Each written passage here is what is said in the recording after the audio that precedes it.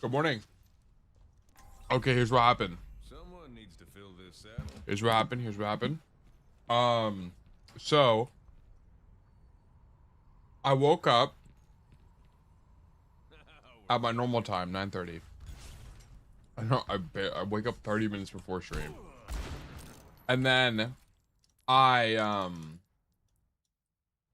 whoops, that's too low. Woke up at 9:30, and then I don't even know what happened. Like, because what I have this app called Alarmy, which is basically like a super mega alarm app. And then what ended up happening is, so I have on my alarm, like, to turn off my alarm, I have to do 30 math problems. 30. I had literally 30 fucking math problems, which is like addition. And then I guess I went back to bed. I don't know what happened. I'm gonna be so for real. That's my bad. That's never really happened. That's never happened before. I actually don't know how that happened today because I normally don't do that. So the Cassie Miss Doomslam coaching worm guy is back, dude. That's actually me, bro. That is me. That is me. We're so back. You need the Nintendo alarm? Maybe I do.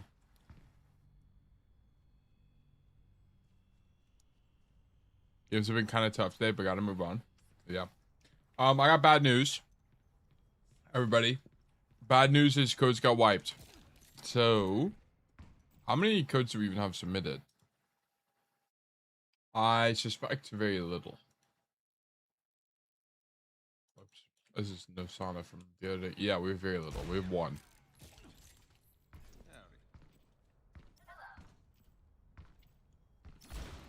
There's a self-added a coaching review for Tail. Was gold 1 a couple weeks ago. Now I'm plat 3. Wait, this is fantastic. Yo, Tail, I'm up like 15 delta since last coaching. Wait, we love that for you.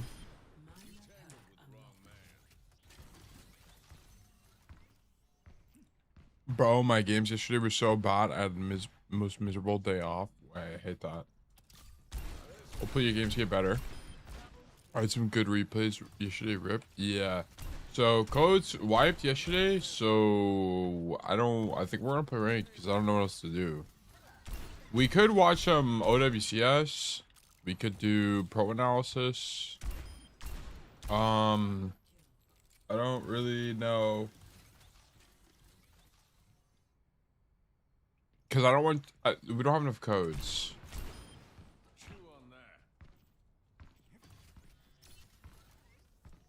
Do you have a tip to recognize the shift from setup phase to mid-fight? I have a hard time recognizing when to commit to my position / help my team. Set up to mid-fight.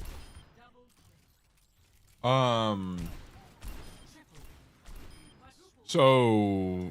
that... I think I play rank yesterday? Yes, I did. I played some rank yesterday, by the way, guys. Look at that. 3 hours of ranked. Holy moly. Let me just show you. I played some Ana. I was actually Thanos this game, by the way. Okay. So, well, also, I want to point something out, guys, by the way. Watch this. Watch this. Hi.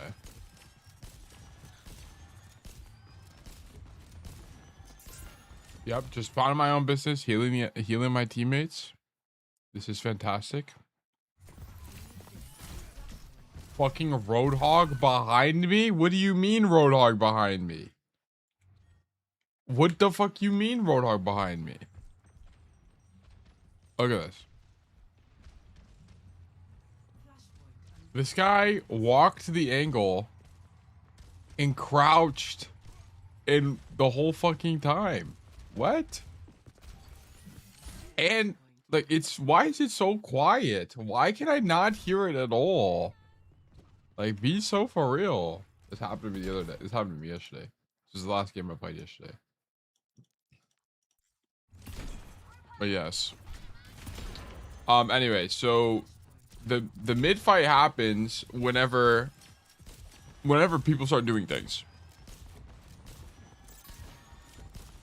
So this is still I wouldn't call this the mid fight. I would call this the mid fight now that the Roadhog is right here. And then I insta die. Okay.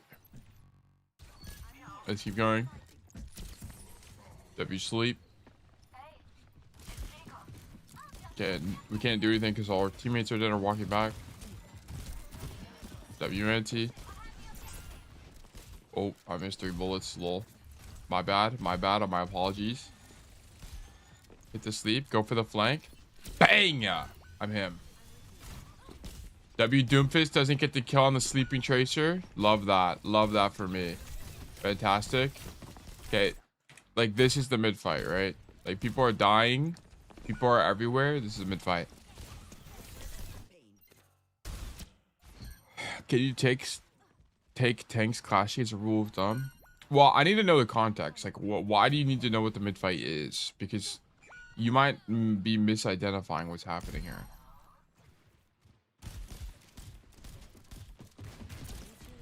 W sleep. WNT.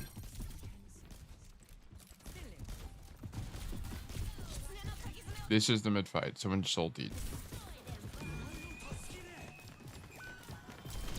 Bang. Okay. Alright, we lost. I made a mistake there. I tried to map flip. So one thing I've been practicing on Ana is map flipping. Like here I knew the hog was pushing me, right? So I was like, maybe if I go to their side of the map, I can live. But then he just turns around. Okay, and I just died. Timing right. You don't want to flank at the mid fight because it's when your team needs you most. So I want to identify what's happening. That's like when you want to flank. You want to flank in the mid fight, if anything.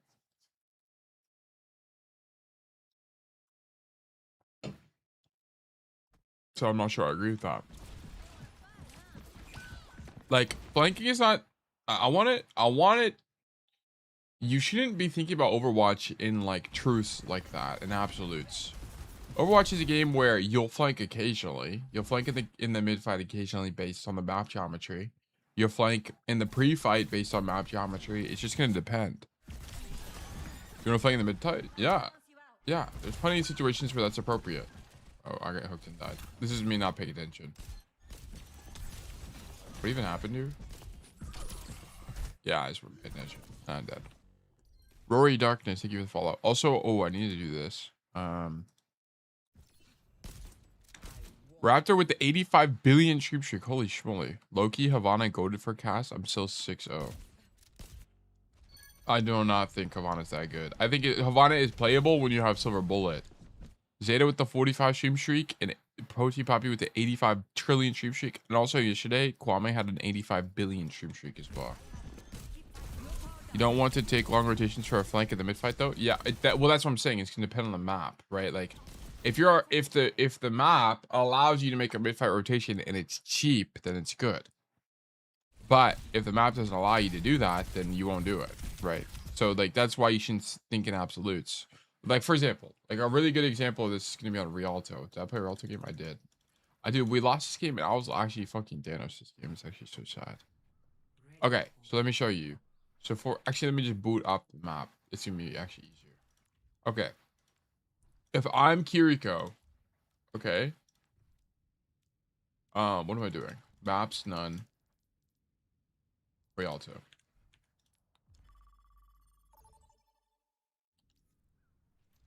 Let me go Kiri. I'll find my own path. The biggest Ana hater playing Ana. What's up? Yeah, I hate Ana. Like I don't like Ana, but that doesn't mean I won't play them. Like I understand why Ana's in the game. I get Ana's design given that she's in Overwatch, but I just don't think she should be in Overwatch. What I'm saying. So what you'll do, how you normally play Kiriko on this map is you stand back here on defense. Okay. But there will be situations where your team is holding up, right? So you heal them, and then you make this rotation in the mid fight, and then you stand here and you shoot people. Right? Like this is something that happens. Okay. So like that's why I don't think Like how much you flank is gonna depend on the map and how like where your team is fighting and stuff like that. So you can't really like bake it into your mind that flanking isn't a thing in the mid fight. Like you can't really think in absolutes. So but like soft off angles during mid fight, but no hard flanks kind of. I mean, yeah, because it just takes too long. Like when you see people are fighting, you don't make a rotation, right? I think people overthink this a lot. Like the reason that you can't do this flank on Kiri in the mid fight is because you're too slow. You're too slow. It takes like 15 seconds to make the rotation. I mean, it doesn't take that long as a boost. It takes like what, 10 seconds max? Probably less, like 7. But it's like you're too slow, right? If Kiriko had a speed boost or a dash or a slide or something, this rotation would be a lot more viable. But she doesn't have that. But absolutes make things so easy. Let me be dumb. This is true. This is true. Who was first, by the way? Ponzo. Oh, sorry. We didn't even do training range today. But yes. Okay, so plan for today. So I answered that question. Plan for today. What do you guys want to do? What do you guys want to do? I actually don't even know what to do. Overwatch, OWCC, please. Is that even going anymore? I don't think I have drops for it.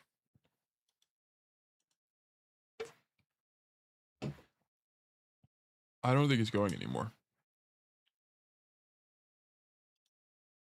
Yeah, it's not.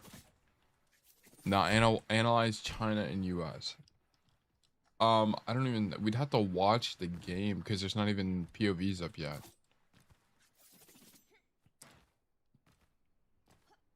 Germany lost, unfortunately. Yeah.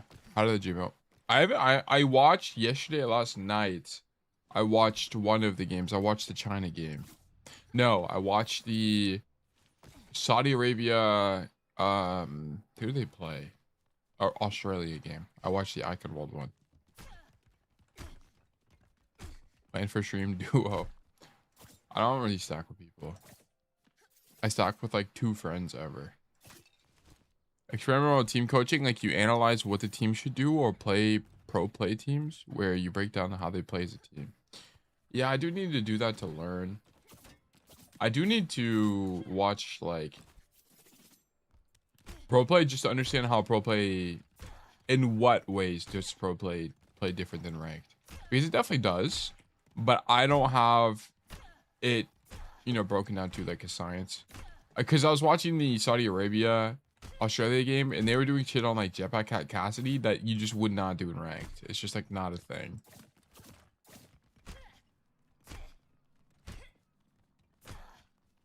By planning and covering for blind spots, what in right and coordinated. Planning for pro play could also show what you want to do sometimes as a team in a perfect world. Yeah. Yeah. I think pro play is like what Overwatch ought to be, but ranked just doesn't work that way.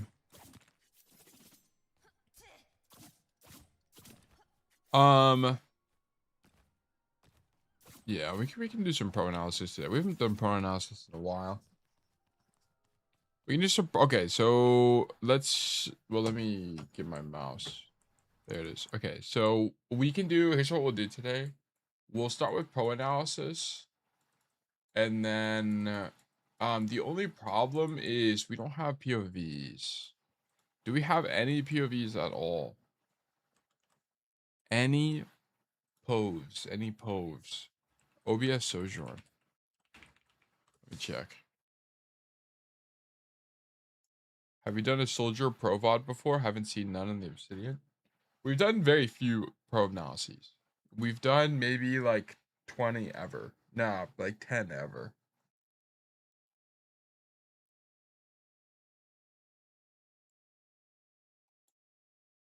Wait, what the fuck am I looking at? Oh, this is a live stream.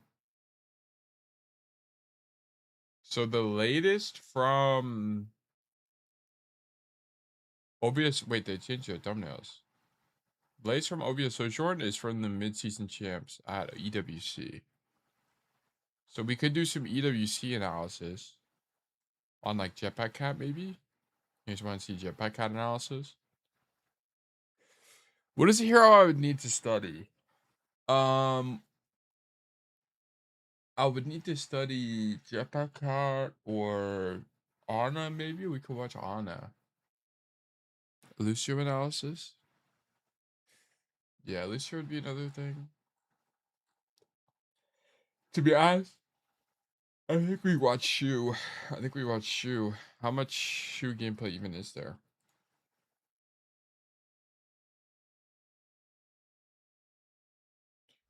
Put heroes you are bad at on a wheel and spin for old time's sake. I think we just watch Shoe, to be honest, guys. Let's go. How many Shoe bots do we have? Shoe versus Dallas Fuel. Shoe was Zeta T1. Was Zeta T1 the finals? I can't remember. I legitimately cannot remember. Do versus TM.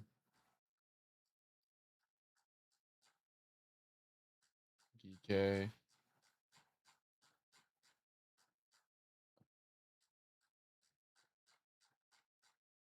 Did they even play TM? That's T1. Zeta Veryl. Yeah, they don't have that. TM versus Zeta was the final. They didn't even have the finals POV. I don't think they got the finals POV before it reset. I think they were too late. Because codes wiped. This was like 2 weeks ago at this point.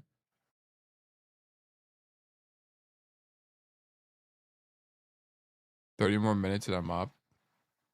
It's possible for you to mention the moments where the fight transitions to the mid fight. If it's not, it's all right.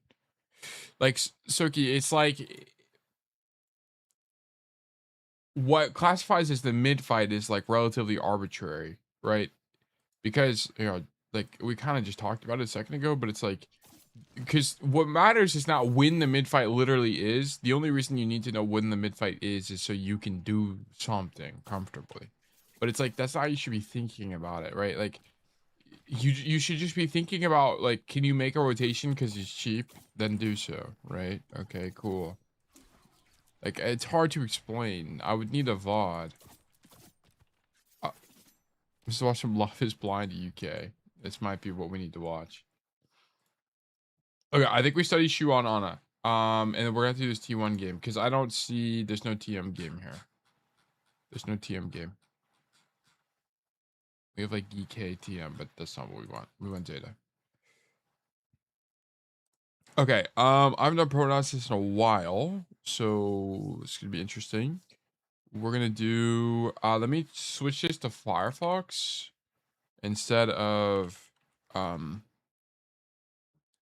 Chrome or Brave. There we go. And then let me close this. Yeah, let's close these. Okay. Tail local link. Is this the TM game? Wait, what the fuck? How did I not? Oh, they must have uploaded this like sooner than everything else. Okay, wait, actually W comms.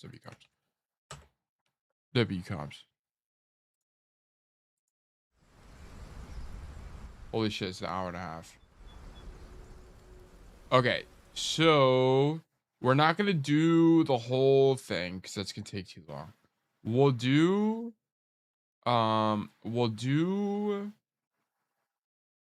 damn, he played Ana the whole time, really? Oh, he did. Oh yeah, we'll do this Busan game and then we'll do one more. I think Eichenwald was the best game, but I think didn't Unter do the analysis on Eichenwald? So it's like you can just watch Unter.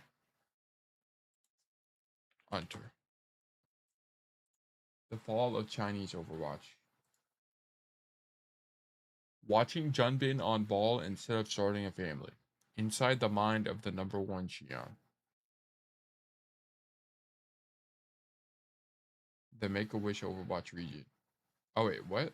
I thought what was it just a short? He only holy fuck. 1.5 million views. Damn. Dude, I gotta get on a shorts grind. Yeah, it's this one. The best honor in I the saw world is an this. absolute freak of nature. A lot I of guess he people didn't do an think analysis. Maybe unlike he looked this, at it. I'm an Maybe you extremist. watched it live and then did it on stream.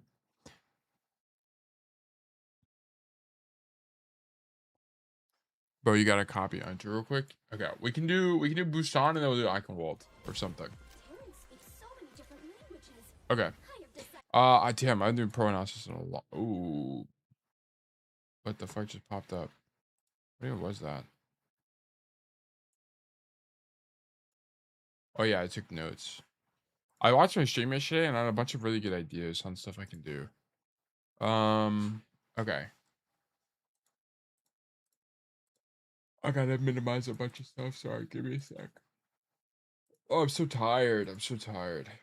We need pro analyses. Where's my pro analysis thing? Right here. New note.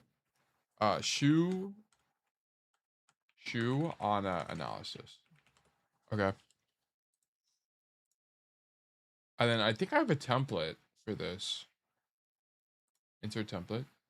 Student notes template. No, this is not student notes. Imagine I coach Shoe. That would be fantastic. Summary notes. Okay, yeah, this will work. Okay, so I kind of don't really know what to expect going into this because I just haven't watched pro play in a while. 5, 4, Yo, what's up, Tail? Good to see you, Static Thoughts. Hope you're doing well. 1. Capture Okay, so we TP, and then we go wide here, which I think is kind of interesting. So I think the reason that you would go wide here is because Violet must be going left side. And this is just this is better LOS for Ana specifically on this map. So you play for this. Is kind of the idea. So yeah, I'm pretty sure this is the rationale. So maybe we see the enemy team. Yes, I'm pretty sure Violet is this way.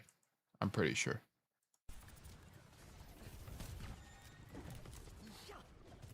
Yeah, okay, so actually the whole team. Okay, so here's what happened. So it's kind of hard to see from Shu's POV because he scoped in the whole time. But his team goes left side, Zeta goes left side, and then they realize that they're second to this space.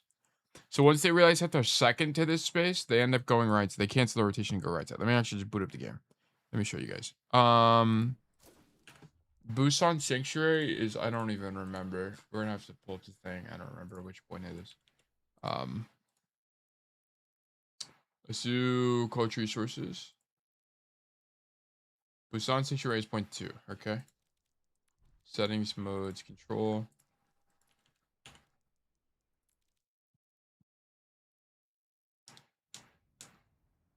Gone with the 75 billion stream streak. Holy moly. Thank you for watching. Thank you. I'm on the wrong side. the broken world behind. So I think it's interesting that I will not leave a broken world behind. what is their team comp? Let me do this.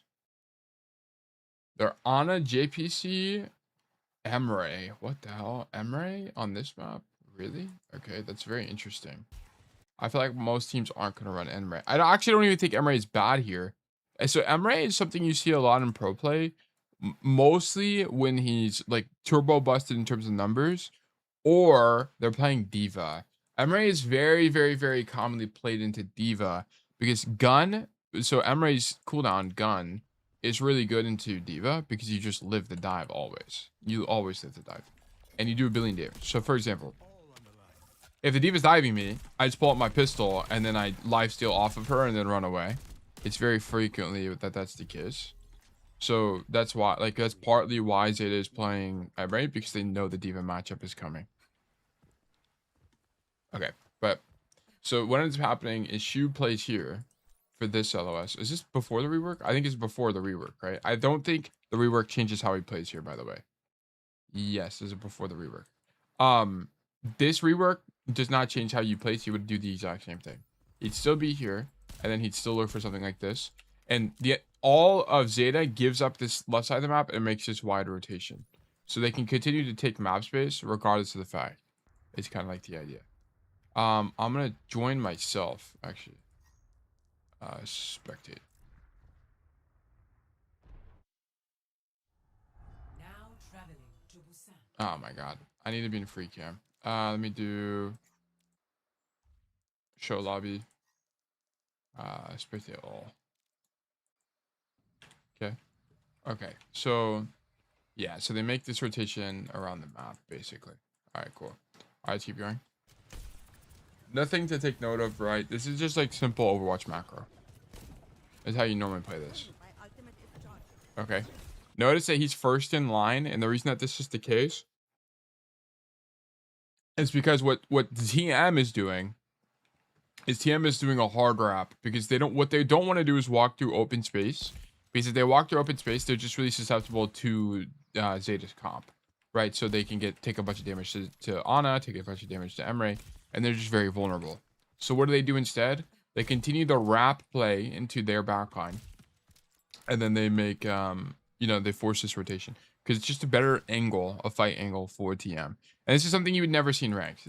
You would never ever in a million years see this play because it takes too much coordination. This play is only good if everyone is doing it. There's not a ranked idea. You would never do this. But yeah. So okay, so this is why Shoes feel comfortable being the first in line, because he definitely anticipates this rotation from TM. Okay. Also, the reason that TM is way faster than Zeta is because they're playing UB on Sim. And Lucia's banned, so they're also playing Juno. Right. Zeta's not playing Juno. Nano boost is charged. Okay.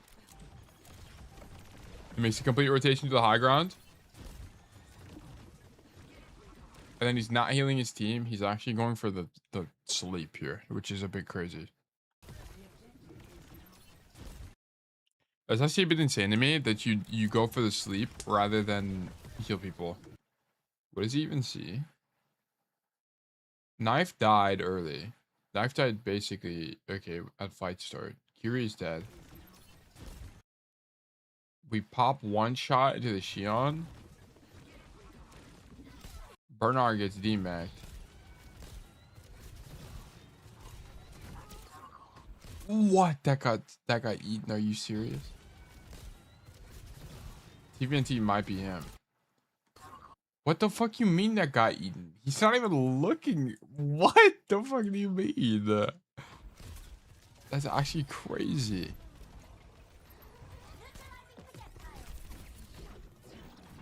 I'm gonna be so for real. I really don't think flanking for the Juno is better here. I really think it's weak.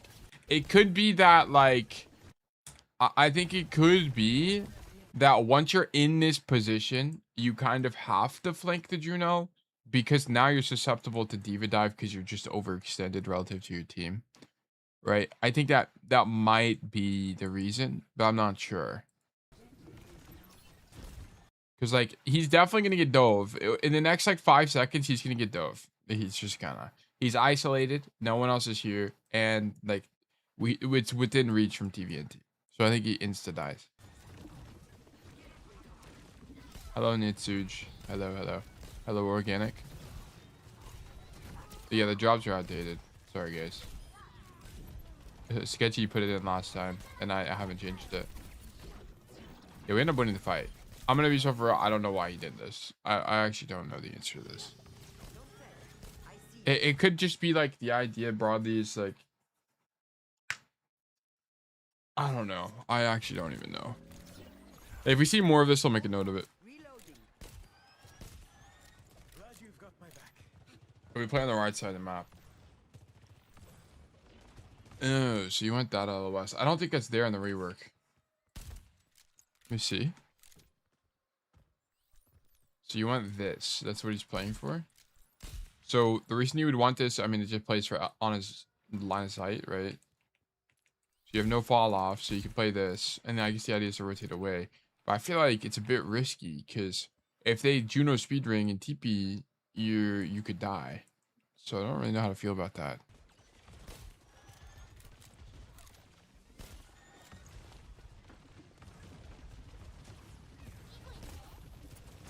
Okay, so it plays for an anti. This is actually really interesting. So he baits them. It might be a bait, to be honest. So his team is spread out. You can see Knife is in main space, and then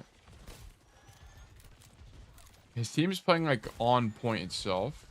So is he hard scoping at all here? No, I don't think he's. I don't think he does a single hardscope shot. So the reason that this is important, by the way, is because whenever you hardscope on Ana, you have tracers. You see that tracer? People can see that whenever you hardscope. Whenever you don't hardscope, you have no. Your projectile's less obvious. So it's going to be incredibly obvious for them to know where you are if you're doing this. But if you do this, they can't have at least visual indicators of your hero. So I think that's part of why he's doing this. I don't think that's... I think that's why he's not hard scoping here. For sure. But I think it's interesting that he plays isolated here. I think maybe the idea is if he can get a good anti, then it's worth his death. Especially when they're playing Violet on JPC, they can just taxi him when he dies. As long as they win the fight, though. Because I think it's interesting that you're playing here, because you can't rotate out of this position. You're that, like, you have to commit to this. There's no way that she was leaving here. So I think it's kind of, so you're playing, like, he's playing more aggressive than I would have thought. Like, my anticipation would have been like, you go for poke off rip here, and then you rotate away early because you know they're playing an aggressive comp. So then you rotate this way and go for something like, you know, you do something like this. This would be my anticipation. But I think it's too passive is kind of the core problem. You know what? I don't know. Because if you end up in this angle, I mean, you can see everything. Maybe it's like you don't have enough pressure on point itself and they flip. I think it might be an objective based thing. I think it's got to be something like you just don't have enough point pressure and then you just give it up. I don't think Suzu's worth his life though. You see what even happens? So he plays here. Are they on queue? They are. So that was Suzu, yeah.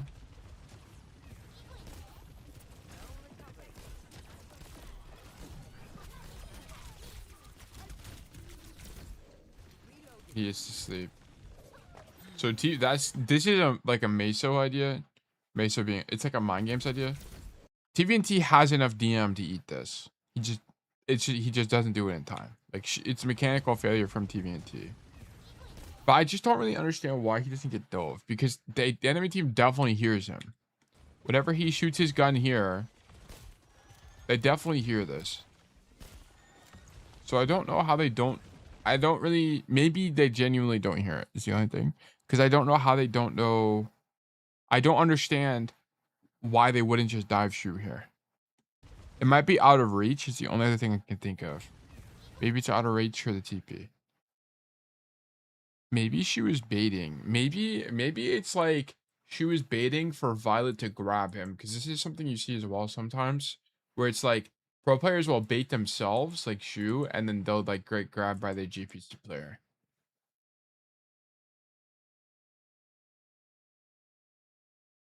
Scared of his aura. This might be the case. No diva reaches that. This is definitely in dive range. This is definitely in dive range.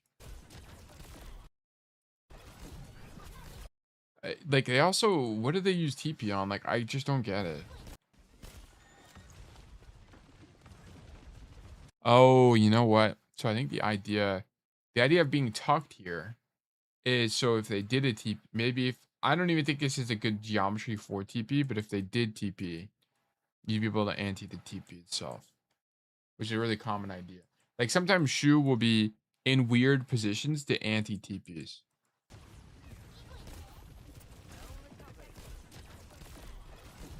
Okay. Yeah, TVNT definitely had DM there, just didn't need it. Yeah, we're dead.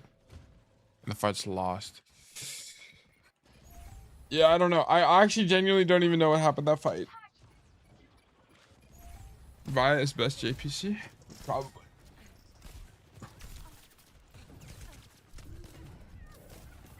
Okay. Okay, we're insta dead. Wait, what? What even happened? Main space, we take 100. Yeah, we just go wide when we're half HP. So Shu literally just misplayed here. What he needed to do was wait. So he either needed to, number one, rotate off rip, or he needed to stay tucked and not swing wide. But this is also kind of, I would argue this is like kind of low-key unlucky, because he doesn't know that that Quartz has rail. I'll be honest, I don't even think it's unlucky. I just like, why are we not crossing?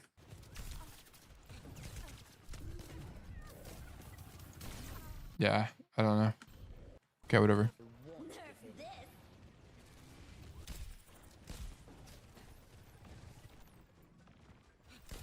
Okay, they use bomb.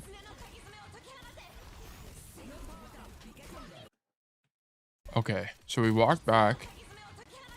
Then we nano proper makes sense. Nano Shiano is really strong. It's really strong. Sleep Diva. Like here, look at how different this posture is compared to what we saw the first fight, right? Look, we sleep the Diva and we're all the way back here. We're so far away. We're so scared. So there must have been some other idea that was happening in the other fight. Because like, look how scared we are. We're playing like we're not even in, like, this is further than die range. Like we're playing so scared, so scared. Like, I would be like, I think like being here makes more sense to me, because then you could at least continue your rotation. So he must want to be on this side of the map if he's back up this way. Why do pros shake their mouse after shooting? I on Sigma it's a little bit different, because pro players aim both orbs independently. As like an idea, right? So like, I was listening to Nala talk about Sigma, or just tank in general, and he was basically saying, right, like, pro Sigs will aim both orbs independently of each other, so that's why they'll flick like this, right? Like if I want to hit that and that, they'll aim both. But for other heroes like Ana, I genuinely don't know.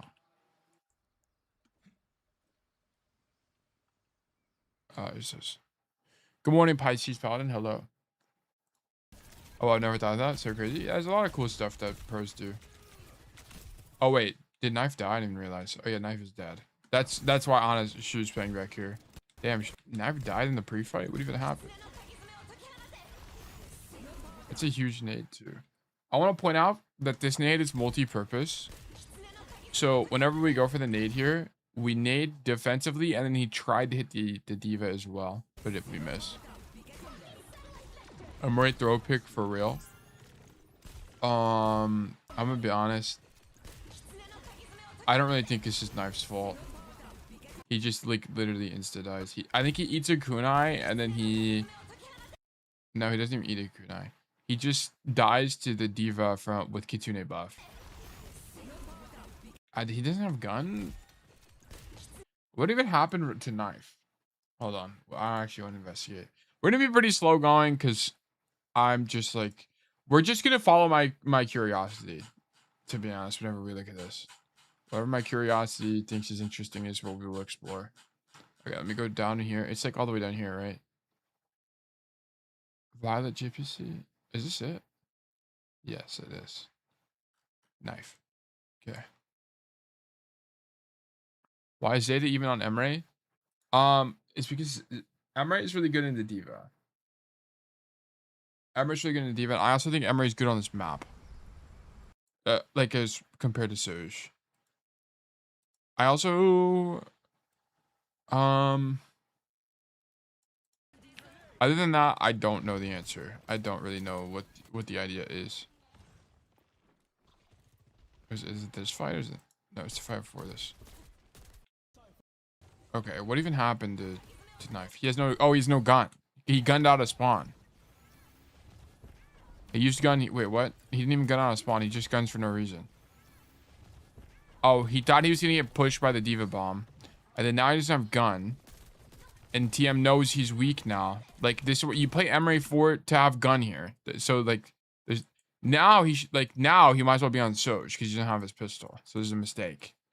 Knife toss this a little bit. And Cindy, it's a good play from TM. TM identified that he has no gun and he's weak now, so we can go for the dive. And then this dive is especially good from TVNT because he has options, right? Like he can dive and go back if he deems necessary, or he can go through the window behind him. So I think it's, I mean, the TM just played this masterclass. Like they did a good job. They did a really good job. So okay, so knife low-key tosses this. I won't even lie. And then let's keep going. We need shoe.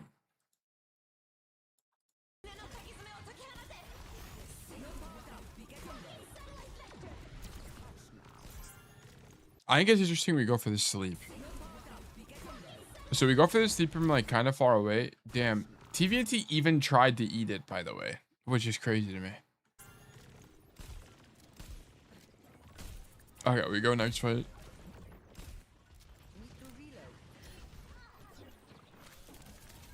Shoe is him. This might be the case. W living. Heal and spawn. We have Emery ult and Diva bomb. We have no support ults, which is really bad. But I guess neither team has support ults, so okay. So what's my prediction? What do I think they're gonna do? They're not really in it on a team comp that can play for the high ground as a retake, because they don't want to take the left high ground as a retake into like the sim comp. I think they're gonna play main space or go wide here. If I had to guess, I think they're gonna work their main space and then she will wrap right side in the late fight. I don't know how proper manages to focus on 2 DPS roles instead of the both of them. I don't know. I haven't really studied a lot of proper. Yeah, okay, so we play for this right side. This makes a lot of sense to me. So the reason that you play for this right, well, does he continue rotating? Yes, he does. Okay, this is exactly what I thought he would do. So, the reason that this is the case is because, let me go Ana. Let me switch teams.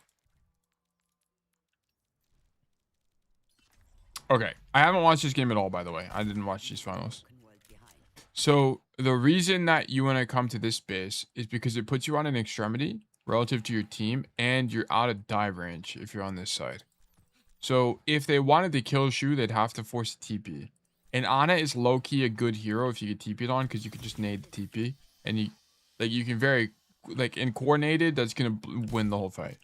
So you'll get this angle. So your Emre is also walking main space. I want to point out that if you went main and your Emre is ulting, it's a lot harder to heal this guy in the air. And because it also exposes you to main like this, right? So it's just like kind of better map geometry to be on this extremity.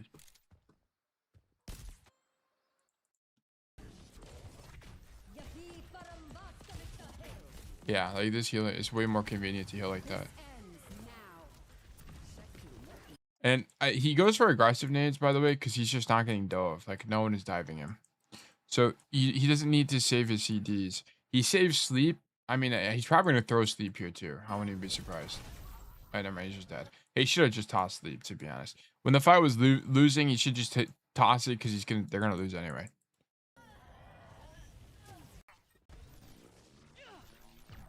Boys with the double barrel. Yeah, actually got his lid blown off.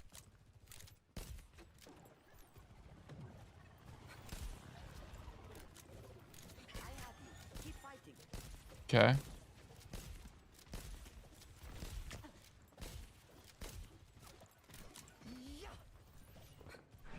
Okay, I think it's really weird that we work this space. I don't really... So knife swaps to Soj from Emre. So this is like the anticipated swap. And we work this space, really. I guess maybe they're tracking that there are no ultimates. And they think maybe now that we're on Soj, we can win this duel, this fight. I don't think they're going to commit to this. I don't think they commit to this. I think what I think is going to happen is they bait this fight and then they rotate back into main space or like drop out the window and play main. I just don't think it's just good space for this team.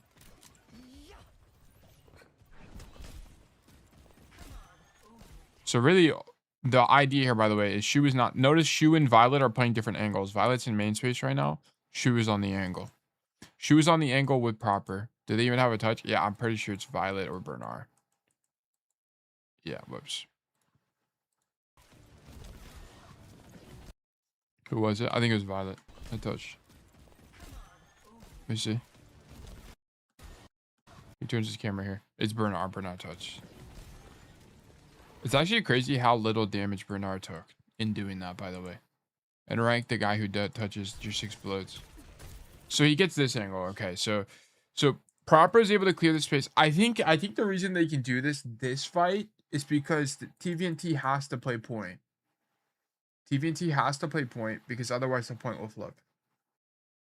So because it's OT and they can't give point flip. I guess they could give point flip. I guess TM could give point flip here and then yeah, so I don't really understand this. I don't really understand. Why would TM not just take the fight on this space? Maybe they don't want to get flanked. Maybe the sim comp is too susceptible to flanks. And that's something I don't understand. I don't know. Yeah, I mean, we're dead. Yeah, okay. Like, this is what I'm kind of talking about. Like, I just don't. I don't really understand. I think like this is just the cost of playing Ana, I guess. So he doesn't sleep because he doesn't want it to get eaten, by the way. It's not because he forgot. Because he thinks this is like a mind games thing. He thinks he's TVNT is gonna use DM here.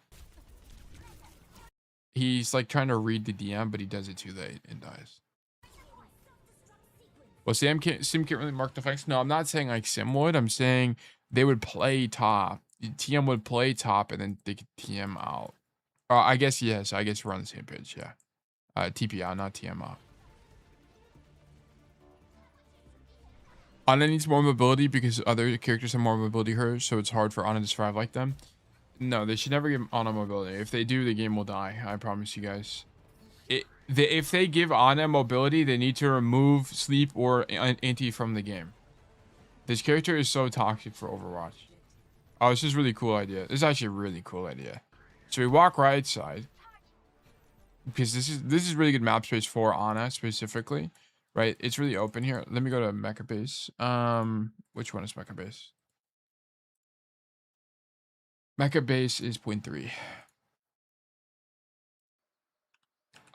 Show lobby, settings, modes, control. So not really anything off the first map, to be honest. I think the first map was actually a little bit weak from Zeta. Not gonna lie.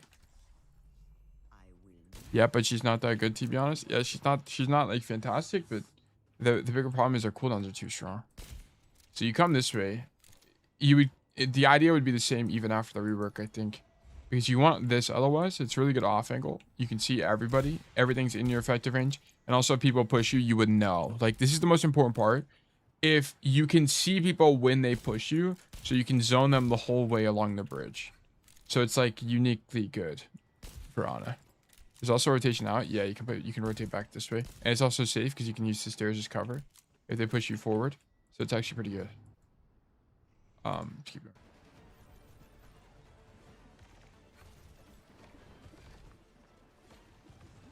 Yeah, so here he hears the TP from TM and rotates away early. So you see this play from TM. This is what I expected TM to do on Sanctuary. But maybe this is why TM doesn't do it, because it just gets rotated away. But I think this is more of a problem with TM than it is with Shu. Ah, okay, interesting. Look at this. So TM rolled out. What the fuck? You would never see this in ranked. It's hard to see on stream, but TM rolled out on the floor. What the fuck? Okay, look. So TM rolled out here, and then they TP. So they roll out here, and then they like teleport to there basically. What the hell, man?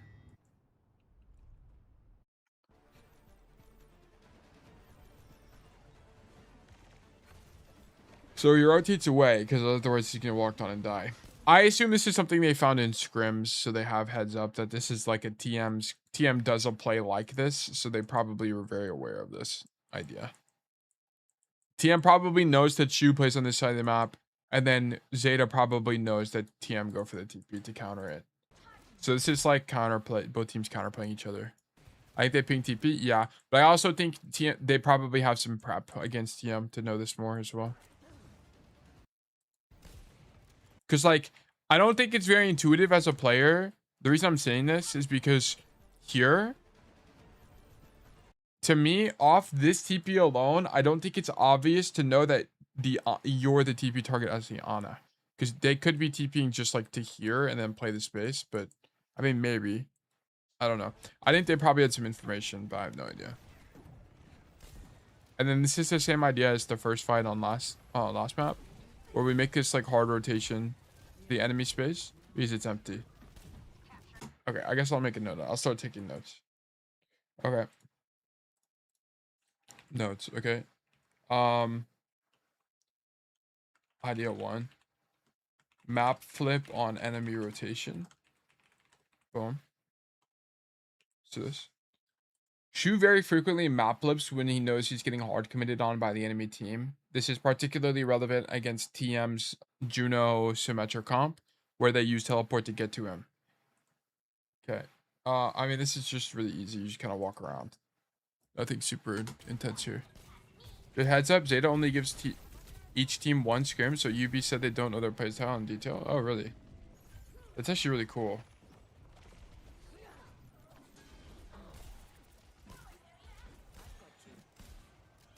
I also think if you're going to play an Ana comp, that's actually pretty valuable to do.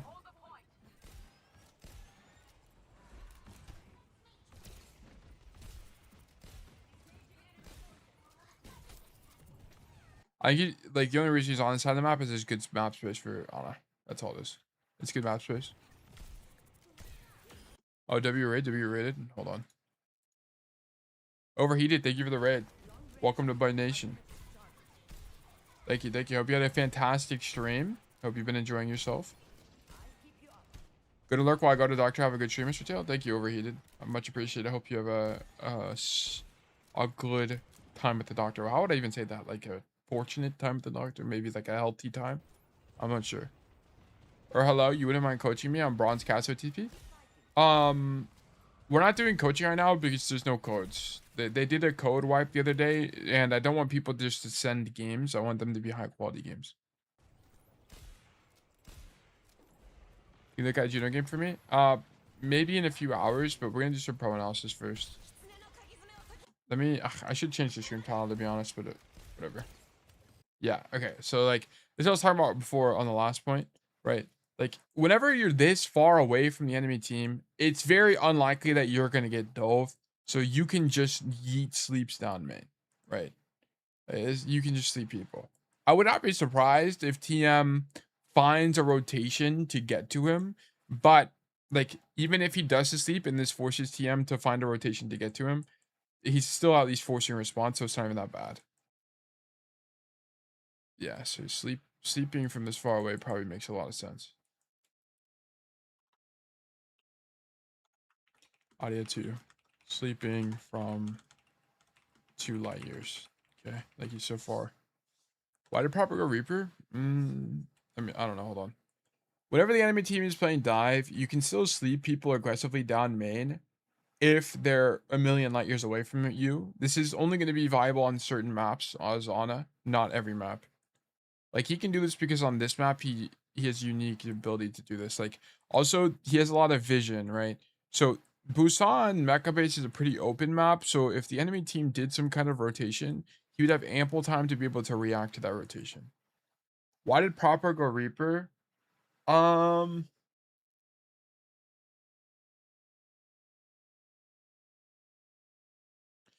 other options even are there? So if Proper isn't on Reaper, what would he be on?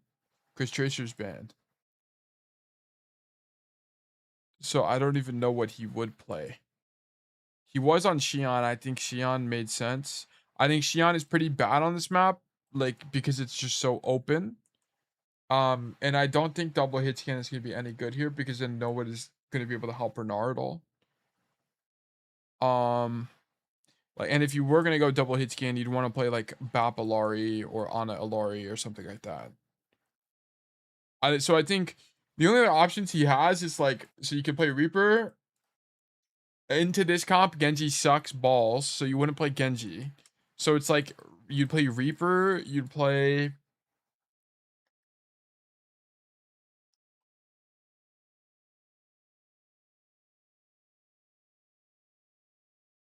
maybe Pharah. You can maybe get away with Pharah. I think it's a little bit worrisome into the Diva, but I think it's playable. Xi'an's too open. This map is too open. Like, what does Xi'an do in these fights? It's not good. You don't want these fights as Xi'an. Like, Xi'an does not do good in like map environments like this. Like, I'll show you. After the rework, it's more playable, but it's like, so Xi'an on this map, you don't really want to play on the floor because you don't have a way to deal with the high ground and you're outranged. So if you're on Xi'an, you want to play for like this high ground basically. But notice that if you played for that high ground, you'd have a duplicate intention to your Sojourn. Your Sojourn also wants to be playing this high ground. So your team can't really hold space aggressively like this. And the reason that Zeta wants to hold this space here, I mean, there's a bunch of different reasons. But one of them is that they want to be able to hold space for their Ana and their Sojourn to be able to do stuff. They're playing for their Ana and Sojourn space here. Was Cass banned? No, this is Lucio Tracer here. After rework, I feel like Mei isn't that good here. Yeah, I don't think you play Mei. If they play Mei Reaper, if they make a total comp swap, they need to play Reinhardt or Ram or something like some kind of brawl tank. And then they need to be like holding for choke. But the problem, it's like not really, well, you'd want to play, if you want to play Mei, you go Sim Mei is what you would play. Because the problem is also, we have to remember that Lucio is banned. Lucio's banned. So like if you played Mei Reaper, it's just like you can't cross space quickly enough. You're gonna get out rotated. Couldn't he play to the right of Shu here on Xi'an and bike out if needed? What space do you hold? If you're here on Xi'an, what space do you hold? You're just gonna let the enemy team walk and you don't do anything. Like the part of the idea of playing against the sim comp is that you hit them in rotation or before they rotate. That way they're weak as they get the teleport off. Because I think the problem playing Xi'an is like, even if you're on the back of the map here, you don't hold enough space, you get TP'd on, you lose the game. And then at that point, like if you're gonna play Xi'an reactively, you might as well be on a different hero. You might as well be on Bastion. At that point. I think Echo would be good here. I think Echo would be okay. I think it's too open for Echo. It's like the only thing. Like you could do some pretty unique but it's like, what does Echo do that Reaper doesn't here? I think Reaper is actually a really good pick here. I actually like Reaper. I think it feels like it shouldn't really work, but the idea is not to do a trillion damage. The idea is to, number one, not be a liability, right? Like the proper doesn't want to be a liability. And then you need some kind of flex DPS that can hold space aggressively with your Diva. And Tracer's banned, so the only other option is really like Reaper. Because Genji sucks in this team comp. I think Echo is just a bit too squishy. Reaper gives you at least a little bit more flexibility with stuff like Wraith and more HP. Far right with the cat, I don't think it's any good. I don't think you hold enough space. If I'm on this side here as Xi'an, like the only thing you could do is be here, and then shoot your gun. Is that what you're talking about? Maybe. Yeah, I don't know. I think it, like, the only thing about it is now you have to bike back out this way. Like, if you're using, you don't want to bike out. Like, biking out is not something you want to do on Xi'an. Biking out is like, if there's no other option kind of thing. Because you want to bike in. That's how you get the most value out of your cooldown. It's like on Kiriko, you don't want to Suzu yourself. Ideally, you don't want to Suzu yourself. But you will if you have to. It's the same idea for Xi'an, or for Xi'an's bike. Will one trick channel ever come back? By the way, it feels useful. I have the one trick document. So if you go to the Obsidian, you can go to resources, players to study. It's in here.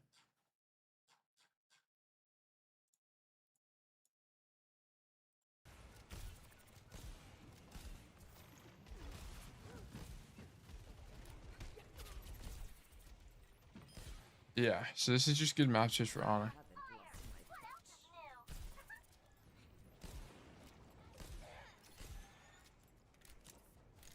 Okay, there's nothing really special there, to be honest. Go top again.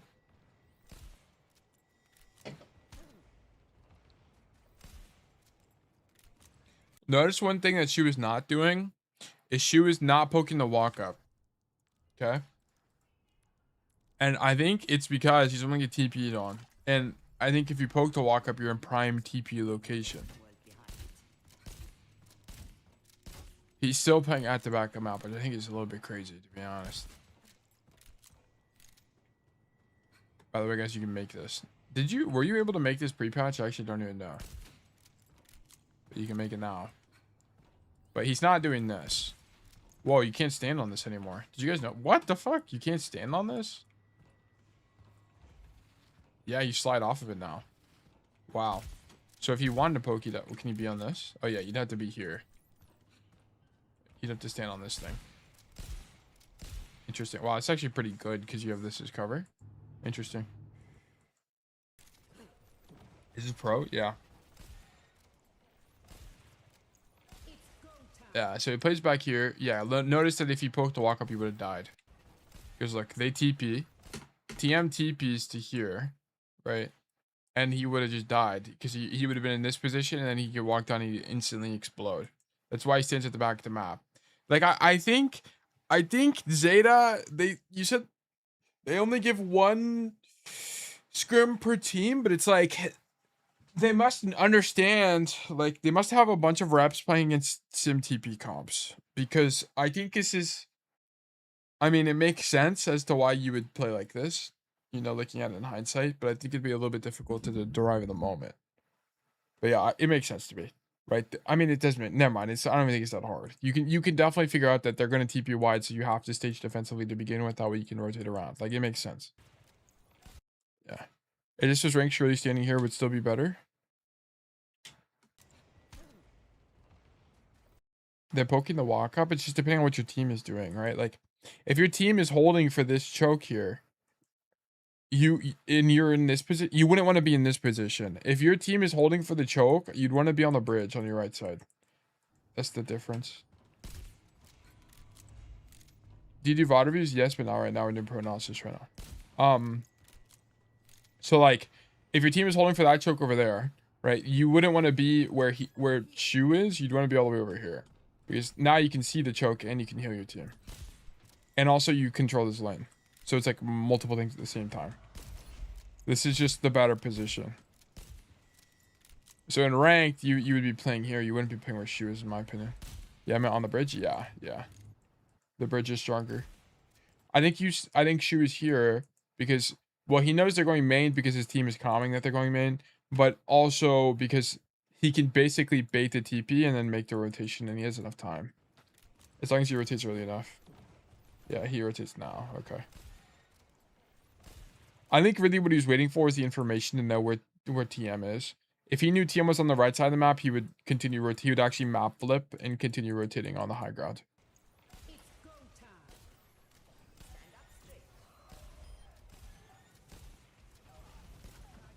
What are you even supposed to do if you're TM here?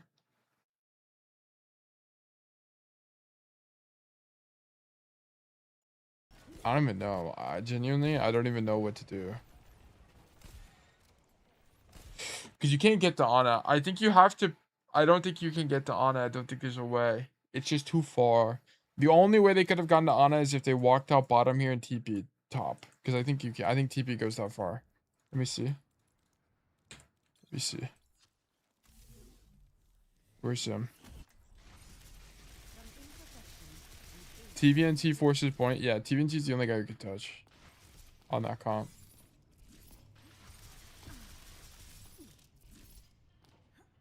You'd speed ring here. Boom. Make it to here. Yeah, you can TP here. I don't know why they don't do this, to be honest.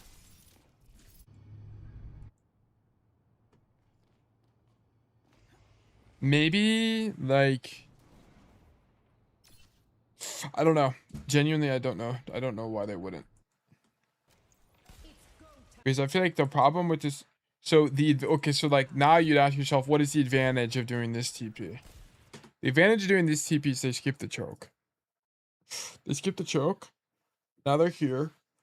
Now they clear this side of the map. And they continue this rotation. But it's like, we don't want this rotation anyway. Like, I don't get it. I don't really get it. I think they need this TP across. They need to be here and then rotate around. Because, like, if they want to get to Shu, this is the only way to get to him. That or, like, or they do a bait play. Because they could also have baited, right? So what they could have done is, like... We're on Ju now. Okay. One small step at a time. Maybe, like, Sim Main win the frontline brawl. I don't think Sim May is good here. I don't think... Like, if TM went Sim May, now they have no range... And this Ana for sure gets to do whatever she wants. And on a map like this that's super open, you don't typically play these like really brawly comps. It's a lot more of like the dive poke type stuff. Like I think you do see this in May occasionally, like to hold this high ground choke. But I just don't think he's that strong. Especially into just I think it is Zeta's comp, it's not gonna be any good. Personally, I just don't think it's gonna work. The jetpack had just avoid like these heroes will just avoid you guys. You get out rotated each time. But what I was gonna say is like maybe what team could have done is like show up left like this, bait left, and then make this rotation, drop here, and then go for the TP play. Because this would have forced Shu's rotation, and then they can TP. So I don't know.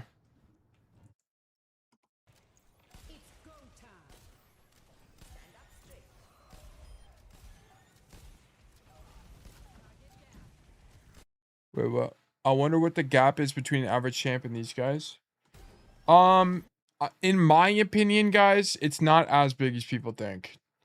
I think most pro players are about the like champ 2, champ 1 player. I mean, they're like great, they're really good, but most pro players are just like are not like a different human being. Like there are people like proper, like everyone in this lobby, yes, they're actually genuinely like world-class caliber players. But if we're talking about like the average pro, I don't think they're all world-class at all. I think they're good at the game. They're really good. I mean, they're definitely better than me. I'll never discount that. But I don't think they're like mega ultra exponentially talented relative to other champ players. And I'm talking like high champ, not like C5, like not like me, right? Like I'm champion, but nowhere near as good as like these guys are.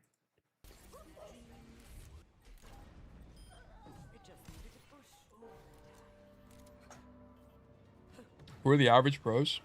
The people, whenever you think of a pro, who do you think of? You think of proper, you think of Kevster, you think of people like that.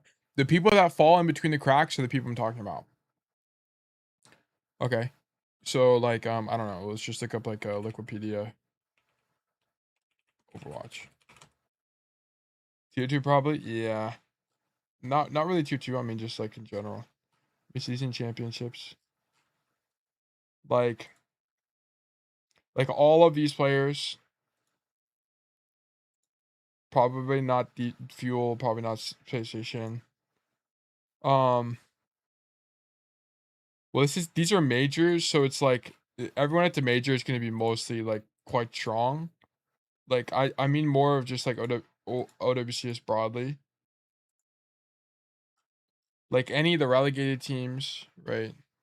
Like I don't know. My idea is not developed enough, and maybe I'm just talking on my ass anyway. Anyway, let's just keep going. Like I'm not the guy to ask about pro stuff, to be honest. I just don't watch enough. If I really like Ana, what other 2 supports would you recommend picking up? I mean, just pick up whatever's fun. But if you like Ana, probably heroes that are more CD oriented. So, like Baptiste, probably makes a lot of sense. Okay. I just want to frame reference for what you mean in my bed. No, you're fine. It's not your fault. I'm just not very educated. Like I'm just not very educated. It's just that, like, my opinion, like, I think people glaze pros a little bit too much. I think they're superstar pros, like Zeta, deserve it. But I think not every pro is, like, a perfect human being. Like, we've already watched Shu make, there's, like, 2 or 3 mistakes this game. Cat Bastion, lol. Yeah. We are on Cat Bastion. Cat Bastion is way more playable on this map because there's just like more geometry to work with. And we're up here because we got Cat TP. Yeah, I mean, this is a genuinely undiveable position. I think Ana is really OP on this map. This is a very friendly map pool for Ana if because they get to play boost on. So I want to point out that he's not sleeping from a million miles away, really. He's mostly using nades. Mostly nades. Yeah, there's like tiers within with tier 1. Yeah, there's like tiers within tier 1, but also there's like I think a lot of people just base their opinion off of reputation alone rather than like genuine gameplay as well. Like some people just like say Proper's the GOAT because other people say Proper's the GOAT. And I think other people have reputations like that. Okay, he had to reload. This is actually really unfortunate. Was there a way to save ammo here? He needed to reload there. Because now he doesn't have enough ammo to keep Proper up.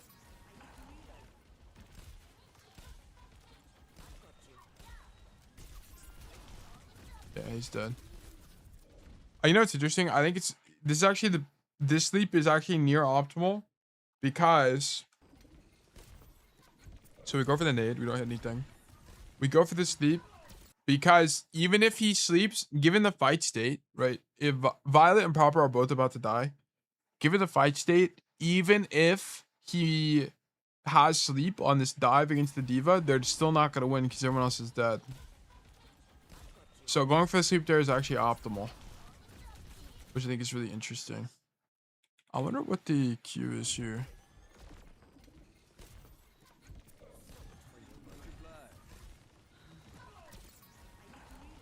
KP, welcome to Boy Nation.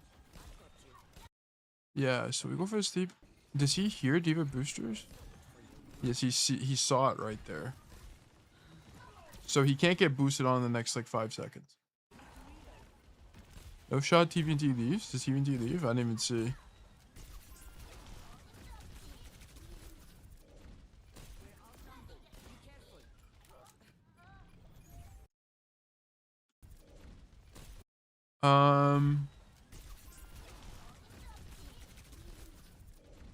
If I had to guess, TVNT's out of DM. And I think TVNT's out of DM and he didn't get enough hits on the micros. Because if Shu nades himself, there's actually a really good chance that Shu can win the 1v1. Not even joking, it's winnable. But I also think TVNT doesn't want to spend too much time on the Ana because the Ana's already out of the fight. That's probably got to be more of it. Yeah, definitely killed Shu. Shu still has nade. I don't think TVNT has DM here. I think that's the core thing. I think TVNT ran out of DM. Let me just look.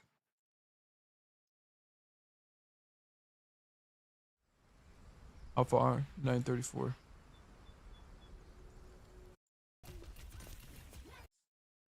Yeah, he's out of DM. Look.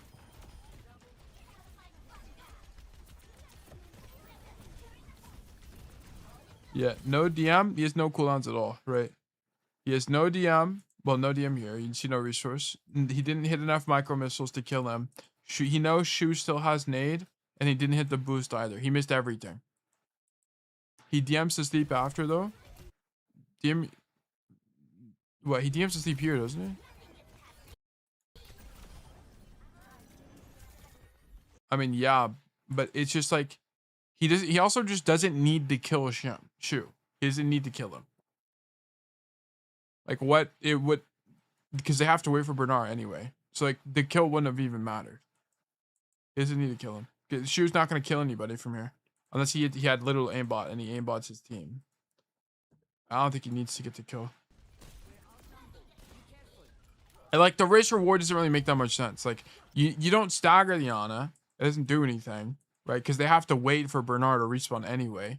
So there's no tactical advantage for killing the only reason you would kill Ana is to stop her from poking the walk up, or because you need ult or something. So I think that's why.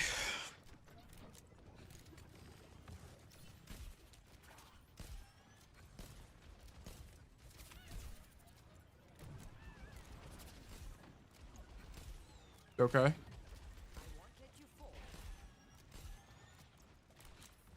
Yeah, this makes sense. So they're using Jetpack at Bastion, so they can't get the Ana to the high ground. So the Ana actually plays wide. I also think the Ana wants to play wide anyway into this matchup, because if you play on the high ground, you could be in diva dive range anyway, right? So let me just show you guys. I think it's 0.1, right? Modes control, yeah, 0.1. Actually, the rework totally changes how the high ground works. Yeah, it's like what I wanted to show is like on this high ground, you're like just about in diva dive range if she walks forward. So that's the only problem. I'm back from aim training. Hand doesn't hurt as much. I see. Hopefully you've done well in your aim training routine. Nano diva. There's not really another nano target here.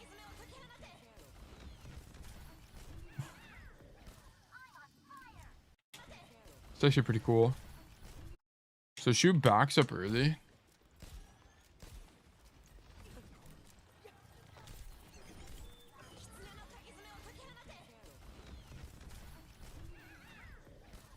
I think it's interesting that Shu plays here. I think it's interesting that you play here and not like on this side of the map.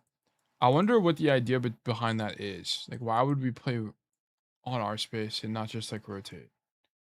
Because it's a little bit more intuitive to me that like maybe playing in here makes more sense. Because you could use it as cover.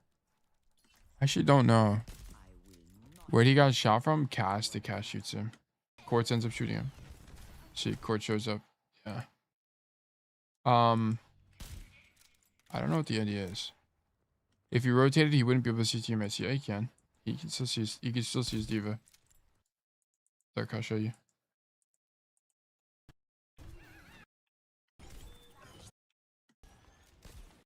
That, so he could still, from here, he could still, well, I'm talking about after he drops. From this high ground position makes sense to me. This is what I don't really understand. Because he could still see, maybe he couldn't see proper is the only thing. But you have a better angle here. Like maybe it's a doubling up thing as well. You don't have a rotation out. I think that's why. But I think the problem is, I think having rotation out doesn't really matter that much. You know what? I think it's because this gives LOS to the point while this doesn't. So there's no, like, the problem is if you play in this main space, you can see your teammates, which is good, but you can't do anything proactive. This is an entirely reactive position. But if you're here, there is at least some level of proactivity because you can see the point itself. Yeah, that's what I meant. LOS. What, to the point? That's not his teammates, so like he doesn't really, like, I guess you wouldn't be able to heal the guy on the point. I guess that's the disadvantage. I guess you could make this rotation, but then you're in diva dive range. This is kind of the only position that makes any sense, actually, because you can't do anything from here. You can only do stuff from here or on the other side if you're able to make that rotation. Okay, this actually makes sense to me.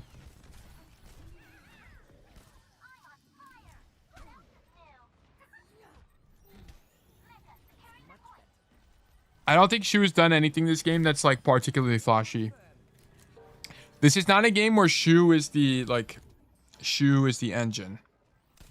Like the key thing that Shu is doing is staying alive and just rotating early. And like rotating early is entirely dependent on information. Can your team gather good information?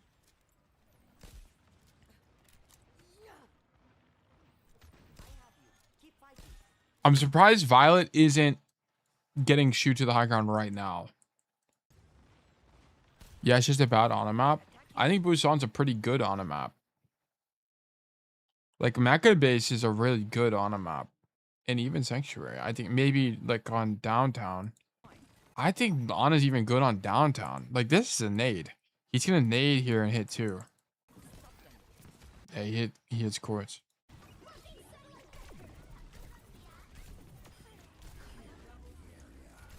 Shu did not have hype moments nor here. Yeah, he just needs to be unkillable, and he is unkillable. Like, I guess the big advantage is Shu only made one mistake, and it was on Sanctuary when he peeked Quartz and got his lid blown off.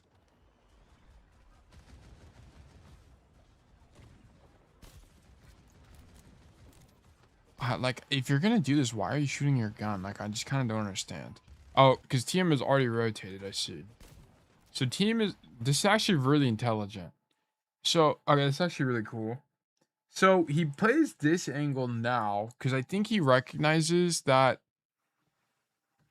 his team is must be okay, so Zeta must be communicating something like we want to hit in the rotation. Because the enemy team is rotating to Ali right now, right? So TM Zeta must be calming that they want to hit them in this rotation. I'm gonna be honest, I don't really know why you would hit TM here, other than just for novelty and catching them off guard. I don't really know what. Maybe there's like maybe this is uniquely good map geometry for Cap Ashen. That's the only thing I could potentially think of.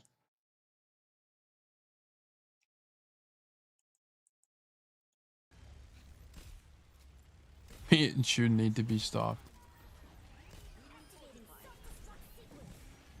Dude, Zeta like win this definitively. That's a bit crazy. What does this look like from UB's POV or TVNT's POV?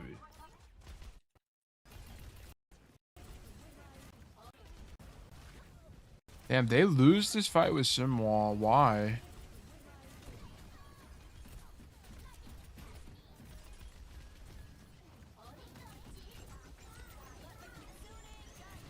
Did they actually? What is TVNT supposed to do? Do you guys see this? Actually, like genuinely, what is he supposed to do? Shoot Diva. Okay, shoot it. There's literally nothing else to shoot. No one's on his screen.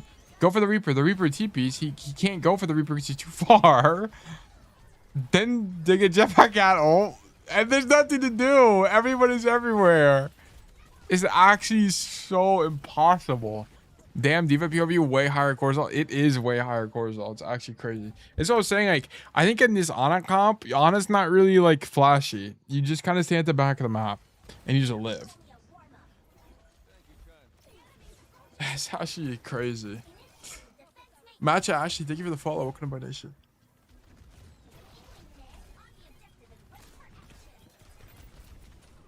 Yeah, but like okay, so this is why Reaper's good, because you can mark the engage, and then you just wraith. You just wraith away, right? So proper wraith there. Oh no, he didn't even wraith. You wraith now. Wow, damn, he greeted that for like an extra second and a half.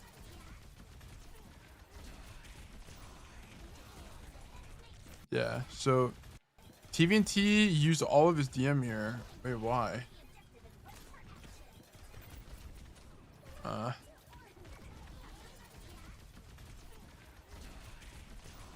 He's no DM for this.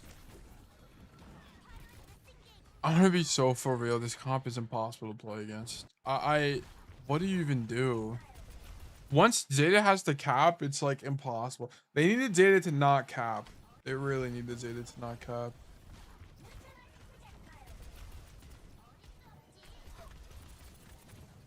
Okay, so I think they hit here because if you look at this from TVNT's POV, he has no CDs at all. He has no defense matrix and he has no booster. And Knife has the rocket perk on Bastion. And I think maybe they want to hit early. I'm gonna be so for all. This is the kind of stuff I don't really understand. Like I don't know why hitting early here would be any good. They went Cap Bastion, probably banned, I can't lie. What is banned? I'm just trying to figure out why they chose this map geometry. Also, court swaps to Xion. Where are these like panic swaps? They started on Bastion, but they went when this map came up. They played Bastion and they went to Xion. I think he's on Xion because there's only one fight left, and they need someone to touch. And Tracer's banned. Okay. Anyway, let's go back to Shu.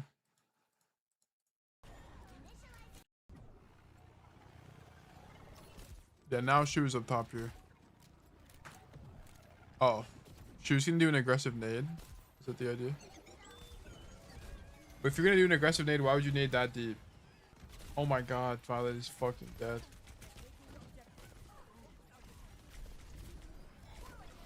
Yeah, that was. Oh, we kind of threw this fight. I don't really know what the idea of this is. So if you're gonna do the aggressive nade, why would you nade now? Because it's just gonna get DM'd, and it's too far to follow up with. Rare shoot throw? Yeah, I don't think this makes any sense. This nade is bad. You can do this play, but you can't nade now. You need to nade later because your team can't even hit this. I think the only person that can hit this is the diva. I don't think it really makes any sense. And they're just gonna Suzu it. It's just weak.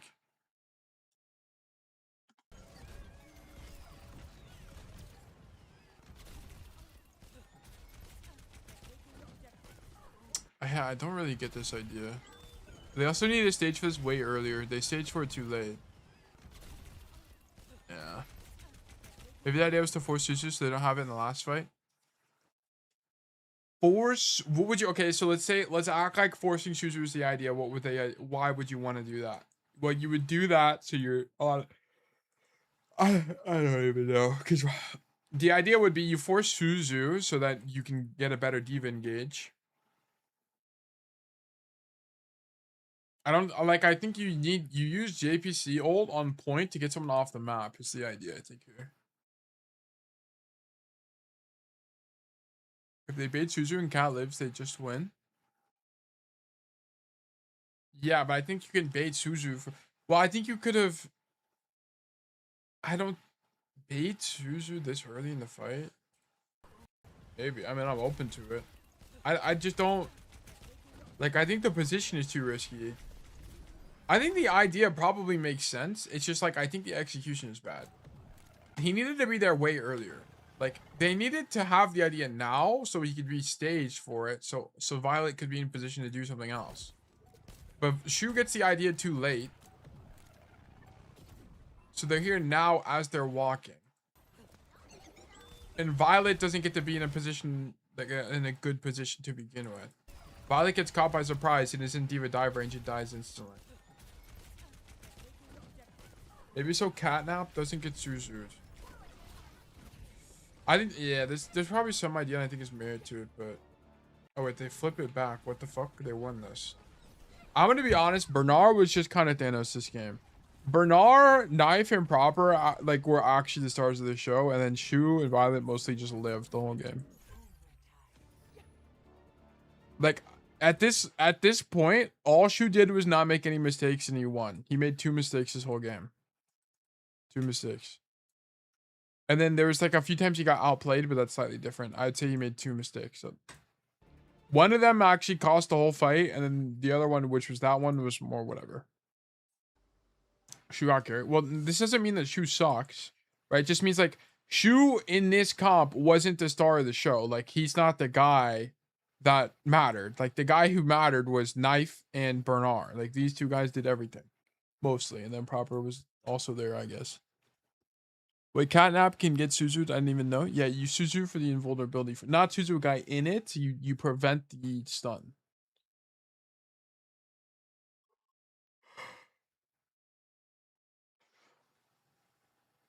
So look at the stats. Look at this stat breakdown. I guess Funny Astro wasn't Cat the whole time. Funny Astro was on Juno for a long time. I just think the Sim TP comp doesn't really work here. Like the Tracer ban is so bad for TM. Who banned Tracer? Wow, TM banned Tracer. I think that has to be a mistake. Why would you? I guess you ban Tracer because you want to play Sim. Dude, this comp is so good against Sim. It's actually crazy. Hello, Fonzie. Alright, what map do you guys want? Icon? Look at Icon.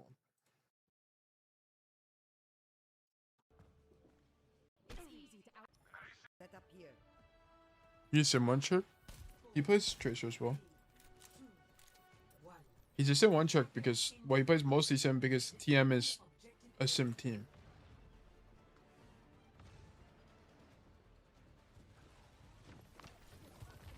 Okay, so the reason you play here is because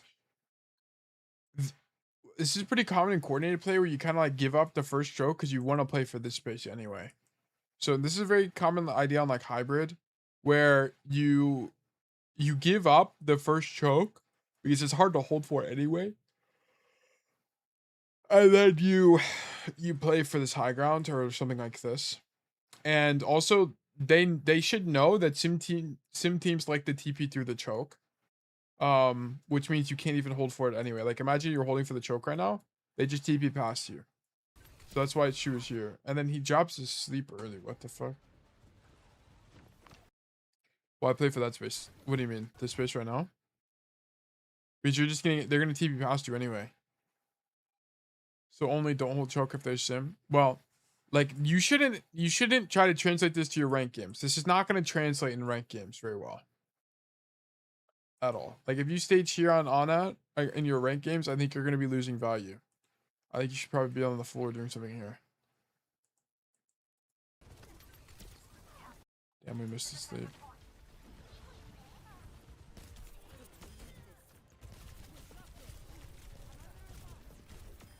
Oh, this is the fucking fight. What the hell? This is it's the first fight, really? Drops for a big nade, kills simple. Hits every single shot on that guy. Like, this type of fight is not a fight that we saw. We didn't see any fights like this from Shu in the last map. And it's because Shu kind of just didn't have the opportunity to even do it anyway, right? Like, they never got to him.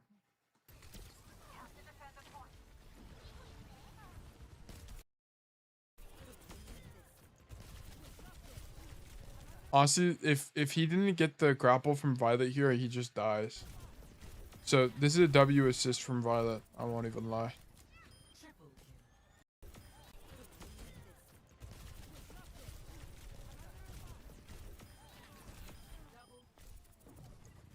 Yeah.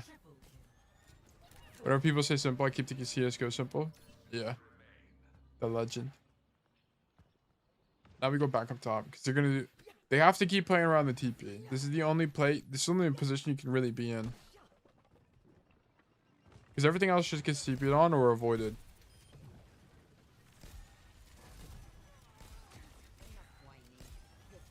Notice he's hard scoping here.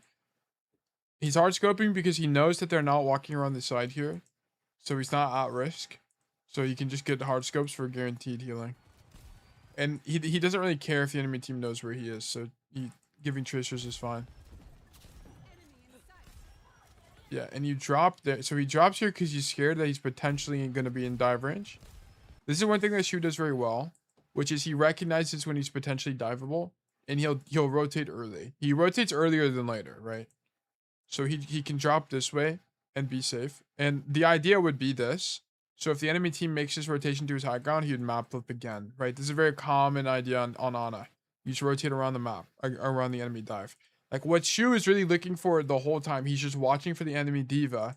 Then whenever there's signs for an engage, he makes a rotation. Yeah, so TVNT actually doesn't hit.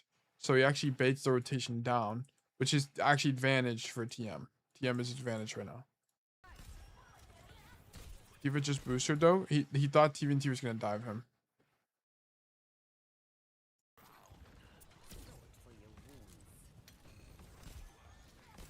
Where did we? So he knows they can't hit him, right? So TVNT just used boosters here. And he knows TM's across the map. So they can't hit yet. So he goes for his sleep and anti from across the map. Because it's their turn now. It's Zeta's turn. Right. He also sees the TP. Once he sees the TP as well, that's it. He can dump Nate sleep. He can dump sleep.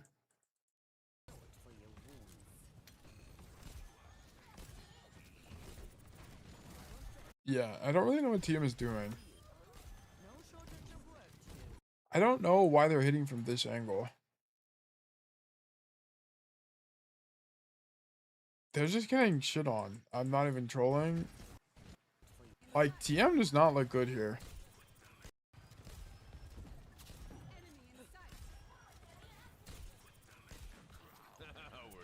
I don't know why they don't complete the rotation faster. Joshua, thank you for the Prime subscription. Welcome back. Thank you for the Prime subscription. Welcome to Bug Nation. I don't really know what the idea of this is. Like, why? How are we dying? What is happening? Genuinely, what is happening? First fight made sense to me. Yeah, I understand first fight, but second fight, what is going on here? Oh, they fake TP. Oh, that's why everything goes wrong. So they fake TP here, which means that they don't have TP for the next like 10 seconds or whatever. And they just walk.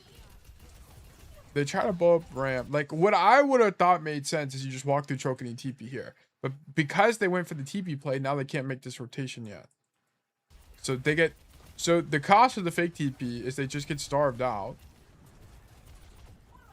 TVNT hard engages, forces his DM and takes 1 billion damage for nothing. I mean, it's not for nothing because he forced you off high, but like it's so uncomfortable. Having no DM here is so uncomfortable. I'm gonna be honest, TVNT is the guy that trolled this. TVNT kind of fumbled the bag. Because, like, he needed to not... I don't know how you would have known this, but he needed to not do this, like, pump fake on the Ana. Ah, it's so hard. If he doesn't pump fake the Ana, he doesn't take 1 billion damage. But I think, like, from a macro lens, it might make sense. Because, I mean, look, he's pulling the Soj, the Ram, and the Ana at the same time. Dude, it might just be that proper Violet are too strong on the backline. Because proper Violet are engaging backline right now. What does this look like from everyone else's POV? What does this look like from UB's POV? Okay, we're doing a lot of learning. Where's UB at?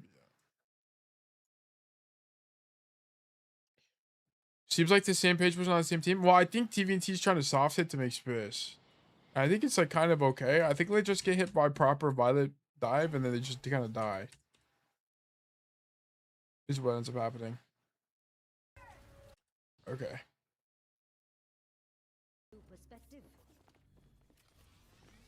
Why my bitrate go to negative? I'm in the negative bit rates here. Oh, not 4K. It's just 10 AP. Maybe it's comm stuff? I don't really think so. Fake TP. I think this is kind of an obvious fake, by the way. Because there's no world you're TPing on this comp directly into like a ram. So it doesn't really make any sense. Like, you would never take this TP. I think the only, like, if they want to do a better fake TP, they would fake TP this way. And then, like, do something. Genuinely, what is the point of fake TP? I don't know. I'm going to be honest. There's no world you take this TP. So, like, I think if you're just going to fake TP, you need to fake TP here. This makes way more sense. I also don't know, like, why would you fake TP and then walk into the ram comp? UB is rattled. I don't really get it. I'm gonna be honest. I don't. Why would why would you walk into the ram comp though? Like, why would you not just out rotate them? Because also Zeta's not playing Lucio or Juno. They don't have speed. I think the idea was fake TP and walk on ram. But I think that's not like a play. Yeah. Well, does TVNT like DM the ram? Because if he's DMing the ram, then maybe it makes sense. Because then you'd stop the ram from getting healing. Let's go back. He is DMing ram. Okay. So that was the idea. So the reason you would DM ram here, it's twofold. You DM the ram's damage, which also DM ram healing. But Chu's not even in a position to heal the ram. Bernard has to back up.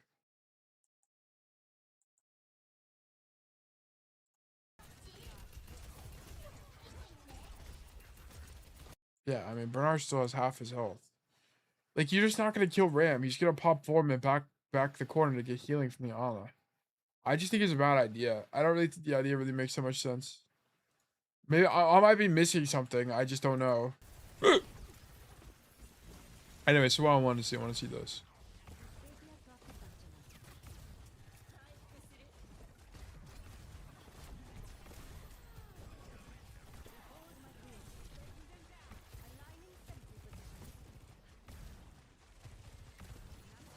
Yeah, TVNT ends up tossing this. They actually make the rotation relatively safely. TVNT's pump fake was the core problem. TVNT goes for the pump fake and he uses his whole DM. Like, he can't make this play, I don't think. Like, this is not the answer. This is not the answer. But I don't know. Maybe there's some science behind it. I don't understand. Okay. Keep going. Oh wait, I don't want to watch this guy. I want to watch you.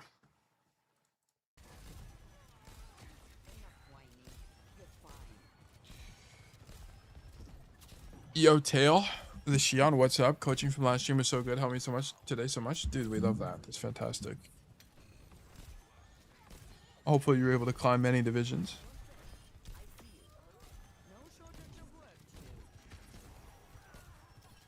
Okay. Next fight. We play here again. This is the OP spot.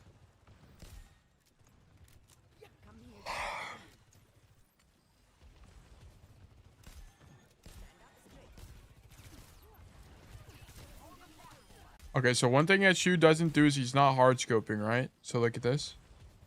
Once he sees, this is what I was talking about earlier. He's at threat from this angle, so he's not hard scoping. Whenever you hard scope, you have a movement penalty, right? So he's not going to be ADSing on these guys. He's going to be not ADSing and moving left and right to dodge, right? Oh, he actually backs up to the door frame for cover.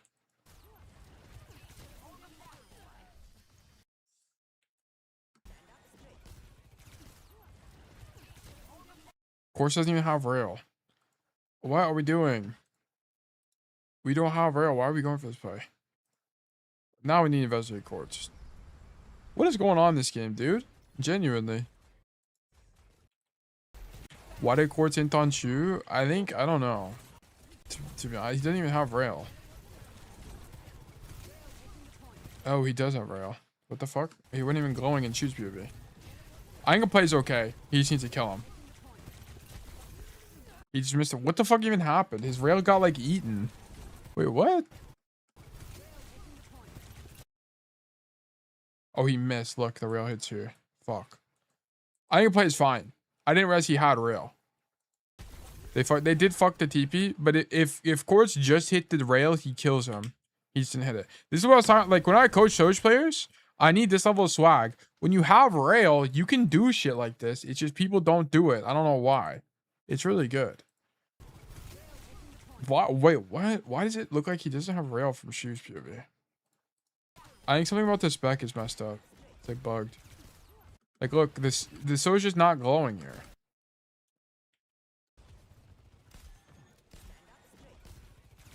What if I miss rail? Do I still swag? Yeah, like look, there's no, he's not glowing. It looks, I don't know, it's like bugged. Yeah, it's some kind of bug in the replay viewer. That's why. Yeah, but this play actually makes a lot of sense from Quartz. Because also, like, if you kill Shu, you end up on this side of the map that now you can use the high ground. And notice that Zeta doesn't really have a way to get the high ground other than Violet. I don't know. I didn't know Shoji glows when she has rail. Yeah, she glows.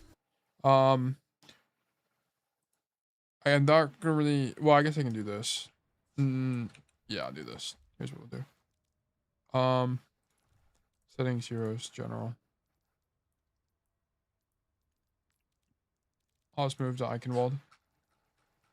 Where is it? Hybrid Eichenwald.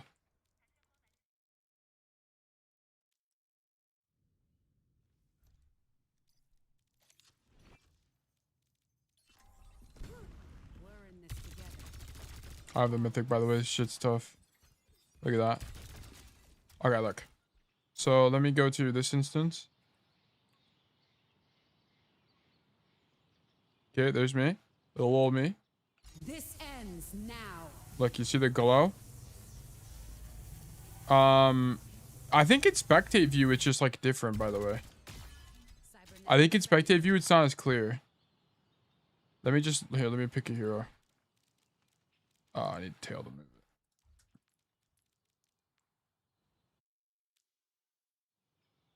Traveling to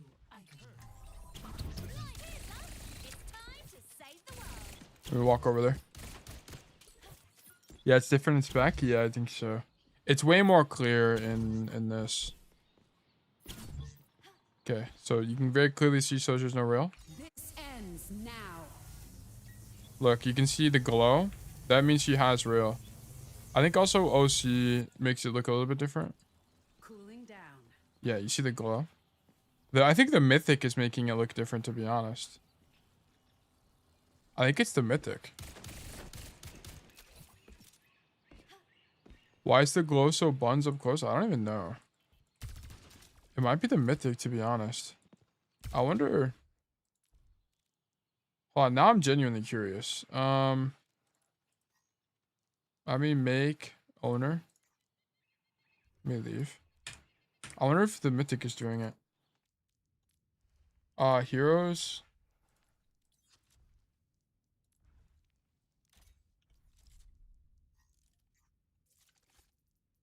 Oh, let me join back.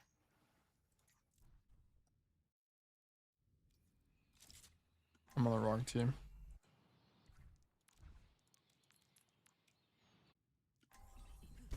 We're in this together. All of us.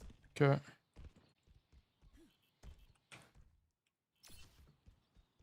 This ends now. No, that's just what it looks like. Did they? I think they changed it. I'm gonna be honest. I'm pretty sure they changed the glow effect on Soch in the last patch. It's definitely different. Or am I tripping? Maybe I'm just tripping. Am I tripping? It used to be way brighter. I'm pretty sure it used to be brighter. I think they genuinely changed it. Could it be because of the perk? No, I don't think so. I think it's actually just got changed. It used to be way more obvious. Yeah, they definitely changed it. It's definitely different. It's like 100% different. I wonder, actually, hold on. It's like, I saw on Reddit. Like, did anyone else identify this? Sojourn rail charge. It used to be brighter. I think they changed it. Wow, I don't know if anybody ever commented on this. Sojourn glow, maybe?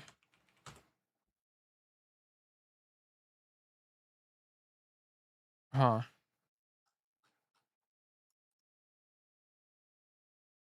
Yeah, I don't know. Interesting. I think it has been changed, actually. I always keep going. But yeah, the play from courts makes sense. He just missed the rail. He needs to hit the rail.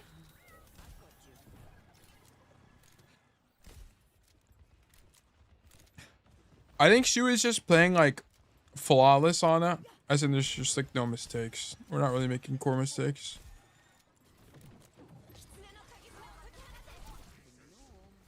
Okay, big sleep. Like really big sleep here.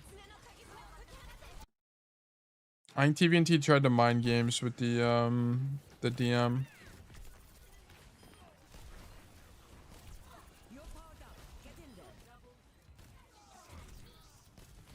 Yeah, all Shu had to do this fight was hit the sleep. This sleep was fight winning.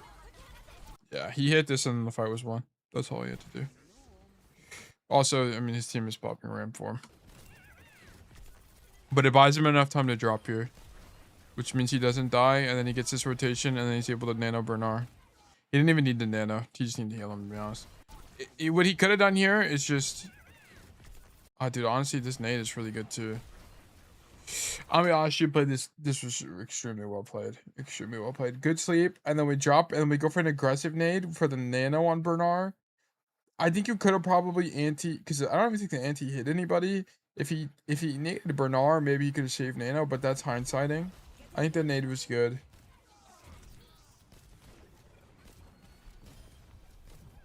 Yeah, I think he could have healed Bernard as well. I don't think he needed to nade. Or to nano. Bernard jumping on top of the payload is insane. He would have died if he didn't. Yeah, I think he did that to get that support at lowest, right? Is Shub's calming here? Yeah, I think Shu is saying like, swing me for nano, or something like that. Probably. I guess what he's saying. Yeah. This is the play I saw a bunch of clips on. So they have early info on TM's rotation. And I think they know, like, this is what I was talking about before. I think Zeta knows something about TM's, like, rotations. Because they know TM is going to make this TP. And they know that they're at a ult disadvantage fight. They only have OC going into beat Diva Bomb. So And they should anticipate some wall as well, but UB just doesn't have it. So I think they know this is like the equivalent of ratting on Cassidy because they know they're at a disadvantage here.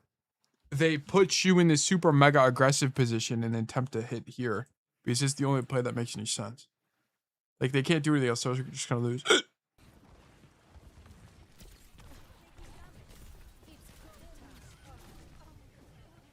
And then they end up Ajaxing funny ass show. It's actually funny.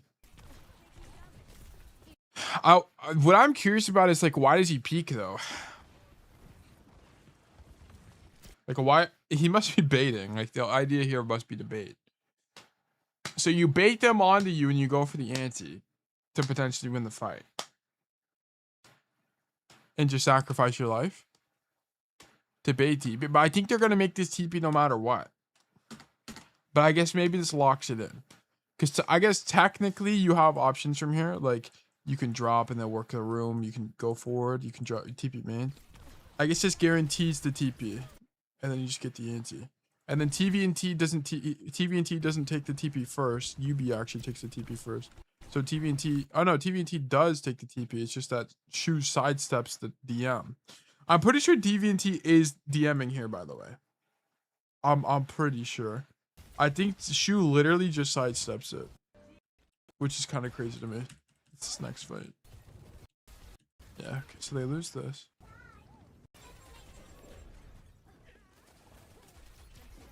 Oh, he has no DM. No.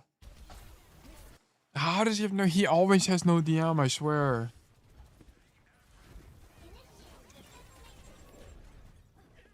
He needs to stop. He just like DMs nothing. Proper beta DM? No, it wasn't proper. It's actually Violet that baits the DM here. Because TVNT isn't, he's not DMing proper at all. He's DMing this. Dude, Jetpack Cat low-key OP. They don't even kill Violet. He lives. That's actually crazy.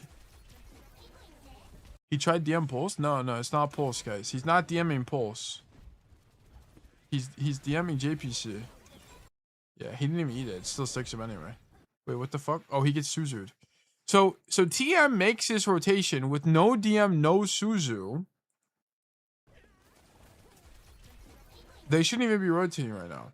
They should be rotating. This is tunnel vision on the Ana. This is genuine just masterclass Shu bait to force the like they bait the TP when they have no resources. So they can't even live. They can't even live once they make it. I'm gonna be honest, it's low-key genius. So then he gets an absolutely fucking ginormous nade. Actually, didn't even hit that many people. I think it only hit one guy. They'd be anticipating a nade. They had Suzu. They just Suzu'd the pulse bomb. They actually. I'm gonna be honest. This is just Zeta team diff. I'm not even gonna lie. Like Violet and Shu actually did everything this fight, and then just laid up the free win for everyone else. 60 seconds remaining. Proper baited Suzu out. Yeah. Yes, with his pulse bomb. Yeah. Yeah. Like, I'm gonna be honest, Zeta was just like on a whole nother level of coordinate. I'm gonna be so for real. Like, what we're seeing, is Shu playing well? Yes, but I'm gonna be so for real. This is more like just a Zeta diff than anything. Like, this is a team diff. Zeta is just playing well. Like, Zeta looks really good. Would you think of Cage's tier list? I haven't looked at it. We'll finish watching this, then we can watch something else. Okay. Ow. Wait, what? So they attack Shu. Is Pulse for Suzu a good trade, or is it just in that situation to bait out Suzu is a good trade? I think it just depends. It depends on what your team wants to do. So there's not a clear answer. Like, I think there it was fine. I think sometimes it can be fine. Like, it's not really, it's not something, stuff like that's a bit that hard. Yeah, I mean, the reason they lose this fight is Shu is just like not back in time, and Shu doesn't have good LOS. And I also don't really know why Bernard is trying to hold the first stroke when he knows Shu is late. Right? Like, why are we holding here? Maybe he's trying to farm ults. No, we're not. We're not even close to ults, so it doesn't even matter. So I don't really know why he's holding this space. Because they just do this TP and you're dead. Like, why not just set up for high ground again? I don't really get this. I think this is a mistake. Also, this is the TP that Twisted Minds need the other time, where they TP past the Ram. But when the Ram was standing here, you can't do this TP because the Ram just turns around and beats your ass. So, like, when the Ram was standing here before, they needed a TP to the other side. Amari comes to John, try not to pulse if they have Suzu. I don't know if that's wrong, though. I think in solo queue, that's fine.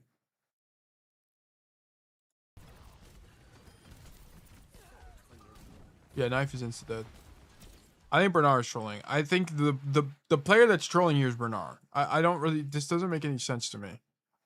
If you hold choke, they're just gonna TP past you. So I don't really understand why you would hold choke.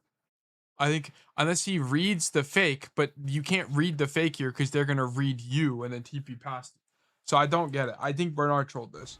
This is why Knife dies. I think because Knife can't react to the TP because Bernard's not here to peel for it. So I just don't get it. I think Bernard trolled this. Cause Shu was back in time. They could play for the high ground. I just don't really understand.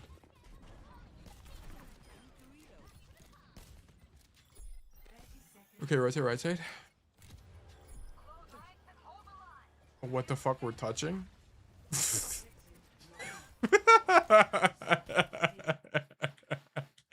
What do you mean? What the fuck is this? Let's fucking... What the fuck is this? Bernard swaps the Mauga and then doesn't touch fast enough, gets dropped off and dies instantly. Holy moly. That's actually funny. What the fuck we're touching? Yeah, like what actually was that? It's really bad now. Now that they have no tank. Holy shit, like it's nade. 3-man nade. That's actually crazy. Ana is just really good in the sim. Ana is really good in the sim. Because you can outspace the Symmetra and then you can just hit really big nades off TPs.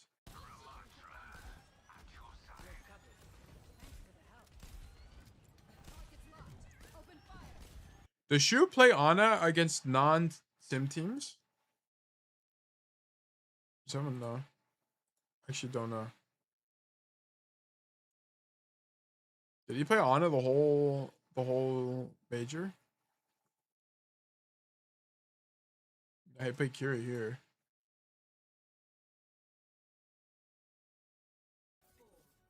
Kiri. He plays Ana here. Oh, dude, Ana is just kind of good in this meta. Against JPC, Bastion comps. I think Ana on Busan makes a lot of sense. Why is it lagging? Damn, he just plays Ana. I guess Ana was meta this major. Oh, okay. When our pros use JPC ult, drag people in, or drag people off the map. That's very nondescript. That's like saying you use that eye to kill people, so I don't know. Oh my god. What the fuck is his nade? Ginormous nade. Boom. He hit them in rotation. What the fuck? Actually perfect nade. I'm gonna be honest. That's just a guesstimate. He thinks... Wait, what? That's actually genuinely crazy. How does he know that they're gonna rotate that way? This is a bit of a read. I also don't understand why doesn't TM just TP castle? Let me get a UB POV. Let's run it back. UB POV from 2 weeks ago. It's back here, right? Yeah. Okay. UB, why are we not TPing people? Yo, UB was rattled this whole map. I don't really understand what's going on here.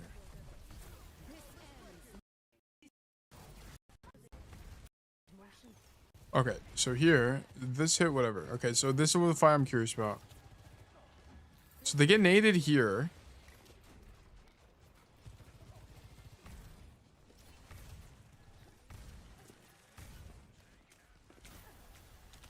No, when they get naded? No. Now? They must get naded now. Yeah. They're just kind of AFK. I don't really know what the idea is.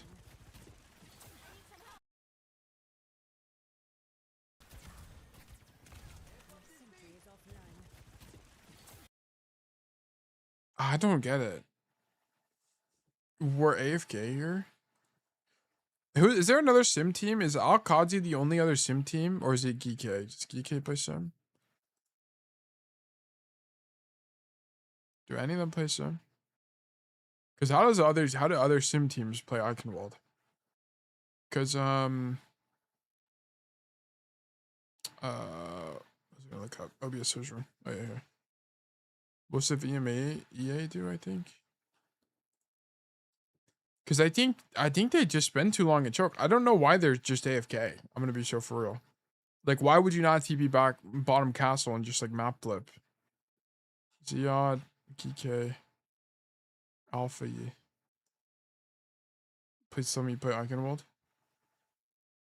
I don't think like I just don't think most teams are gonna play Eichenwald. It's like the problem. I'm actually here. Okay, so how does so this is the same idea. Like I think TM would do or not. Wait no. Yeah, I think TM would do a similar TP to this. Or I think TM might not actually do this. I think this TP actually kind of sucks because they already TM is not in a position to punish this rotation right now. Like, and you can hear that they're on main space or they're on point. So I don't really know why you TP this. Why would you not just walk here with speed with amp and then TP here? TP here.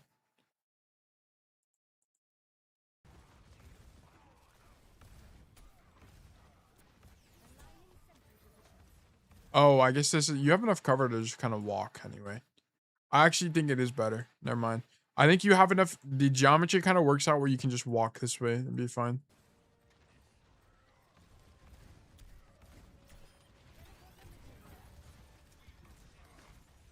Who did they TP up top? Who is that? Oh, Sebastian. That's actually a really neat idea. The hell? Okay.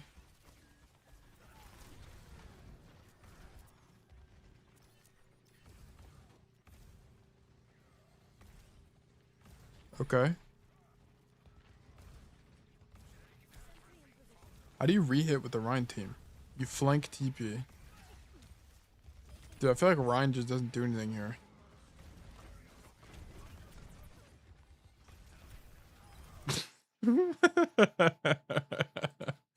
Okay.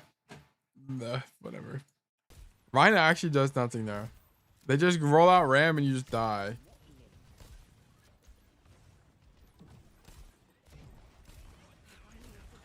Oh yeah, we're gonna I don't really know what TM's idea is. I think they spend way too long in the choke. I don't know why they don't TP away. Like TP in the top castle or bottom castle. Oh shit, what the fuck? They play for sim wall and they just push the cart. Wait, did he just try to sleep Violet?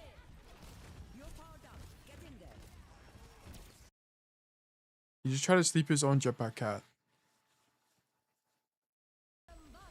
I tell the analyzing more TM than you at this point, yeah. Like, this is a mistake. Look, he tries to sleep Violet. W sleep, bro.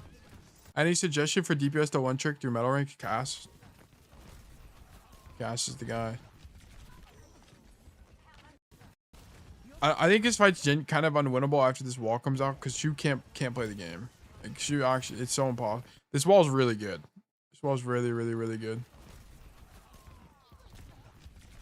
Should have slept wall. Sure. What about support and take? Support, Alari. Tank. Hazard. This is probably the best characters to climb on. Support would be on us, Alari or Kiriko. Probably more Alari. I think Kiri is harder than people think. Kiri's actually really relatively hard hero.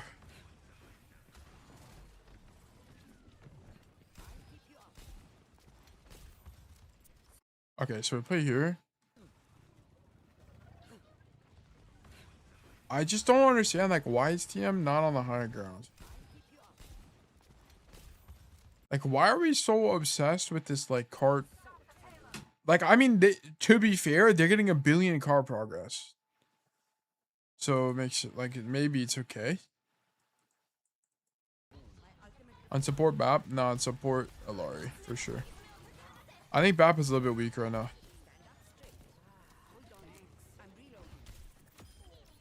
Also, the burst of like hitting 1 headshot for 90 damage is more valuable than it's harder to hit 3 headshots as BAP, although you would do more damage. It's just harder.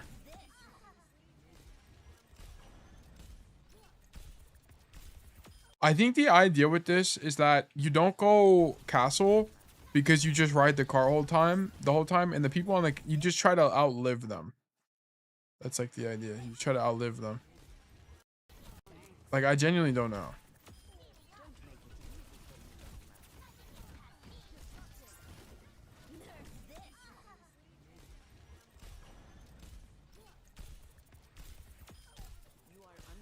Okay. Do you think it's best here to learn the game on each role in terms of transferable skills? Cassidy, #1 on DPS. For sure. I think Cassidy's hands down the most, because you learn a little bit of the flank play style and you learn a little bit of the main ball play style. Well, not play style, you learn those roles. You learn that like role. So it's like oops, I'm gonna do that. Cass for sure for DPS.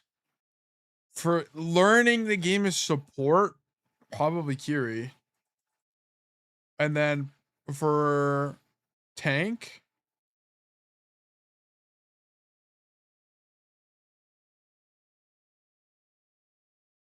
probably Hazard, man. I think it's gotta be Haz. Not Sig, not Sig. Orisa could be close to. I think Hazard because he has dive potential. Hazard, really? I don't know why people think Hazard is like a. I don't know why people are anti-Hazard. I don't really get it. I think people are anti-Hazard because he has a one-shot combo. That's it. Like, but just because he has a one-shot combo doesn't mean he's like broken. I don't get it. I just know when to play dive properly, I guess. It's really hard to land. Yeah, it's hard. Hazard, like, you have to learn how to not take damage. You have to learn how to win and how to take space. Like, I think the people that cope about Hazard is people that die to him, like whatever. Like, I think like also I think people that oh, it's because it's a picture. Like Hazard or Doomfist probably would be the two.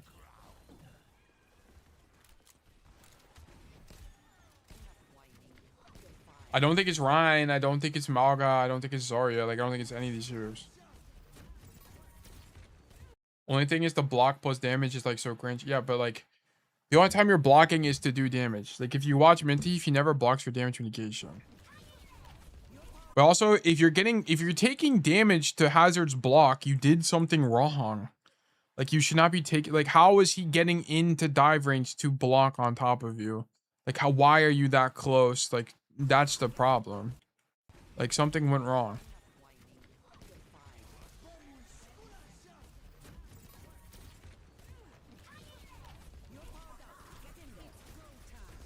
How the fuck is he not dead?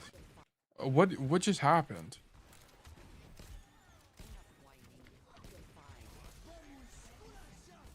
The beat's too late to save UV. Also, what is going on from TM, bro? Like, they're not even ready for the TP. They're not ready for the TP. Look. What is going on?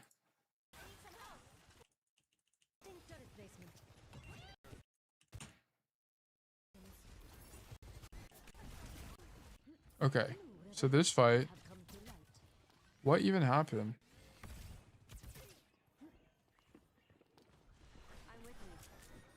Yo, Tia, how much time do you think it would take you to hit Champ 5 Taz only? Like 2 months. Yeah, he's the only guy. Like, what are we doing? He's the only guy here. Like, genuinely, what is happening? Dude, I'm gonna be honest. TM did not play this well at all. I think TM actually turbo fumbled. Like, no one is here, Yubi.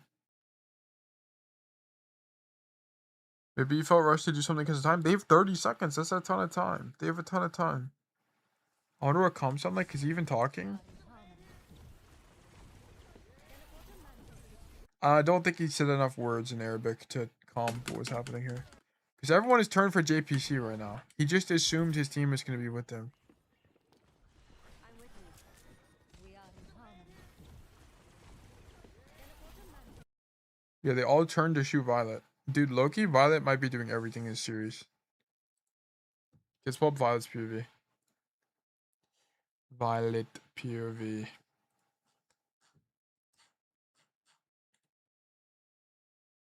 Let's go all the way down 2 weeks ago. I think Violet is pulling like 4 people and not dying somehow.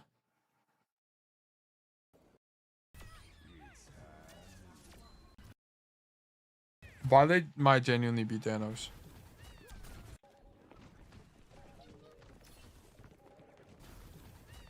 Oh my god, Violet and Proper are just them. They have to peel for funny Astro. I'm gonna be honest, I think Violet and Proper are doing everything. Like, I think part of the reason why Shu is able to play the game is because Violet and Proper just make so much space, it's genuinely crazy. They're always hitting.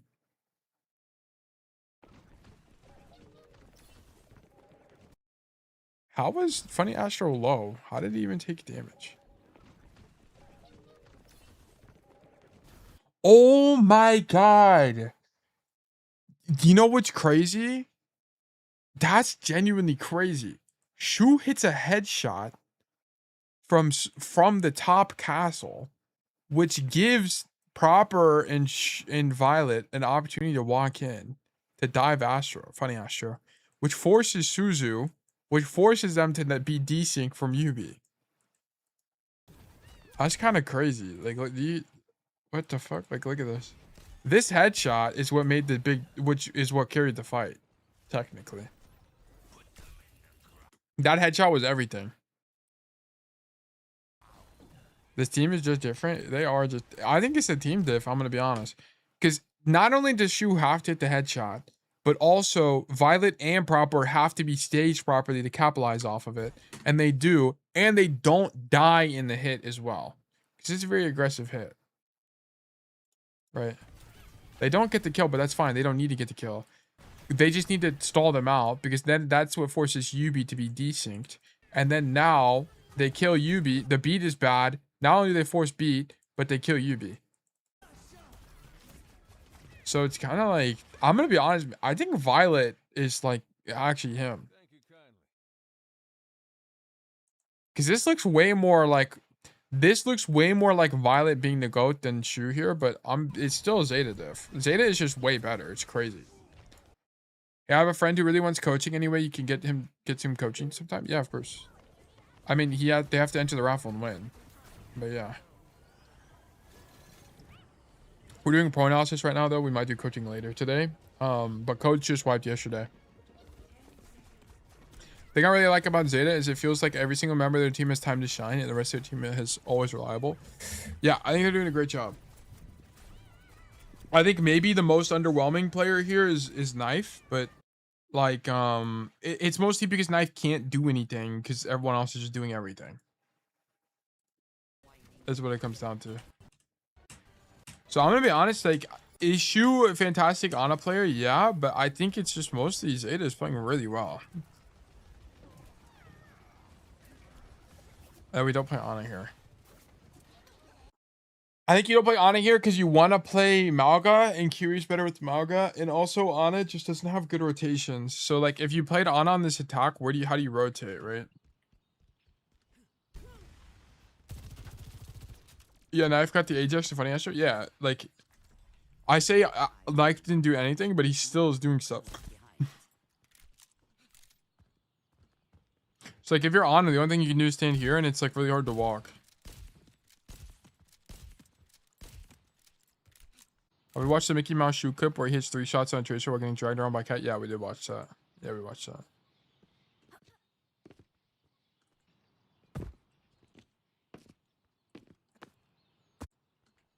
It's so weird. It's like throwing me off. Okay.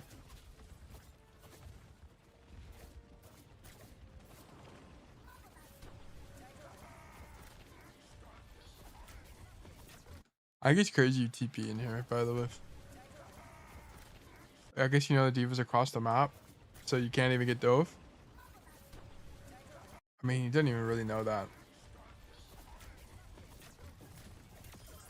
Alright, good headshot. Oof, okay. Did we just Suzu nothing? Bernard's not even there. Oh, Bernard died. It also, I think he thought that Bernard might walk out the door, so he Suzu's the door. But Bernard was actually deeper than that.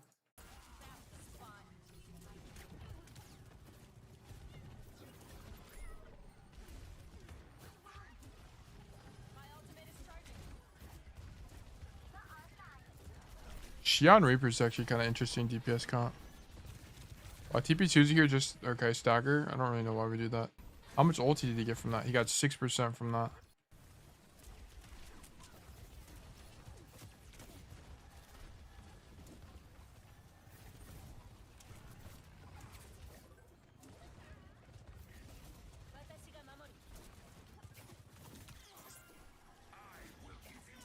Okay. Walk main. Kunai head level. Kitsune here? What?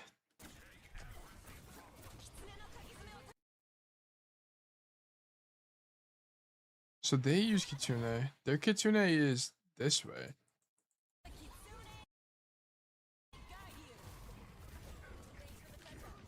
What the fuck are both teams doing? I don't get this. Wait, okay, so TM Kitsune is this way, but they don't like, why would you Kitsune that way? Because Zeta's not even going that way.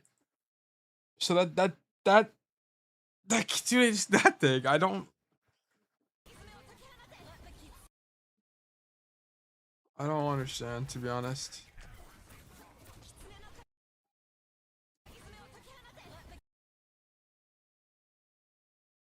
I'm actually genuinely trying to think, like, why, if you're TM, why would you do this Kitsune? Like, what would be the advantage? It's because you think they're pushing you on this side, and you would want to Kitsune to take that space. That's like the main thing. Let me just see Simple's POV. I wish I had the spectate here.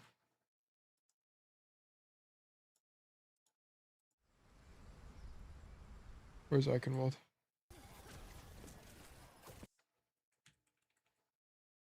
What are we seeing that I'm not recognizing?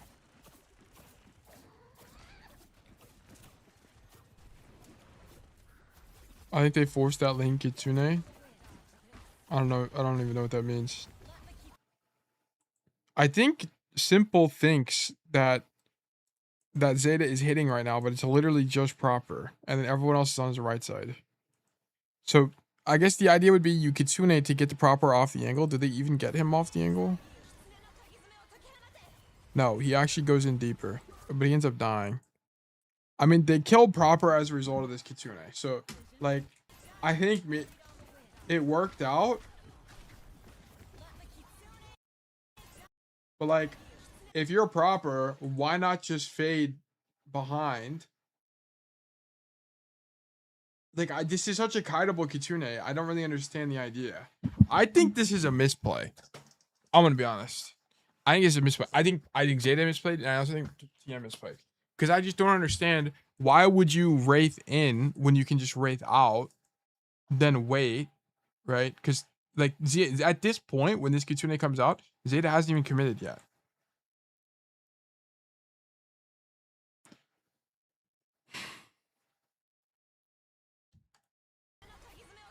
So I don't really know what the idea is. I don't know if this is a crazy idea or how technically challenging it would be, but it would be cool if they kept the core game engine logic for one extra version, so code wipes are always one update delayed. I think they wipe codes because yeah, there's some kind of versioning issue, but also I think it's too much space on their server or something. Because they have to store like the inputs. I actually genuinely don't even know. I'm making shit up. Would be nice though. I wish they reset codes less. Like, what is going on? I don't understand this fight. I think this Kitsune from Zeta makes more sense than the Kitsune from TM, by the way. I think it makes more sense because at least Zeta is stacked here and wants to take this space. But TM Kitsune into space that no one is even wanting to take other than Proper. And the reason that Proper dies is he raced into main space. Because he thinks he can get Suzu'd. Like, I think it would maybe make sense if Shu hit the Suzu. But Shu hits Bernard with the Suzu, not Proper. So he dies.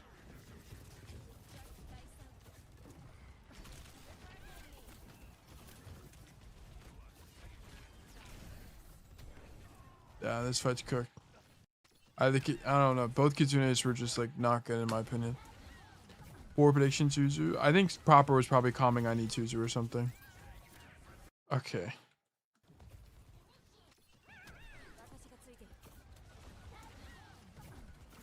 I'm gonna be honest. I think Violet is just kind of doing everything. Violet hits a really insane catnap on Yubi, which just wins the game. It's actually crazy.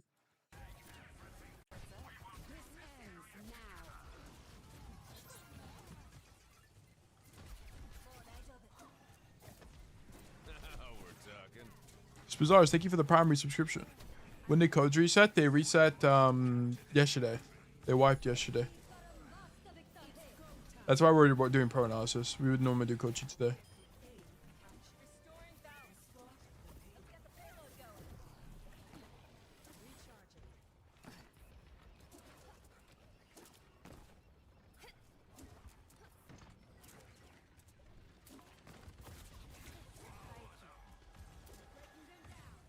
I've been out of the loop for too long. Is Cat considered main or flex support? Most of the main support players play Cat. Dude, Violet is doing everything. Look at this. What the fuck? Violet is genuinely doing everything here. Look. So not only do we get this catnap on Yubi, which is insane. Boom. That's crazy. But also look at this. So Violet stages early with Proper. Plays on the castle. Makes no noise. Has like there's so many advantages to this. It's actually genuinely crazy. So Violet does multiple things by doing this. Violet now has complete information. He sees all 5 TM team members. Okay, which is only information you could get if you were playing a flyer like this. Then he hits. He distracts 5 players. 5 players are looking at him here. 5 players. He's going 5 for 1 right now. What other hero can do this and live? Okay. And he's living. He's still full HP basically. Like genuinely, what the actual fuck? He's pulling the Lucio and the Soj. He's alleviating so much pressure for his team. It's actually crazy. Like what the fuck? Jetpack Cat is broken. Oh my god. But that's why like Shu can play the game so easily, is because he has players like Violet on his team. It's way easier. That's why JPC needs to get nerfed. I don't even know how you would nerf JPC. JPC just like you'd have to have way less health. That's the only way. Like this is such a it's the kit on JPC is too strong. You'd have to nerf their health. They'd have to be like a 200 health hero. That's the only way to nerf it. Because it's the design that's broken. It's not like the numbers or something. Yeah, but look, you guys see how Zeta is approaching taking castle? Like, this is not something that TM did. TM TP castle 1 time. Josh had a good idea. Tether lockout. It's not going to do anything. Tether lockout does not matter. Like, what makes JPC broken is nothing to do with the tether. It's not the tether at all. It's the fact that JPC... What Violet just did should not be possible on any hero in Overwatch. There should not be a hero that can third-person abuse on the high ground and then be able to pull 5 and live. Like, what the fuck? That should not be a hero. Like, it's nothing to do with the tether.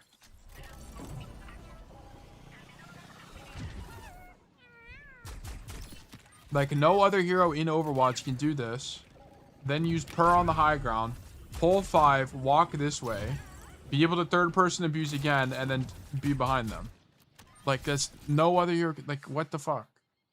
That's what's broken. It's not the tether stuff. The tether stuff is whatever.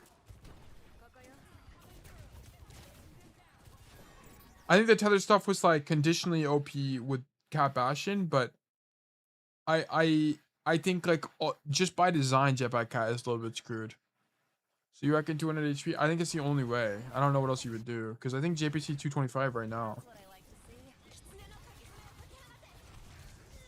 Oh, wait. Shu actually got deleted. It's crazy. Oh my goodness.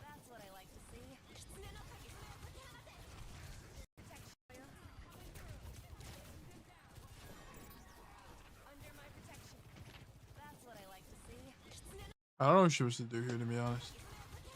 He says no Suzu. What is he Suzu? He Suzu's his DPS. He probably didn't need a Suzu that, to be honest. And he actually gets punished for that. Because he Suzu's there, he doesn't have a hearing. He needs it now. Because he's also not a TP target. Because who do you TP to here? There's no one to do it to. He either needs Knife to play wider so he has a better TP, or he needed to not Suzu. Whatever. I don't think dying here is that bad, by the way, because he at least forces he forces TVNT out of the fight. TVNT is so effective on it. Yeah, TVNT is really good. I think TVNT makes mistakes too, but I think he's quite good.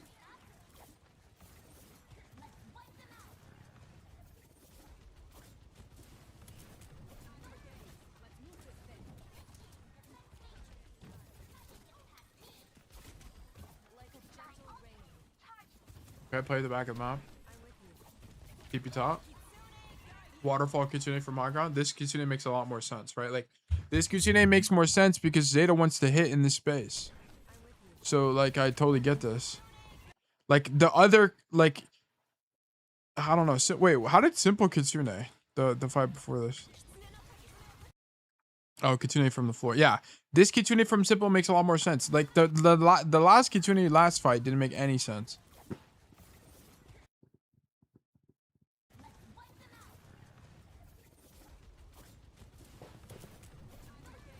I think dying here is it that bad here? Because you force Diva out of the fight. I'm stealing that line. It's true. It's true. If you get them out of the fight, I mean, it's still not ideal, but there's some situations where just pulling people out of the fight is strong enough.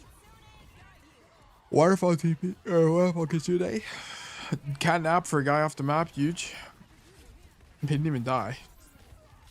Okay.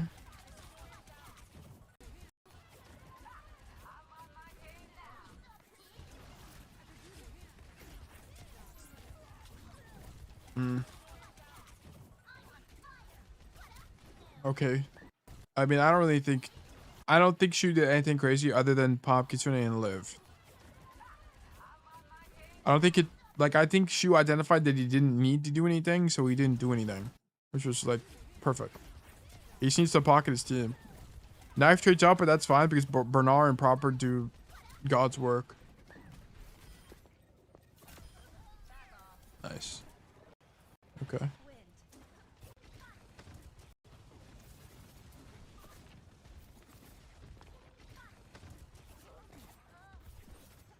Okay, Curie just rides cart. Ooh, okay. Who got player of the match? Was it Shu? I don't think Shu should have gotten it. I'm gonna be honest. I think Shu played well, but I'm gonna be honest. I think Violet is doing everything. Violet is like genuinely doing everything right now. The amount of value he's getting is genuinely crazy. We might watch Violet, to be honest.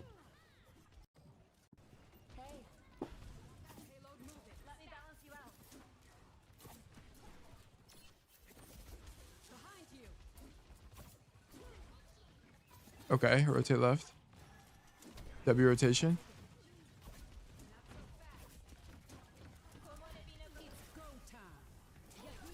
I'm pretty sure Shu got it. Yeah, I don't. I think just from what I'm seeing, I genuinely think that Violet is doing way more. And I don't think it's close. I also think it's because they're playing different heroes, right? Like on Ana, your skill expression and what you contribute to the team looks a lot different than like say a Jetpack Cat. So I mean, it's like totally, it's not that fair because it's not like properly analogous.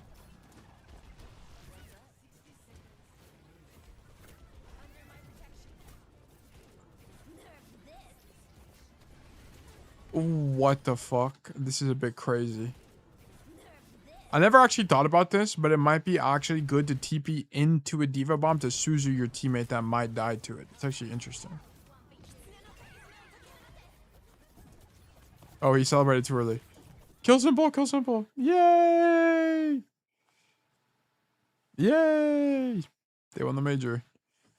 I'll be honest, I think Shu played well, but I want to watch Violet, bro. I'm gonna be so honest. I think Violet is doing literally everything on this hero.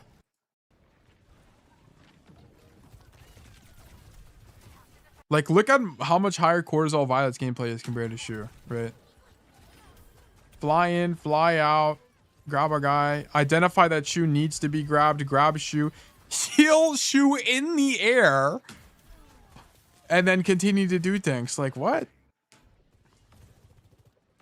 Carry proper because you need to be on the engage with proper. So good staging. Heal Bernard. Heal Soj. Go for the hit. Whoop these guys back and don't die. Like, we're actually doing so much.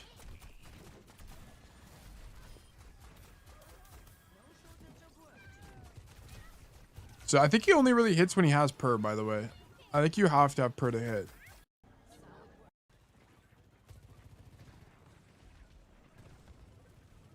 I never really thought about dragging Tracer. It's kind of an interesting idea.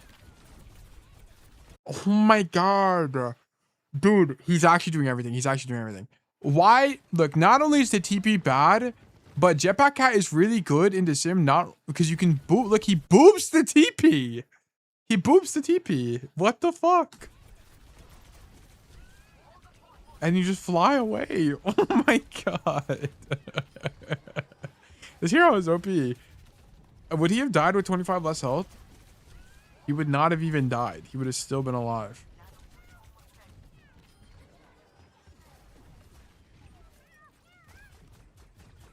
He's telling Shu to peek. Okay. By then proper do the Tracer Cat thing a lot. I think it's really strong. It makes a lot of sense. Because it's also like, where do you even want to be as Tracer anyway here? There's like, you can't poke to do damage anyway, so you're not even denying a lane. So like, this is really strong because you can't do anything anyway. The only thing you could do as Tracer is like be on this side and shoot your gun. But then you're going to get recall forced early or something. That's the kind of the weakness.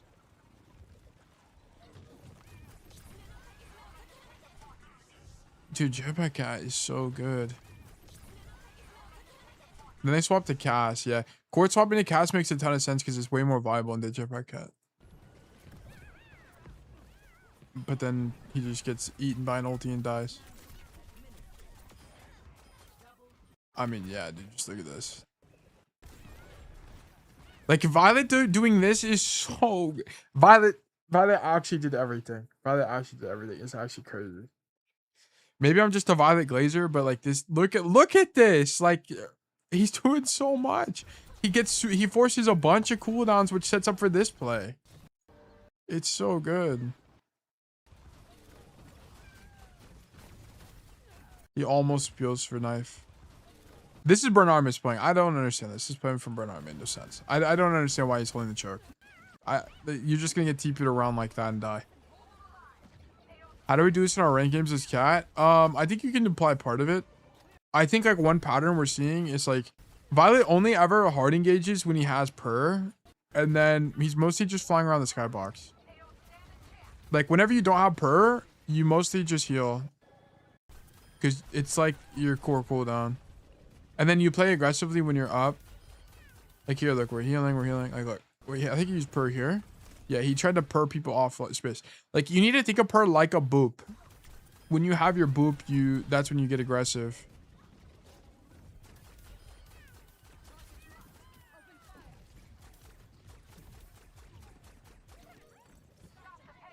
He grabs proper again.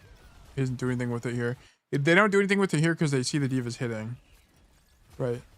So he can't do anything. He's also third person abusing a lot. Right. Just for information. He needs to know where people are, so he third person abuses in this position so he can see who's in the choke versus who's like pushing on the side if there is anybody.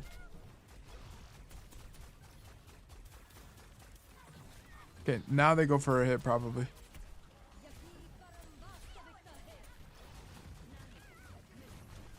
Is he gonna grab him? Oh, where's even the cast at? I'm gonna be honest, he didn't even know where Quartz was. That's why he died. I don't think he realized that Quartz took this TP and is in flash range. He just genuinely didn't even see Quartz. If he knew Quartz was here, I don't think he ever goes this wide. So this is a misplay, but it's a kind of a reasonable misplay because he just doesn't know the TP goes through. And then he gets caught and dies. Because otherwise I think he goes to the high ground and lives. So I'm gonna be honest, he kind of just got outplayed, if anything. Does he get the dunk on TVNT here? Like, Violet is actually doing everything. He gets the JPC ult and the dunk on TVNT, which wins that whole fight.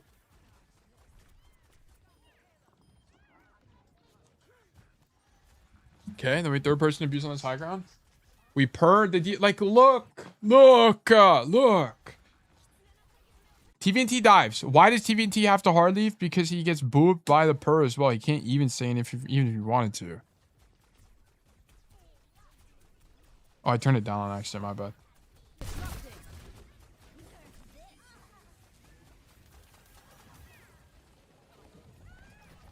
And he doesn't die there. That's crazy.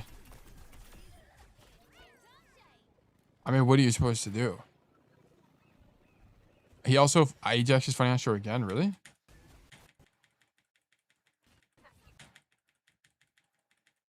Damn, it takes forever to build this tribute.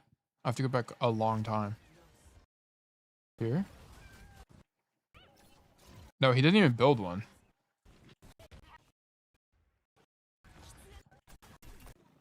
Here? No, this is when UB TP'd in too early. And UB TP's in too early because Proper and Violet hit backline as they're rotating. Which fucks up their synchronization. It's actually crazy to me.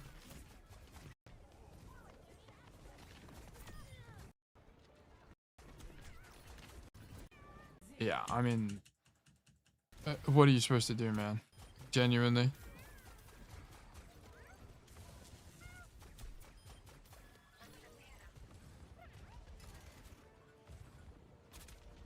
They bring Maga over, then they fly in. Then he goes for the hit on Quartz and doesn't die. This character is unkillable. They could also make Jetpack Cat slower. That's another thing that you could do. That's really gonna make Jetpack Cat feel bad, but it would nerf them substantially if they made JPC slower. Okay. This fight was lost anyway. Bernard died instantly.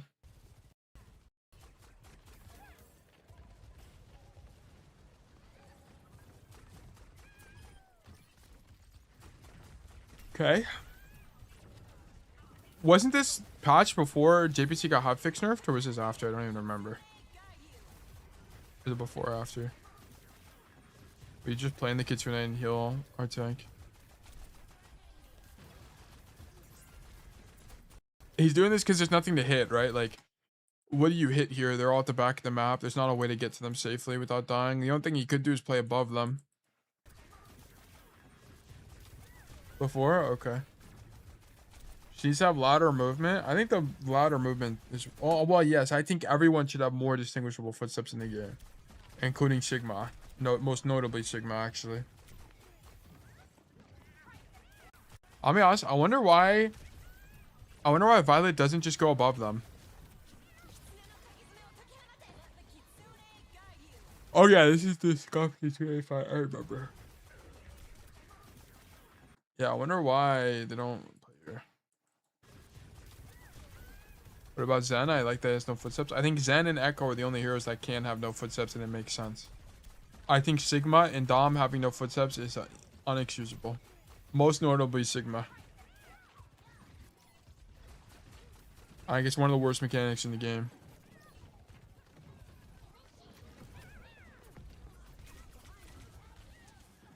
The fact that he's able to get this and not die is actually crazy. Him not insta-dying is insane. Domino's no footsteps? Yeah. Domino's not as bad though, because she doesn't have a giant rock and do 1 billion damage in a one-shot combo. Like, so not only does Violet get this ulti to kill Sim, right? But also, we get the Sim kill. Boom. And then we grab our Ram. We push the advantage. We go deep. We drop him to regain our fuel. We take OC aggro, live. We don't even use Per to heal ourselves. Then we go back in. Go for the 1v1. And we win the 1v1. Like, how did Violet not get player of the match? Like, genuinely. Like, actually, genuinely, how did Violet not get player of the match? He's actually doing everything. It's kind of ridiculous. Shu had better clips, but, I mean, dude, Violet is doing it all. This one game, though, even when we were watching Busan, Violet, he was still doing, like, everything. You about to get his name tatted? I think it just goes to show how OP this hero is. This hero is really, like, stupid strong. Like, no other hero can do this. This is so broken. JPC is so strong, I like it.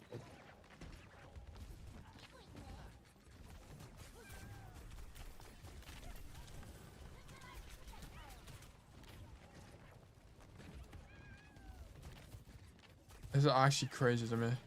This is only possible on Iconwall, by the way. You can't do this on most points. He can do this on Iconwall because the map geometry lets him do it. And the reason the map geometry lets him do it is because, like, you can't even, once he's behind this wall on this side of the point, he's unshootable. You can't peek this wall. You can't jump over it. You can't stand on it. It's genuinely unshootable. So this is, like, unique map geometry for Cat.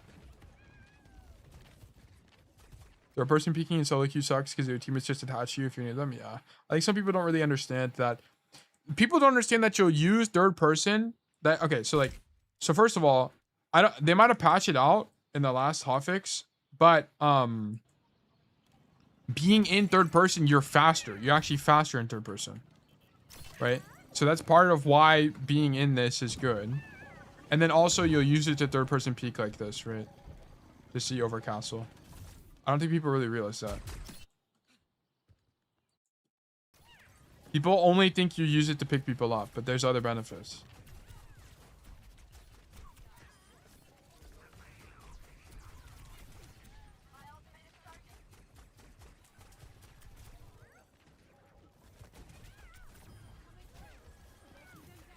He's so oppressive, it's crazy. Like, they have to rotate away because there's no way to deal with the JPC. I thought JPC being in faster in third person is always a myth. Oh, is it a myth? I mean, I could be wrong.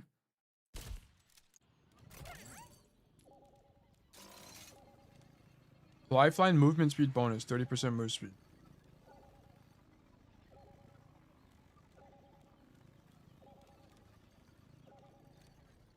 No, it's true. Yeah, I'm pretty sure it's true. I mean, we can, like, do some pseudoscience. Right. From here to that door, well, I'll do 1 Mississippi. Okay. 1 Mississippi, 2 Mississippi, 3 Mississippi, 4 Mississippi, 5 Mississippi, 6. Like 5.5, maybe. Maybe. Okay. I definitely feel slower. 1 Mississippi, 2 Mississippi, 3 Mississippi, 4 Mississippi, 5 Mississippi, 6 Mississippi, So you're definitely slower. You're 1,000,000,000% slower. Yeah, for sure. I mean, that was like an eyeball, but you're for sure slower even then.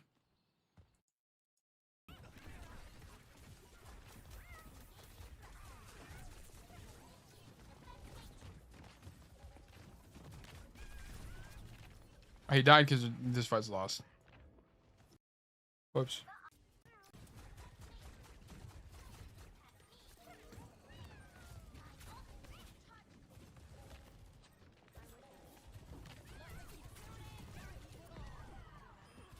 Oh, wait, what? Is this the Ajax? And this guy didn't get player. This guy didn't get it? Are you serious? Violet is doing everything. Yeah. He turns 3 and Ajax is him. It's actually crazy. Look, he's turning the Kiri, the Soj, and the Lucio. And Ajax is him. Like, what else do you want? And then Quartz miraculously lives because the stupid ass rock on the coast. Otherwise, he would have just killed him.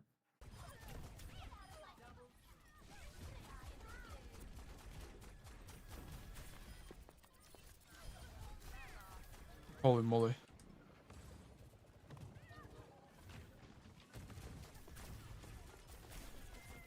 Yeah, I mean, this guy's just overextended. He also melees a lot. Once you have the major perk, you want to melee to apply it as much as you can. I also think it forces you to not reload so you can have more uptime in the fight. Are we still on Sim though? I don't know. They should have been on Sim. Sim doesn't do anything here. Like how do you TP in response to this comp? I just like don't. Like I also think, like it's more cat is the problem. Like how do you deal with the jetpack cat? As this, like you need to be like Cass, and there's not a tank. Like literally cat bash. I think you have to go cat mirror. I think you have to cat mirror, cat bastion, or cat like something. Cat Cass. Can enemies hear the beeping? No, they can't. No, they can't. What the fuck? Look, so Funny Asher's in the air, boops him, which knocks him back up, and then he beats his ass and kills him. What? Alright. Alright, bro. Alright, Violet, sure, bro. Whatever you say.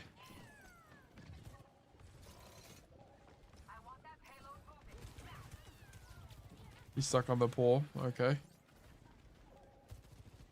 Did he teabag? I don't even know.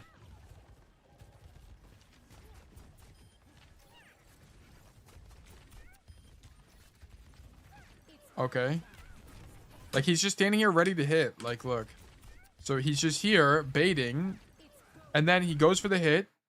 This Funny Ass Show gets railed and hit by Violet at the same time, and Violet's able to get the kill. He's like Tracer on support, but like even better. It's even better Tracer.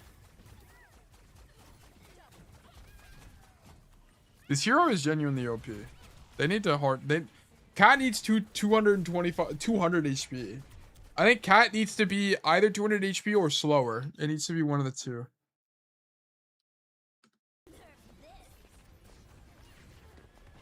Or louder, maybe also. Louder might also help. But I think Violet still would have been able to do all of this. Because he starts to smile early and then they win. Violet did everything. He actually did everything. It was actually crazy to me. How much he just did on Jetpack on this map. It's actually diabolical. Yeah, 29k views. I think he has probably way more than everyone else. Yeah. This is a different one. 64k views for this Ana is like this is the glaze I was talking about. Like I feel like some people get like turbo glazed when like I just felt like Violet just did more. Violet really hit it down. Yeah. Yeah. Like I genuinely like after we watched it, I was a little bit I think Shu's Ana this series was a bit overrated, but I do think it's still good. I think Violet's Jetpack Cat needed to be glazed more. Actually, genuinely. Like, the actual despicable things were being made to happen. Okay, what do you guys want to do now? So we can react to this Cager thing. Cager tier list. We have 1 game sample size. That is true. We only do. That is true. I will say that. We only watch 1 Violet game on Jetpack Cat. The Gager video? Okay, we watch this. Hello YouTube, this is the Season 4 tier list, and of course we're starting off with Demon, and I'm putting Demon in A+ tier. I've got a lot to say about Demon. We'll start with this, about how... Today's gonna be a really chill day. I don't think we're gonna do any coaching today. So we'll be like mostly reacting, gameplay, just like hanging out. Because we need codes. We need codes. Their tanks when they come into the game. Every single tank that has been introduced into Overwatch 2 Time for our daily rage bit. been broken on release. We might skip around here because I think this is gonna be way too long. I think Demon is A+. Yeah, I think A+ for sure. I think Demon after the buffs. I especially think Demon in coordinated is really good because of Jetpack Cat. Can you make it louder? Yes, I can. I think especially because of Jetpack Cat, you can do a lot of things that. So Demon is really good at. The thing that Demon is bad at is tank trading. Demon is really bad at tank trading. Like against a Ryan, you can't do anything, or against a Ram, you can't do anything. Unless you're getting hard pocketed, you just take so much damage. Your hitbox is huge, and you don't do enough damage fast enough to win the tank trade, like most of the time. So you can use things like Jetpack Cat to mitigate that, which is why in the World Cup you see a lot of Demon being played with Jetpack Cat. Has been hotfixed to be broken on release. Yeah, she's really good right now. Demon is in that second category where she wasn't instantly broken on release, but she was hotfixed to be broken. Yeah, she's really strong now. I 100% agree with this. Has been Ramatra, who had to get a speed increase during his form, and he also got more armor. Malga and... I don't know. I wasn't playing during any of this, so I genuinely don't even know. Directly on their release, but when you could play them in like a play test 2 weeks before the actual release of the season, I'll put on screen how Demon's win rate used to be 38 to 37%. Yeah, I also think people didn't really understand Demon. Like people didn't realize that. Like it took some time before people realized that Demon is not a frontlining tank, because that's like the idea people think she had originally, because people like make the analogy of it being Ryan, right? Oh, I thought that was my epic gun. They like analogize her toward Ryan, but she's more flanky oriented, like and Diva. Now, looking at the win rates in EU, GM, that is 51.8% after the hot exchanges, and in America is around 50%, exactly dead on. And this also, I assume, is including the first day of the season, so this actually weights it down a little bit, because again, her win rate was abysmal for the first day or two. Now, if you want to understand why... Okay, I think we're going to skip to like the most notable heroes and then kind of go from there. Demon. Don't really care about any of these other ones. Not really. I guess Hazard we'll talk about. This pick rate in Europe. He's the 3rd highest tank in EU and the 5th highest in... Tell us why Hazard should be meta. I think Hazard will like kind of perma be meta just because his kit is so good. But I don't think there's really a tank that should be perma meta. I think like I don't even know.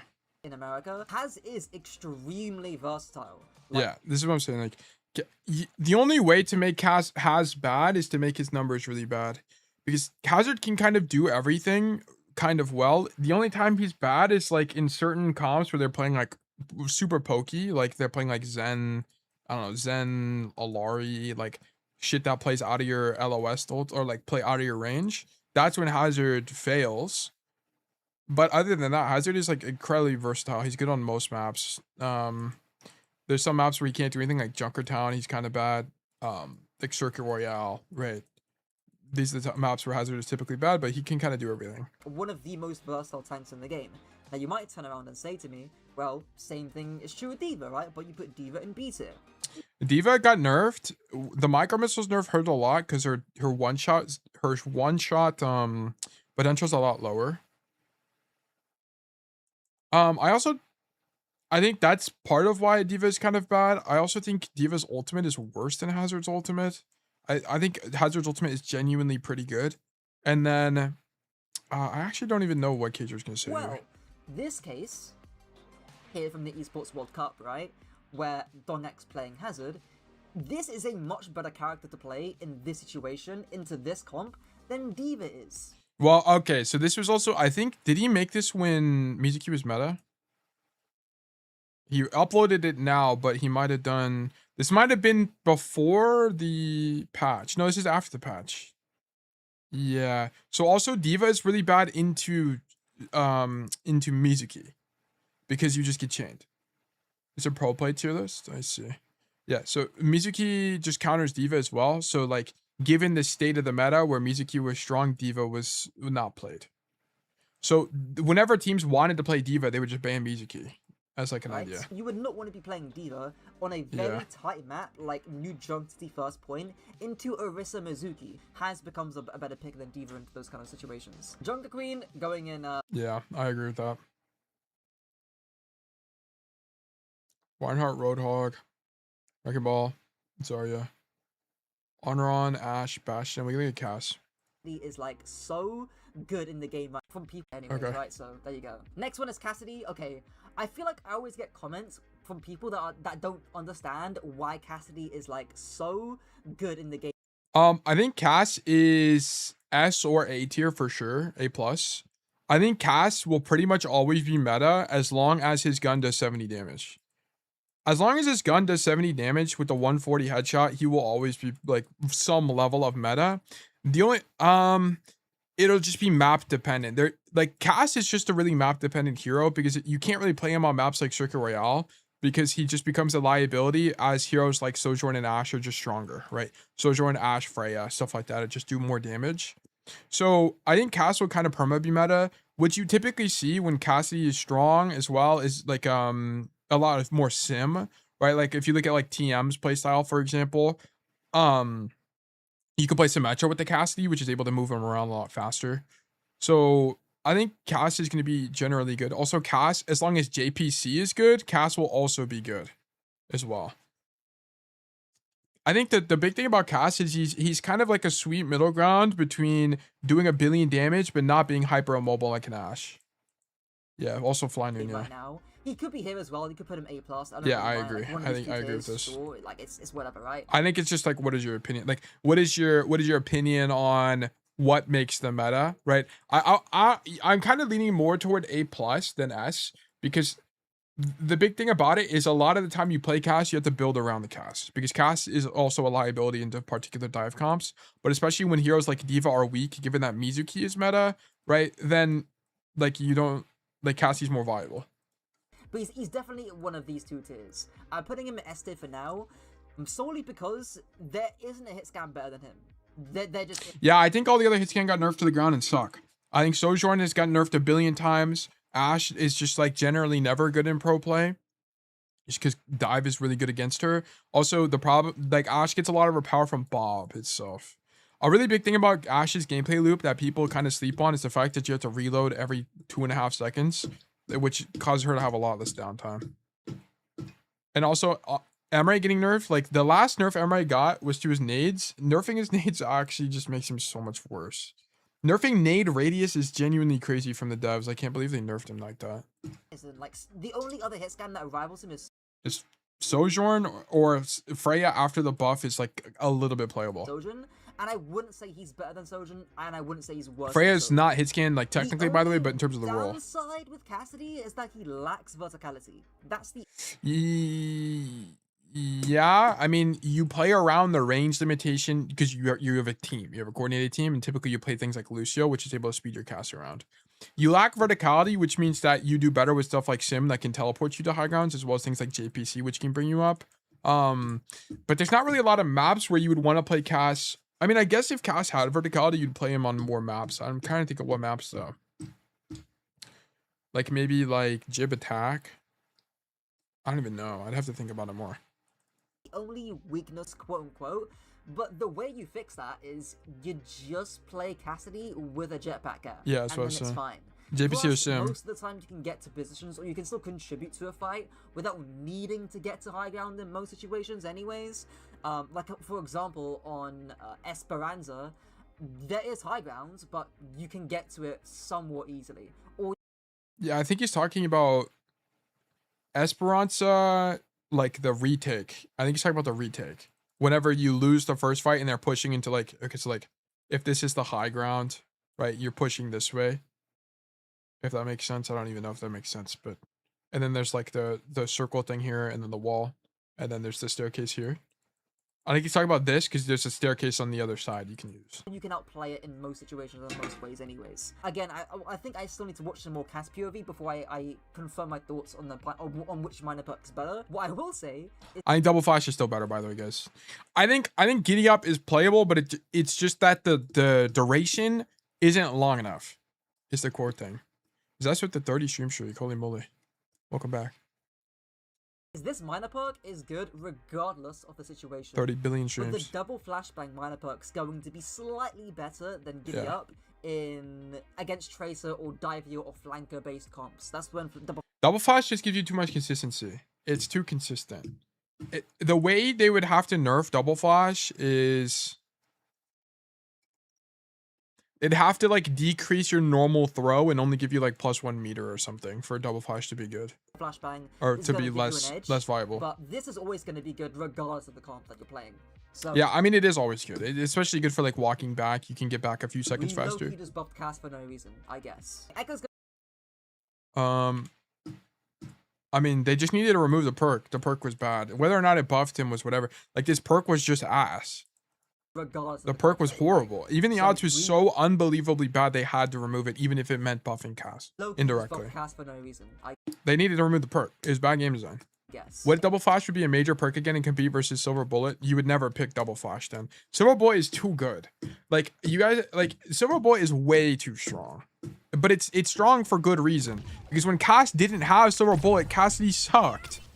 Cassidy, the perks just they power scaled against Cass too well. So like, you would never pick double flash if you had if silver bullet was an option. Yeah. Like, Cassidy, when he didn't have a good major, was really bad. Fill this saddle. He had to be buffed. Silver bullet is what keeps him relevant. If he didn't have silver bullet, he would just get out power scaled. Sunset. It's kind of loud. Like, you need silver bullet. You think silver bullet would be base kit? No, I don't think it should be base kit. I think it should be a major perk because it's too strong. Like, because you shouldn't be able to swap to cast and get silver bullet. You should have to play cast for a long time. Like, I think cast should be relatively weak without it. It's kind of like JPC and the claws perk. Like, JPC, I mean, JPC is a different, like, a little bit of a different beast.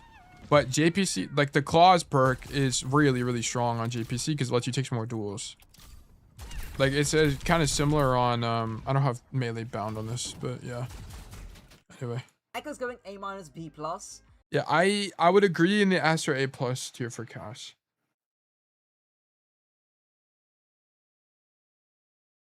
What's on? Flex DPS options or just DPS options right now. Doesn't even matter. Like, incredibly picked. Like, top 4 either side. I would say she's better than Reaper, but not as good as Tracer. Hence why I'm putting her in this A plus tier, because Tracer's gonna go S tier. She has 2 forms of consistent burst, high mobility, decent range, and she can play for multiple win conditions. Which basically means, again, I recommend you watch my Shion video on this, but you can burn through tanks, you can flank a little bit deeper, you can contest space fairly well and play for map control, and your ultimate's actually good if you know how to actually use it properly and not just int in with, you know, front to back int in and die with during your ultimate. We also Yeah, I 100% agree. I think a big problem that people have with Shion is they don't know how to use the ult. People just kind of ulti for the love of the game. The Shion ultimate is really good. It's a really, really good ultimate. I think, also part of why Cassie's S tier is Deadeye is a genuinely good ultimate in pro play. Genuinely good. Because you actually genuinely play around it as well. Shion's ultimate's really good. I think Bike is really good for angle denial and just bursting. Like, I think Shion does exceptionally well in coordinated play. I don't think Shion is broken personally. I've never really thought, even before the last nerf, I don't even think she was broken. I think she's pretty fair. I think she does really well compared to, like, I mean, whether you classify her as a hit scan, quote unquote, or like a flex DPS, kind of like is independent of the matter. But I think she kind of is a little bit more of like a Cassie type hero where it's more of like a jack of all trades. You kind of do a lot of things well as Shion. saw a good amount of Shion. Bike damage feels so strong. It's just like, how many bikes do you genuinely hit though is the question. Sierra is going D tier. First time. Yeah, Sierra's not good. I think Sierra is not a D tier in my opinion. I actually be a little bit higher. I think Sierra is probably more C tier, if anything. I think the really Sierra's core problem is her ulti is really bad. Her ulti is really, really bad, and she doesn't have a lot of burst damage. The only burst damage you have is with your nade, but it doesn't do a lot, and it's hard to hit the nade sometimes. You just kind of like lob it down main and hit people. But actually, whipping shit up in a kettle. He was whipping up shit in a kettle, boiling shit. Damn, he had like everything prepped here. Shit, like If you think Sierra's good, you are self-reporting to the world that you are Yeah, this is actually true though. Hold on. gold. I'm just saying, like, if you think this character's good, you are a gold chud and you need to get better at the game, bro. I'm sorry. I already made a video. It's actually true. Whenever I go on the Reddit, whenever I go on like subreddit, the Overwatch University subreddit, and I see people complaining about Sierra, it is like the largest self-report of all time. Explaining my problems with Sierra and why Sierra is not broken. This hero is not. This hero sucks. Your ulti is really bad. If you're dying to Sierra, it's because you don't understand things like angling properly. You don't understand things like like cover usage. Or if you do understand cover usage, you don't understand ability usage and the fact that you need to use your mobility CD to get to cover. Right? There's there's some underlying foundational problem in what's happening. which I recommend you go watch. Okay, Soldier. I don't think Sierra's good, but I feel like people underrate her value. I do think she's pretty good. I don't think she's D tier. I think she's like C tier. I would bump her up 1 tier. I think she's relatively playable. I don't think she's horrible. I pulled out Sierra in a scrim versus a Mauga comp and got clowned on by my teammates. Well, at that point, you could play like against Mauga. I mean, maybe. I don't know. I think it may be a matchup. S tier, same tier as Cassidy. I kind of explained. I don't look. I think in pro play, Sojourn is maybe S tier, but I think in ranked, I think Sojourn is like B tier. I'm gonna be so honest. I don't think Sojourn is a good like that great of a ranked hero, because she's really hard. She's really hard. You have to understand things like you have to understand rail management properly. Okay, then you have to actually hit rails. Okay, and then you have to hit rails, and then to hit rails, you have to be in a good position to hit rails to begin with, and then you have to get enough value out of your primary fire. Like it's hard. Like I think the top 0.5% of players can maybe carry on this hero, but I think most players are not going to be good enough to carry on Soj. Isn't Sierra only good versus Mauga comp? I don't know enough about it. And Pistol, I've never met a Soj as actually a problem. Yeah, after they made her 225, I think she's really hard to play. I think this is overrating Soj. I think Soj, to be honest, maybe in pro play, but I think Soj in like comp perspective is like A, no A plus, maybe like somewhere in this range is where I would put Soj. I think in solo queue, actually, we can just make a solo queue tier list in a second. On the same level, We'll make a solo queue tier list in a Soldier second. has more verticality than Cassidy at the cost of being worse into Jetpack Cat and flankers in general. So yeah, I would keep Soldier in the same tier. I feel like Freya should be higher than Soj. We can look at Freya. Soldier's going in the wildcard tier actually, as he always does. Again, he's way better in rank than. So yeah, Soldier is way better in ranked. Yeah. Next was Freya. Freya's going in A tier. Now, she got a buff in the mid-season patch. This buff was genuinely a bit insane, by the way. This fire rate buff is whatever. I think this recovery time thing is way better. The recovery and explosion on the take him is way more important in my opinion. To finish off kills, soften up targets, and farm your roll and spam from distance. So and also couple this with the micro buffs to Freya over time. Like, she's been buffed over time with her updraft on multiple occasions onto the actual CD plus the perk. So she used to have a 43% win rate. Yeah, she should be really horrible. If you look at it, it's around 48 to 50% depending on the region that you're looking at, right? So 51% there in America. I think it's a bit lower in EU, like around 48.5. But this is a substantial increase over the last season when it was at 40%. And also, even though her ultimate isn't particularly strong, you do farm it faster than what you've gotten than what it was before. I think I think people just don't use Freya ulti correctly. I think the average Freya just lobs it down main. It's not how, like, I don't know why people do that. They need to think of it like a lot more like pulse bomb than just like an ulti to toss down main. And the ultimate becomes strong when you've already forced out cooldowns like Suzu in the mid fights, plus it charges extremely quick as well. Yeah. So in short, Freya's been micro buffed over time. Her ultimate's been micro buffed too, mind you, and that's why she's an A tier. I think she's relatively good. Okay. Sim got it. I think Sim is low key kind of broken. I think Sim, if not S tier, A plus for sure. Sim is really fucking good. Wall is the best DPS ultimate in the game. Wall might be the best ultimate in the entire game. Wall is just a free. You just win. You just win. What ultis are better?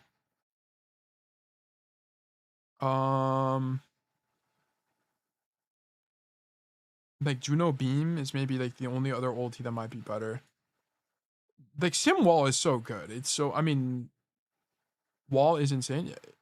It's really strong. Kitsune Beat. I think Kitsune and Beat are both overrated ultimates. I don't think Kitsune is that good. I'm gonna be honest. I think Kitsune is good. I don't think it's like turbo broken though. I very often have different opinions and like I don't really think Kitsune is broken. I don't. It's very kiteable. Like in modern Overwatch. It's not like release, like there's so many heroes that just kite Kitsune. You just leave. You don't insta die. Like I think Wall is literally unkiteable. Like how the fuck do you deal with Wall? It splits the point in half and you can't play the game. I feel like Beat is kind of ass at the nerf. Yeah. I think Lucio is just a lot weaker now. You think Freya would be more fun to play against if she had fall off, more HP? No, I don't think Freya should have fall off. I think I'd feel really bad because it's already hard to hit the bolts anyway. It's already hard to hit the bolts. Can someone help me understand why Grav isn't the best ult in the game? I feel like it's just a win button unless they have Beat or something. First, Grav, you can miss Grav. So it can miss. Number one. And then also, I mean,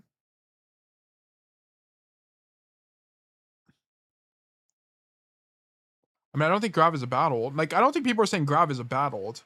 I just don't think it's like the best ult.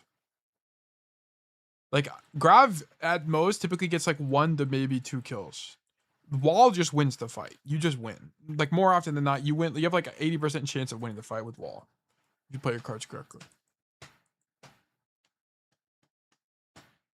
Not to play against. I think playing against Freya. I think like the cost of Freya being able to do 1 billion damage is that she should be really squishy. She should be like a glass cannon. People are gonna like Freya should like fall over. I think if anything, like if Freya had to be nerfed, like make her do 1 billion damage, but make her have 200 health or something. But I don't know. I'm not a game dev. get mad at me. That would be my if I take put though. Symmetra in A+, especially if you're American. If you're in NA, I think you're especially... Yes, okay, good. WK's your take.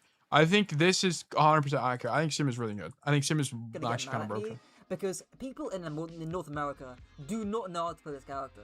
So if you're American and you get mad at my placement for Symmetra, fair enough, man. You're just American. It is what it is. And your region doesn't like Symmetra.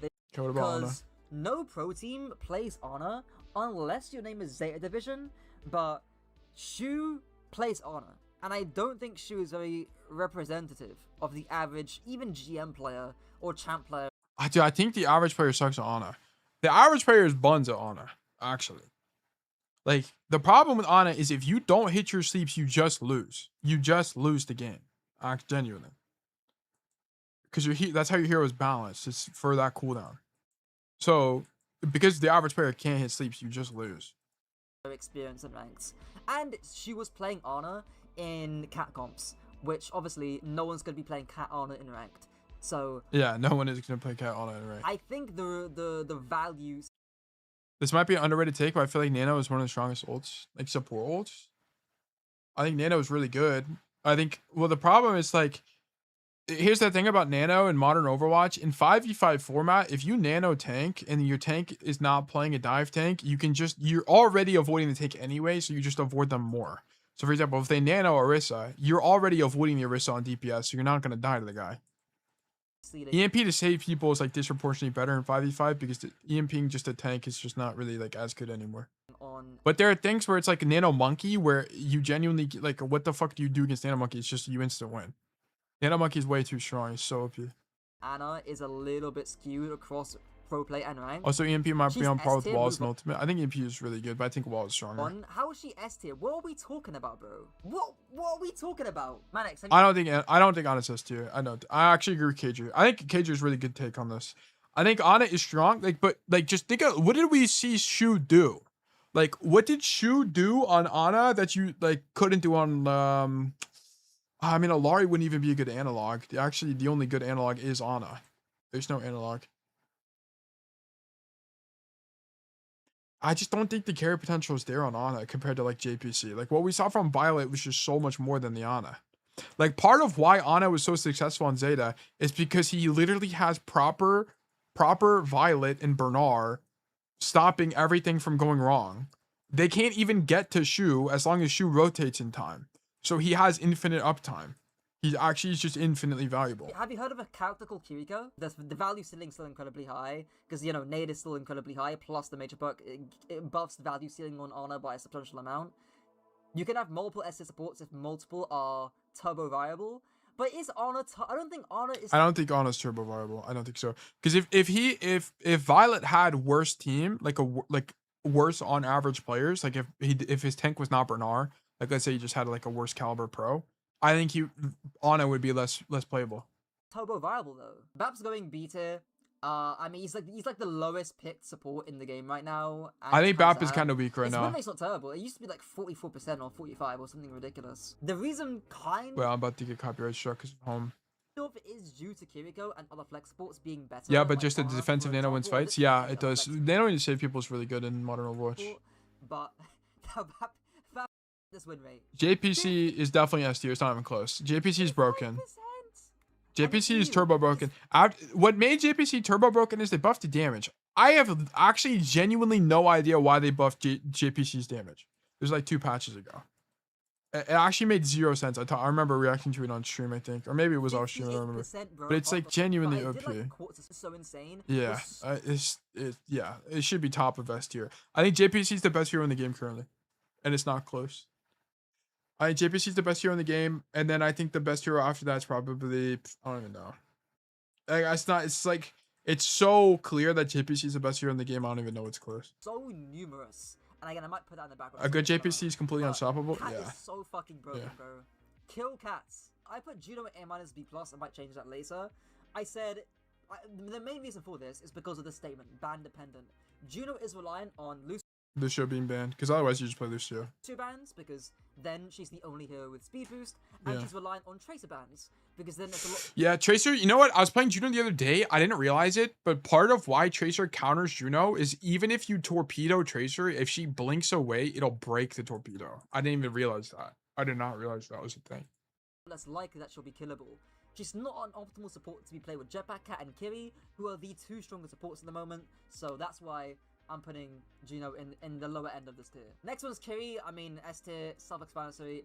I think Kiri by design will always be popular in pro play, but I also, like, if this was a ranked tier list, I think Kiri would be a little bit lower. I think Kiri, if in ranked, would be like A tier, not S tier. I don't think S tier. I don't think Kiri's an S tier support in ranked.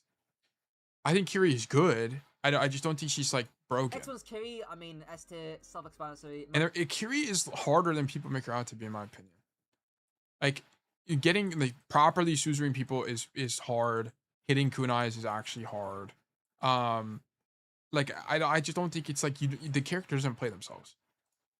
Juno in the lower end of this tier. Next one's I Kiri. really want to see mean, S tail tier, solo Q rank potential. self-explanatory, Yeah, most we'll do that in a support second. game. I'll do it in Let's just a wrap it second. up, bro. What are we doing? We need to kill Next Kiri. one's Weaver. Kiri by Now, design is I think Weaver is low key good right now. I think Weaver is low key good. I think Weaver is kind of slept on. This hero is kind of strong. I'm not even gonna lie, especially after the pull rework. I think it's actually pretty good. I actually think Weaver is actually okay. Yeah, I think And he's I'm not pretty gonna give good. it away too Yeah. much because I'm planning on making a Life Weaver video that's coming soon. But there is actually a case where you Weaver on defenses is like unbelievably good. He's like, especially like hybrid maps. If you can play him on defense, he's super strong. Where he really struggles is on like symmetrical maps, like Flashpoint. I think he's a lot weaker, right? But on things like push, he's a lot more playable.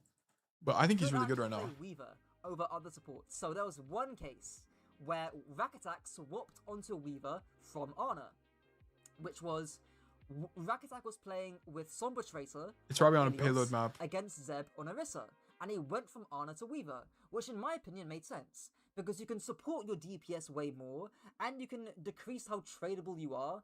Let's look at the final list. This is the final. Mizuki, yeah, Mizuki makes sense. It's like the usual suspects here. I don't really disagree with any most. I actually agree with most of this, other than maybe Sojourn. I'd bump Sojourn down, and then I would um I'd bump Soj down, and I do. That's about it, I think. That's the only other thing I like disagree with. Everything else that kind of makes sense. And maybe I bump Sierra up one. Late, but I feel like I can never get high value on Soj because she's really hard. Soj is really, really, really hard. So it's just not an easy hero as much as like to a pro player that plays for 6 hours a day, maybe Sojourn is easy. Okay. But to the random Andy, Sojourn is gonna be a hard hero. Tier list, most I'm happy Weaver's more playable. I hate when characters have low carry potential. Well, heroes like Weaver and Mercy have low carry potential by design. By design. And it's because, like, think about on Weaver, you can't shoot and heal at the same time. Like, it's not an option like it is on like a hero like Alari, for example. It's by like Mercy doesn't have a gun that's viable, right? So she can't hold angles, she can't hold space, and Overwatch is a game about space. Right. But I think his tier list is pretty good, to be honest. I think it's okay. I don't really disagree with a lot of this. I think the rank landscape looks a little bit different. We can make a tier list for rank kit play though.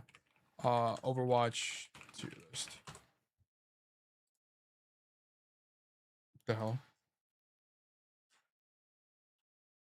Tier maker. Overwatch heroes up to Demon. Oh yeah, I remember this. This was a long time ago. This isn't even that accurate. I would move this down to here, and then I don't know. There's probably a bunch of stuff I would change about this. S tier.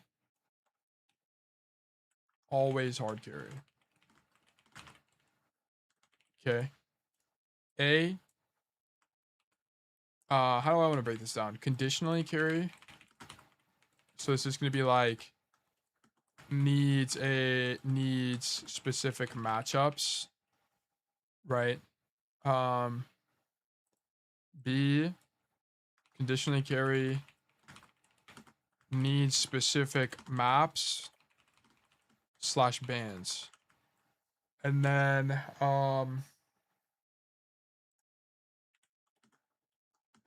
maybe we can do this. These are like kind of the same thing. What are your thoughts on Vendetta? I think she's okay right now. I don't think she's like fantastic. Okay, let me delete some of these.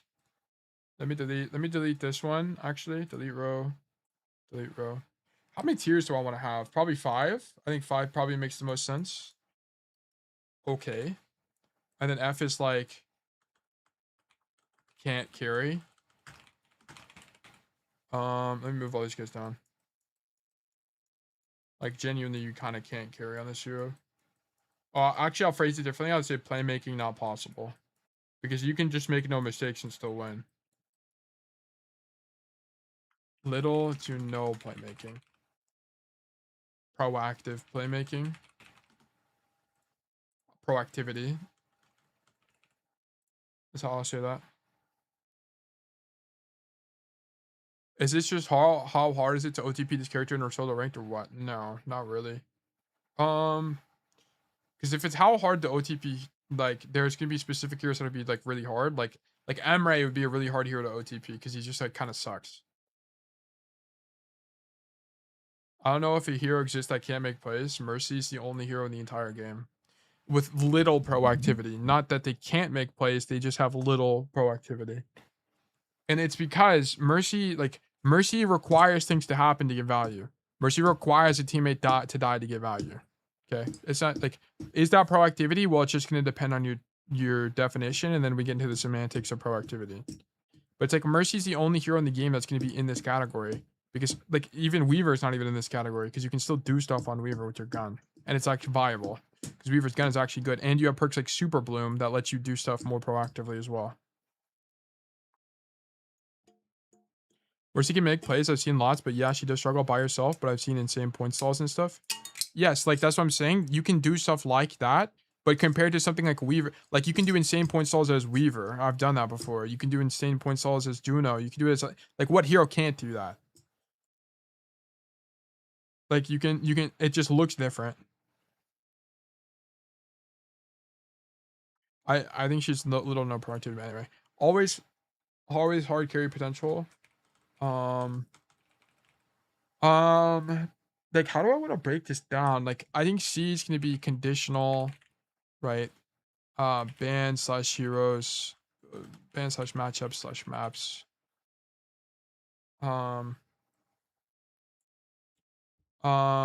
Conditional, small variation.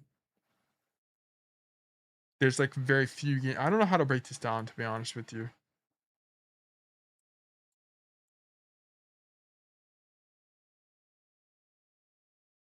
Requires specific situations. I'm gonna break it down like this, and then we'll change it over time.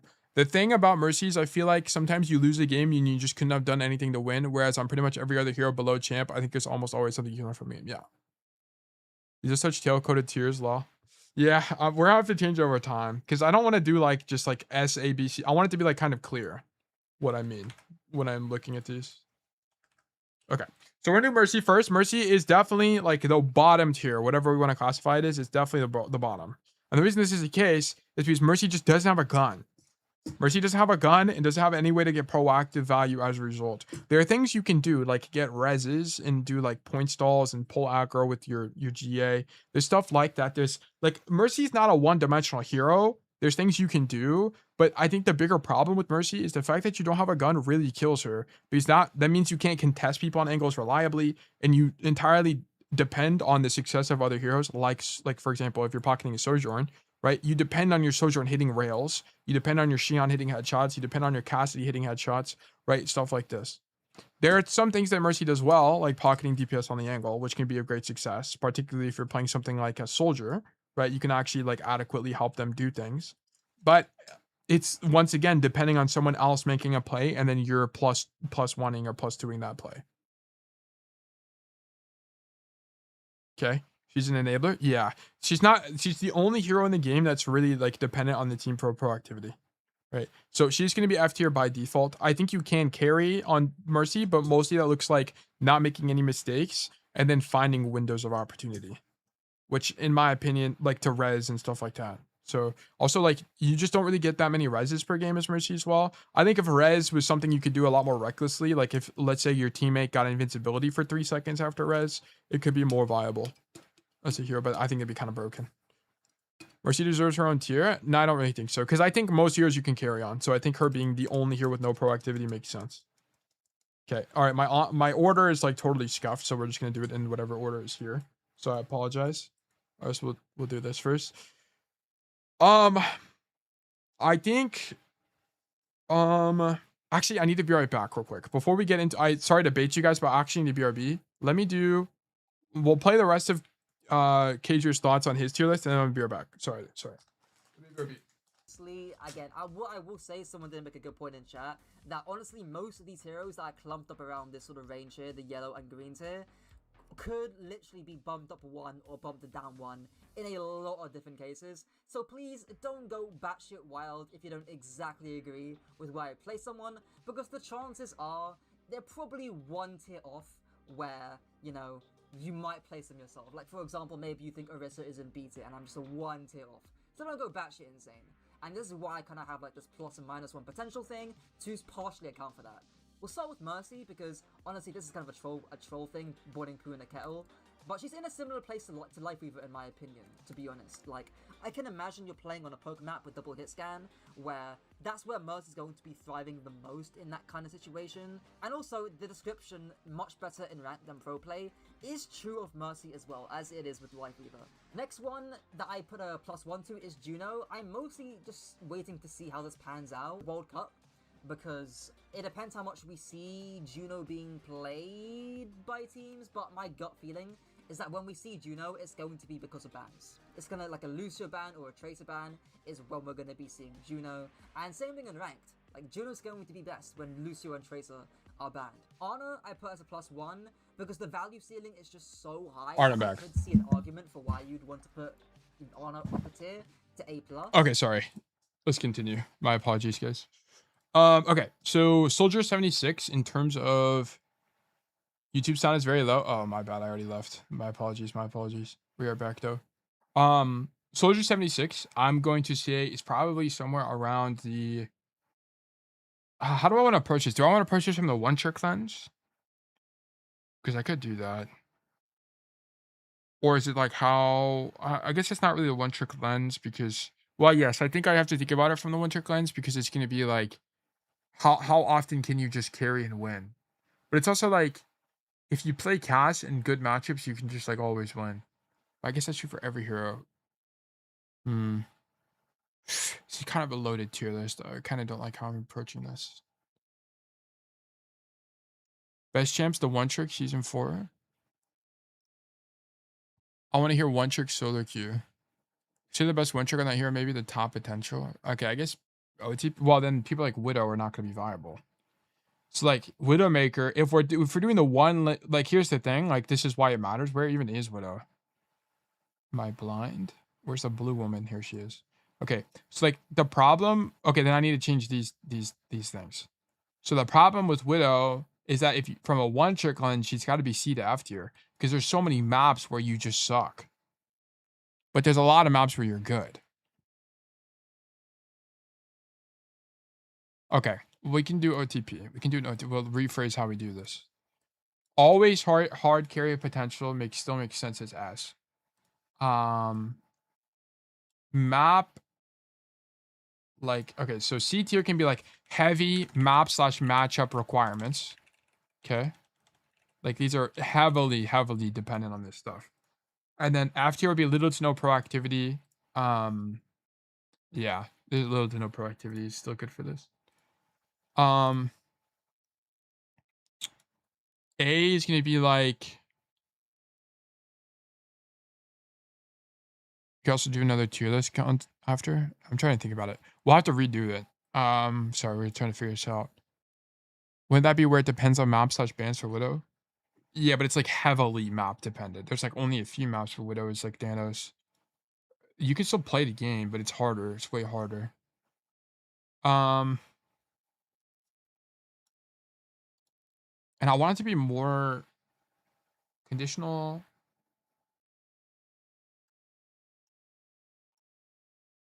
Okay, mostly good matchups / versatile hero. Like, I guess B is like mostly good matchups, but weak balance is what I would like phrase this as. Like, weak balance. Mostly versatile. Yeah, like, so this, like, B tier is gonna be Genji, for example. I think Genji's like relatively weak from a balance perspective, but he's good. Like, you can one trick him, maybe fine. I guess like what would I want in each category? I think Cassie is like S tier. No, I think Cassie's gotta be A tier because there's some maps and matchups where you can't do anything. I think Cass is still one of the best tiers to one trick from learning perspective.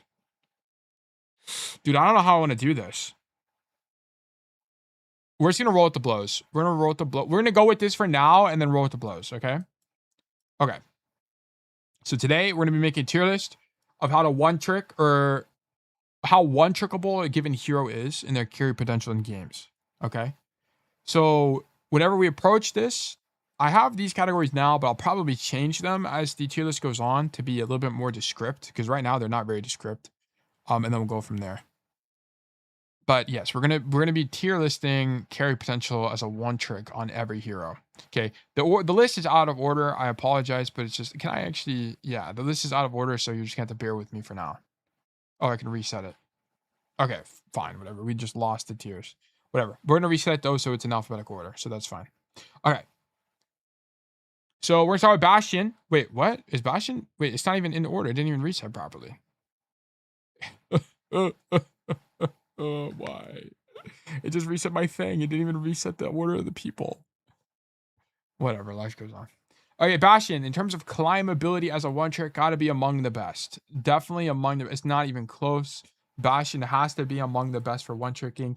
If not A tier, probably S tier. Probably S tier. Are there any like super bad matchups for Bastion? It's just like when they go like really, like when they go really awkward heroes like Hanzo, it can be kind of bad for you. But Bastion has a lot of really good matchups. Bastion is also uniquely one of the few DPS that have really good tank matchups. as DPS, very often do you have to consider the tank matchup as you're playing the game. And Bastion is one of the few tanks that can kind of get around that, or DPS that can kind of get around that. Bad matchups for Bastion are played a lot. Yeah, I just don't think Bastion is just a very versatile hero as well with the rework since Overwatch 1, right? The fact that you have nade that you can use as both a mobility tool as well as just burst damage is incredibly strong. The biggest downside of Bastion is his ultimate is a bit weak, but if they play something like Ana, you just get a free kill with your ulti every time you use it, right? If they play Zen, if they play like a support with 0 mobility, it's just guaranteed kills, right? So Bastion is really, really strong and probably among the best heroes to one-trick in the entire game.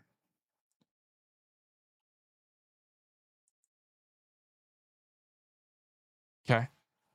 Cassidy, I also think among the best to play in the game, but he's really dependent on the map and the matchup.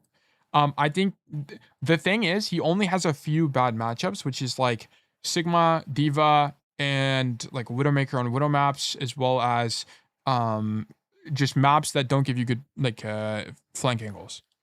So I think Cass is probably among A tier, but if you wanted to learn the game, I think Cassie is the best hero to learn the game broadly, as not only do I have a billion resources for the hero, but also because he teaches you a lot of fundamentals and he has a lot of versatility in his kit in the fact that you can flank. There are some DPS that can't flank. A good example of this is Ashe. Ashe is not really a hero that can flank. She can off angle. Every hero in the game can off angle, but not having the ability to flank doesn't teach you some other fundamental concepts about the game, such as like flank timing, what makes a good flank, how to get value in your deaths, and so on and so forth. So so Cassidy has to be A tier. The only reason he's not A tier is because the map's like Circuit Royale where you can't do anything. There's matchups like there's some matchups like Diva that are really hard for Cass, but he's really strong otherwise. He's also really bad in the full dive matchups. So if the enemy team plays full dive, you just kind of die, and you typically don't get peel unless you're playing like a perfect scenario where you're pocketed by a brig, but that's kind of rare. So yeah, I think Cassie's going to be more on the A tier and one-trick ability. I don't think he's perfect, but I think the fact that he is imperfect is what makes him so good for learning. But yes. Do we account for heroes being banned? No. Does this also take into account the impact you have on the hero? Yes. Bastion and Cassie are both incredibly high impact. We'll do all the DPS first, and then we'll do all the other roles. Basically, most hitscan are working the full dive. Sojourn is the only one that's like kind of playable. But even that, yeah, like all DPS are all hitscan are generally weak, yeah. Because they just don't live. It's hard to live. But it's like the question it comes down to is how expensive are you before you die, right? And Sojourn and Emre are more expensive more often than not into full dive. But I guess we'll talk about Sojourn. I think in terms of one-trick ability, I think Sojourn is probably equal to Cassidy. I don't think she is... I think she's just hard. Like, I think she's hard enough to justify bumping her down a tier. I think if you were the perfect player, I think Sojourn is really good and probably incredibly one-trickable. But the fact that she's just really difficult in the sense... Okay, and then people will argue with me, why is Sojourn difficult? I think people don't really realize that the whole gameplay loop around rail is slightly more complex than just shoot your gun, get rail, and live and kill people, right? Not only do you have to hit the rail itself, so you have to have good accuracy, but you have to be able to play into matchups well enough to build rail reliably. And in some matchups, that's not even possible. So if they play things like full dive, or they're playing a disjointed team, like they're playing a really awkward, like double flex DPS team, it's really difficult to actually build rail and therefore be able to get value reliably, right? Like if they play Wrecking Ball, it's really hard for you to get rail reliably whenever you're like, if the ball is just avoiding you, so on and so forth. So I think Sojourn has matchups where, because you can't build reliably, like for example, the antithesis of the ball comp is the Malga comp. You can just do a billion damage to Malga, farm rail, and be able to rail the Mercy player across the map.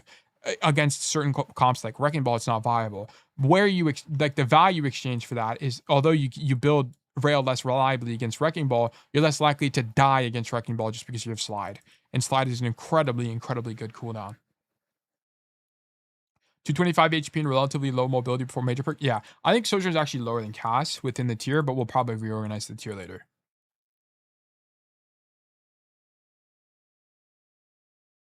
Need to mix two aiming styles at the same time? Yeah, I think I already read that, but yeah. 225 HP and relatively low mobility. Yeah, makes sense why I had trouble against the ball earlier. Yeah, you can also, like, against ball, you can get your slide baited and then get dove. You're just very squishy. You always die. This is true for every hit skin, but yeah. Okay, Emre, among the worst heroes to one trick in the game. Among the worst. Emre is not that great of a hero. In terms of like being able to do things. What is his tier list about? One trick ability, right? So like the problem with Emre is that he's very one dimensional in the sense that like you don't really have the option of doing things like flanking. Because your hero is just too long range and nade is too unreliable of a cooldown. So I think Emre has to be among toward the bottom. Also, there are some maps that are just a little bit too close for Emre to get value reliably. Just doing enough, just shooting your gun is too weak. You don't win in Overwatch just by shooting. You have to actually do things. So taking space, taking angle, so on and so forth. Also, the fact that there's so much verticality in the game where you have to use 2 CDs to get to it as Emre is really weak. You have to use gun and nade more often than not to get to specific high grounds. There are situations where you can just use nade, but it's often not strong enough. I think Emre's ultimate is relatively strong. I think it's among the strongest of the hit scan. But I think the fact that nade is such an unreliable CD makes him really difficult to one trick.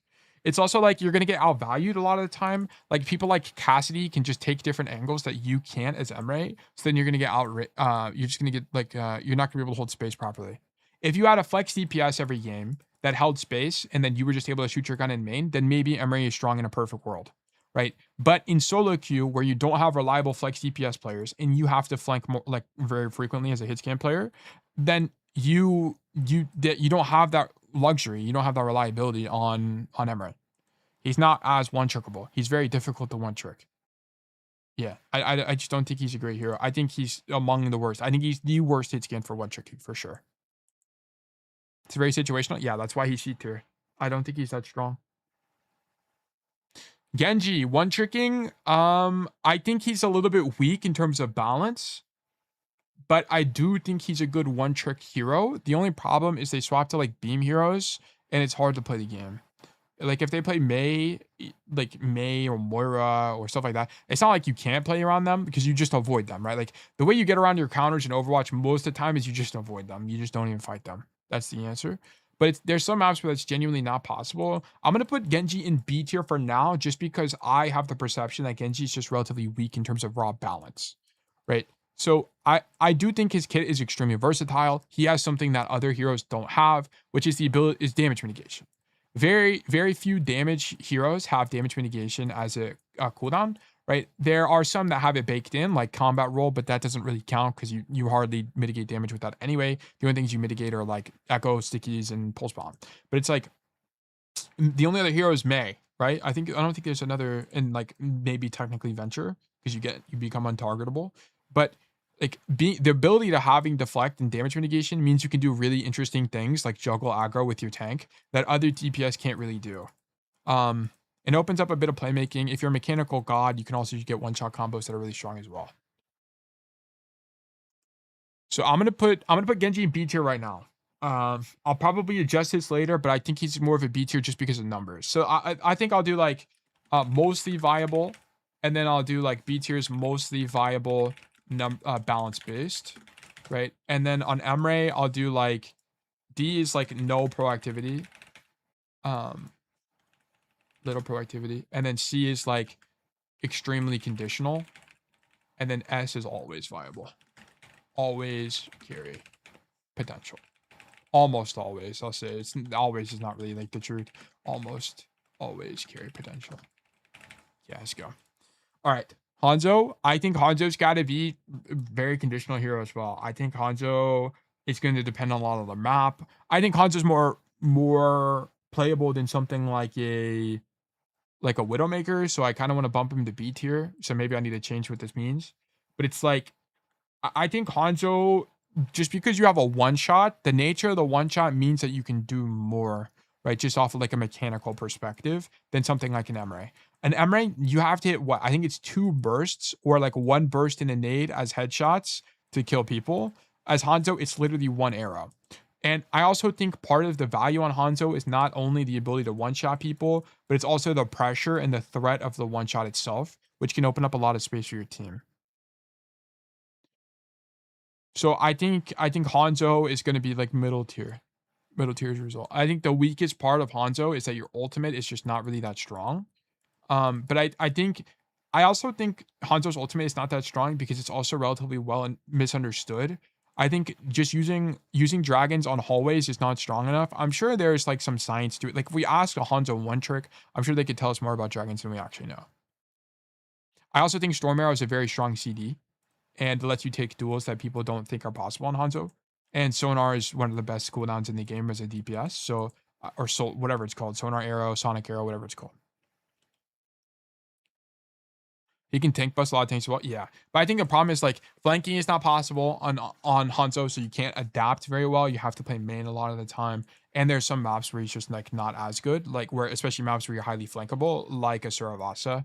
Right? You really wouldn't want to be playing a hero like Hanzo on a map like that. Because he's also just slow. And Hanzo can hack health packs. Yeah, I think hacking health packs is strong with the miner. Yeah, for sure.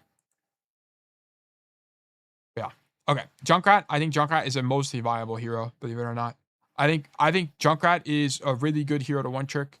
I think he's got, and it's mostly because he's got incredibly high burst potential. And also because Tyre is actually kind of a undervalued ultimate. I think Tyre is actually a really good DPS ult. I think people just think it's kind of ass because they don't know how to use Tyre. But Tyre is, if you play your cards correctly, is basically always a free kill. I think Junkrat is a mostly viable hero. I think there's some situations where you will lose. Well, you lose on average, like, but it's against Pharah. But even like, let's say, for example, they play Pharah, which is like the traditional bad matchup for Junkrat. The answer is Junkrat is you just outvalue the guy. You avoid him and outvalue him, which is possible. You can do that, right? Does Junkrat not have some terrible maps / points to be a one trick? There's some bad maps, but it's just like Cassidy. Like Cassidy's bad maps, like Circuit Royale is pretty bad for Cass. Shambali 3rd is bad for Cass. King's Row 3rd is bad for Cass. Like there's bad points, but more often than not, like keep in mind, guys, there's 30 plus maps in the game. There's a lot of maps. So just like, it's okay to be bad at like what, 7 maps or something. Like that's fine. You can be bad on that many maps. I feel like Junk isn't that good right now because of how much mobility and speed there is in the game. You just have a billion burst. And like, even though, okay, people can avoid your burst in main space, right? But they can't avoid your burst in specific parts of the map that you can control. So you could just deny important main, like if there's 3 lanes, you just lock down a lane as Junkrat and now you have tons of map space. I also, there's stuff like that's really advanced on Junkrat that people don't do at all, and they should. Like if you watch people like Vulture, they'll do plays like this all the time. Well, they'll like, or like Aquamarine, they'll do this, and then they'll one-shot a guy in the air, and they'll leverage the fact that you don't have movement, or you don't have noise in the air, right? But it's just people don't do that whenever they play Junkrat when they're like flexing to him, so they don't know that that's an idea, so they don't carry with him as a result. I think he's mostly viable. I think there's very few situations. I mean, there's some, but there's few situations where he's not viable. Not gonna lie, fair, it's not even Junk's worst matchup. IMO characters like Hanzo and Cass control his space better. Yeah, that would make sense to me. But yeah, like I just don't think Junk, and I don't think Junk's matchups are that bad. I don't think they're horrible bad. But yeah, okay. So Junkrat's gonna be A tier for me. Mei. I think Mei is also a mostly viable hero. I'm more inclined to put Mei toward the B tier because there are some maps that I feel like you just kind of get outvalued, mainly things like Jib, right? But if I'm going to base it on that condition, like what are the maps where she's good? I think she's mostly playable. I think the biggest downside is you lack mobility, but you kind of make up for that in the sense of verticality with your minor perk. I think the double jump is the minor, right? So you can do stuff like that as well. I'm gonna be more inclined. I'm gonna put her in A tier for now. We might bump her down if I change what this means. And I think the thing about Mei is there's a lot of space denial opportunity. You also have really unique walls that set up playmaking that only Mei can do. Also, I think with her major perk, the Cryostorm, which is the one that gives you aura around your ice block, it really unlocks a new level of like denial and playmaking with that as well, which is really good. The double jump miner is incredibly strong, which makes Mei a lot more viable. I think she's very one-trickable. You also have a lot of burst in the form of Icicle. Icicle is an unreliable projectile, right? You do have a charge up and a projectile speed, so it's a bit unreliable. But you can make up for that in close range in terms of primary fire just because it's a lot more consistent. I think Mei is very one-trickable. I think she does have some poor matchups as well, But especially, yeah, I think she's good. I think she's playable. I think it's a lot more like Junkrat, very akin to Junkrat in terms of playability. Yeah. Okay. Farah. I think Farah is a little bit weak currently, in my opinion, but it's also because Farah's not really played. It could be that Farah is strong, and I just don't know that. But I think the problem with Farah is if they play like double hit scan, you just die. But you have flexibility in your play style as well. You can play main a lot more and go for a spam oriented idea, or you can flank more. Like you can adapt. Like that's a nice thing about heroes like Farah because you just do so much damage. You can flank. You can play main space. It's generally good on most maps. There are just some maps that are too open for your hero, so you just take too much damage. You also have to consider the fact that here Farah has 225 HP, but especially after they added some quality of life things like the ability to move in barrage as base kit, that I think she has a lot more viability than she used to have in terms of carry potential. I'm actually gonna put her in A tier. I think she's quite good. I think she's very playable. I think she's very playable as one trick. I think there are some matchups where she's kind of bad, but I think it's equal to heroes like this.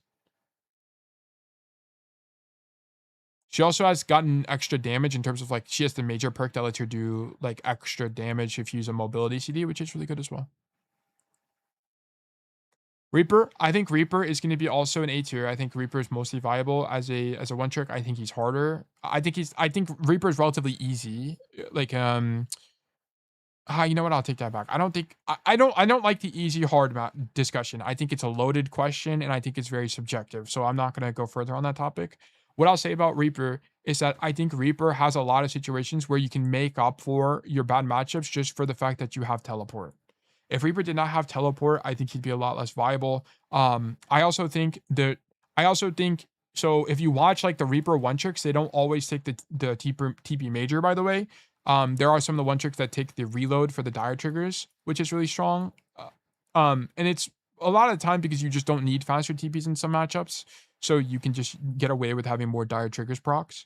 So I think there's some flexibility just in the fact of his kit design. The fact that you have Wraith lets you bail you out. Your weakest link on Reaper is probably your ultimate. But I think the problem with the Reaper ultimate is because people have the perception that ulting on Reaper is good whenever people are clumped up and you just ulti on top of them. I think that's more often than not the weakest way to use your ultimate. The only time you do that is when you're like nano boosted or there's some obvious cooldown that got forced like Suzu, which makes it possible. But a lot of the time on Reaper, you're just solo ulting people to get the kill. Like you shoot them 3 times and then solo ulti them and they die. You get lifesteal in doing that and such. It's quite good. I also think Dire Trigger's base kit has made him relatively okay.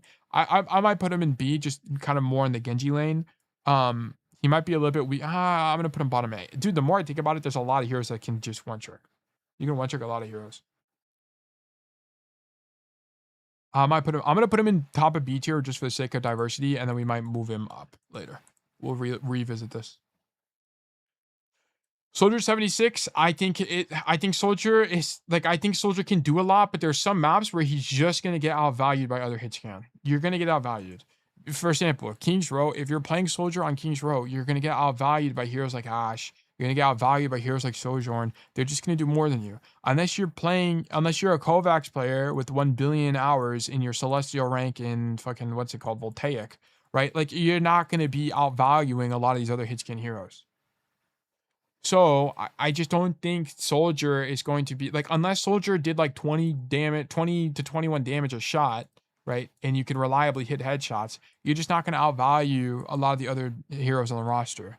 And there's a lot of maps that are like this. It's not just, it's like any front to back map. So like any escort map, I think Soldier's relatively weak.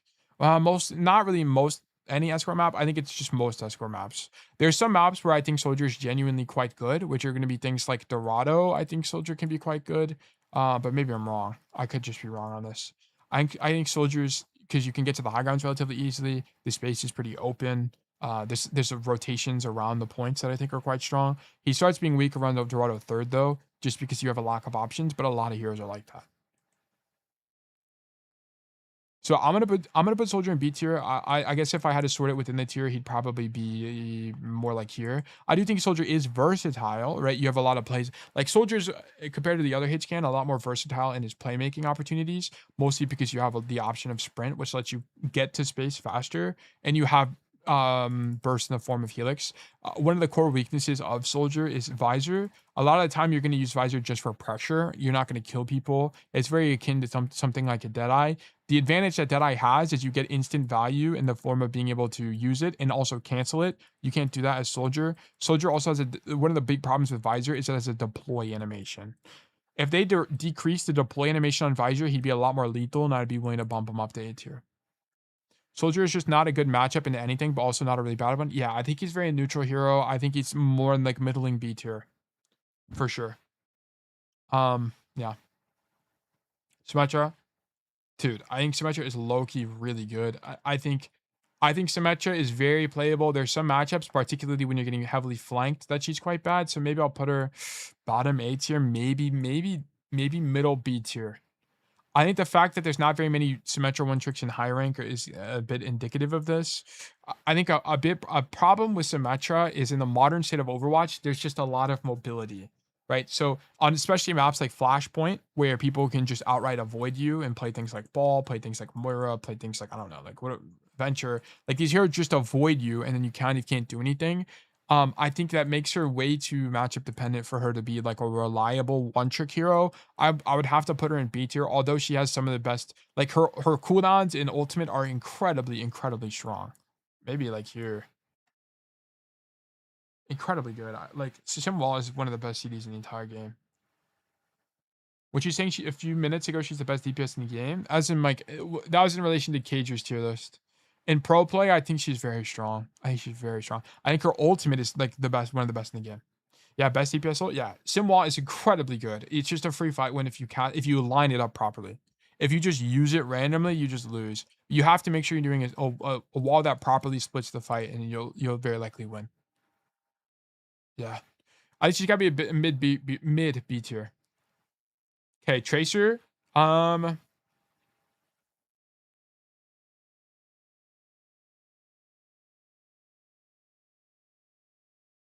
It's definitely A tier, but it's just like, is it S tier for one trick ability? I think there's way more good Tracer maps than there is bad Tracer maps. What are even the bad Tracer maps? Like Circuit? And what else? King's Row? Yeah, King's Row first and second are playable, but third is really bad. Yeah, King's Row third is like the only other thing I can think of. Havana? Midtown, you just write car. Like the thing about Tracer is on maps where she's bad, you just play the objective. And what's really nice about that is if you play the objective as Tracer, you let the rest of your teammates do something else. I think she has to be S tier. I think Tracer has to be S tier. There are some situations where you can't get to high grounds, like Havana, Hollywood, for example. Right, Hollywood second is a point where you can't really get to high ground on Tracer, but that's fine because what do? Your alternative win condition is you ride cart, right? So if you just ride the cart, you're more often than not going to be fine, which is what makes Tracer strong. Like compared to a hero like Emre, right? Like if there's a map you're bad at or a matchup you're bad at, you can't just play the objective and get away with it because your hero's not mobile enough. So you'll get caught off and die.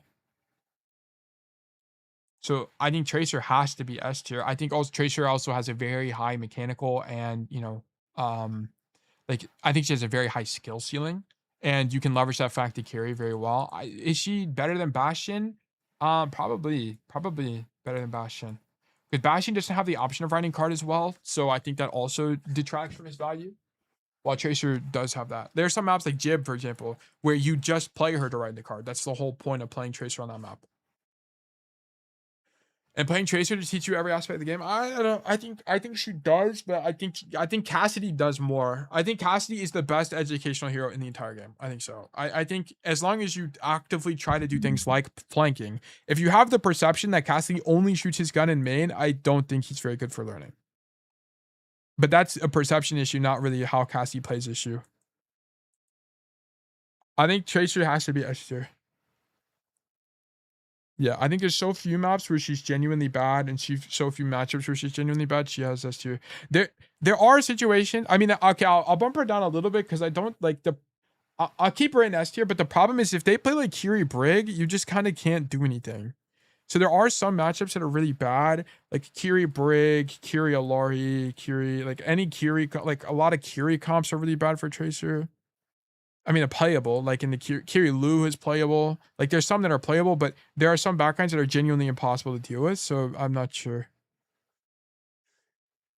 Yeah. I'm gonna keep her in S tier and then I'll reevaluate later.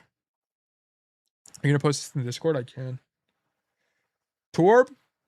I'm not sure what to think about Torb, to be honest.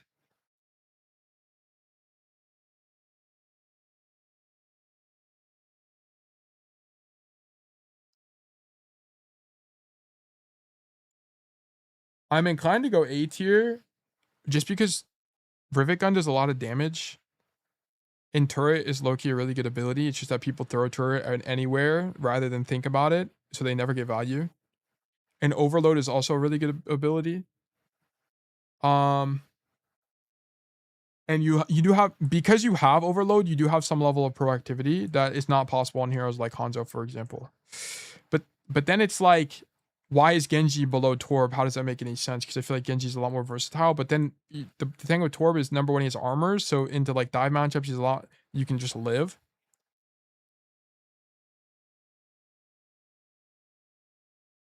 Torb has a couple really rough tank matchups where you feel useless.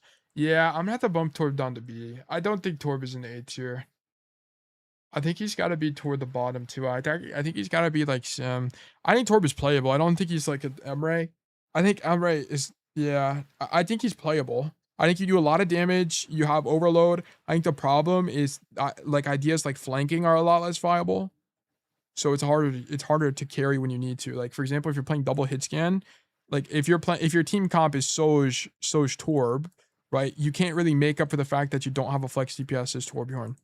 Which you can do on Tracer or on Cast. You can do conditionally on Bastion. You can do conditionally on Sojourn.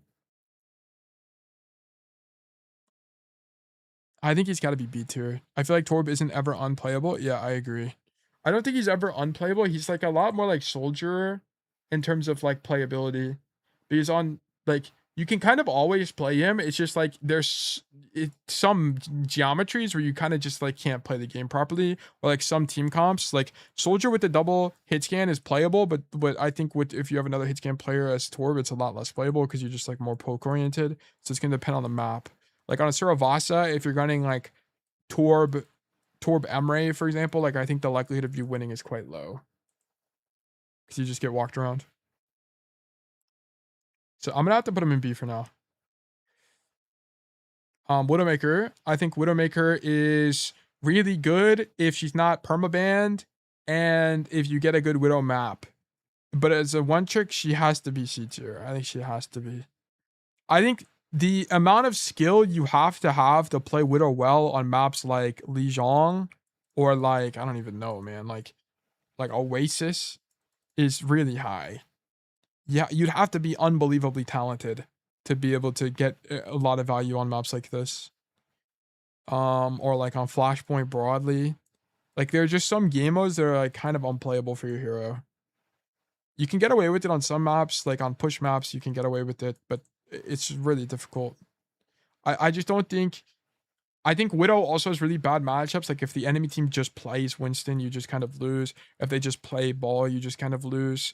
It also depends. Yeah, like I think she has to be C. She's just really mechanically demanding and also matchup dependent. If they don't swap to, you win if they don't swap to counter you and it's a good map, but you really lose if they swap to counter you or they just play around you broadly.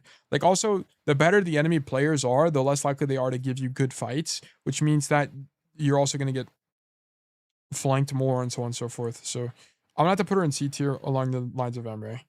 I think she's playable. I think she is really good. Like she has really high highs, but she also has really low lows. That's kind of the core problem. I'm surprised she's in about Emre, but I don't really know Emre. Emre is just not a good hero. I'm gonna be honest. I think he's just weak. I don't think he's very one trickable. You can't flank on the hero. His nade is very unreliable. His ulti is good and his gun is good, but everything else about him, I just don't think is very strong. Okay, Ash. I think Ash is going to be a B tier as well. I think the problem with Ash is it's like there are some matchups where you kind of just can't do anything. right? Like there's a lot of dive matchups where Ashe is really bad, really, really, really bad. Like you can't do it, and also certain maps where your hero is not really that strong. Like on Oasis, I don't think Ashe is very strong at all. Like I'm thinking of like Oasis University, right? There's definitely maps where Ashe is just not that good because you're just too susceptible of getting flanked, or the map is too closed in, and it's a very frequent issue on this hero. Also, Ashe is like mostly bounced around Bob, and Bob is a really good ultimate. It's among like it's a really, really, really good DPS ultimate. But especially with heroes like Ana in the game, or Hack, stuff like that, it makes it a bit less viable. Yeah, I think Ashe gotta be B tier. I don't know where in B tier I would put her though. I think what makes Ashe good, relatively good, is headshots. Like if you can hit headshot when you're ADS, she's very strong. Very strong. But also I think a lot of people kind of underestimate how much you have to reload on this hero. And the more you have to reload, the more downtime you have. Also the fact that her Viper Sting major perk has gotten nerfed like 3 times in a row, it's made it a lot harder to justify playing her as well.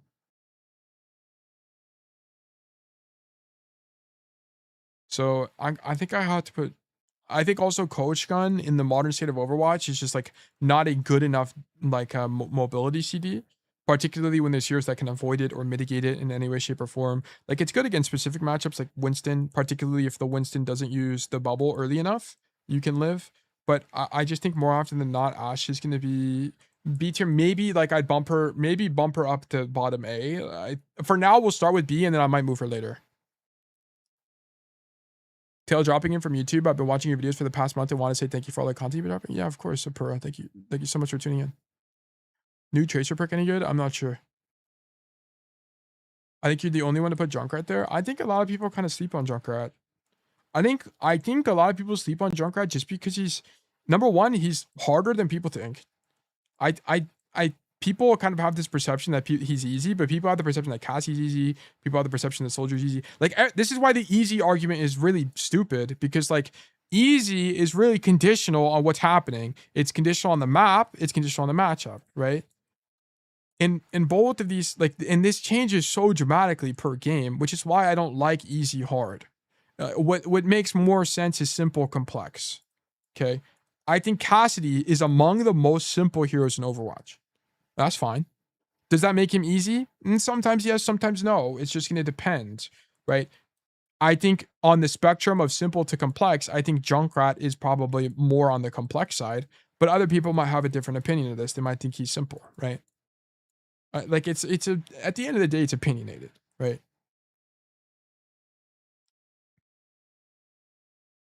Who do you think is the most complex character in the game? Probably like Genji. Like heroes that have options are heroes that are complex. Jetpack Cat, Genji, Jetpack Cat, Lucio. Like just think like heroes that have options and high mobility. Sombra, like believe it or not, I think Sombra is a relatively complex hero. I think Tracer is a complex hero. Doomfist, probably Doomfist is probably a Doomfist and Wrecking Ball.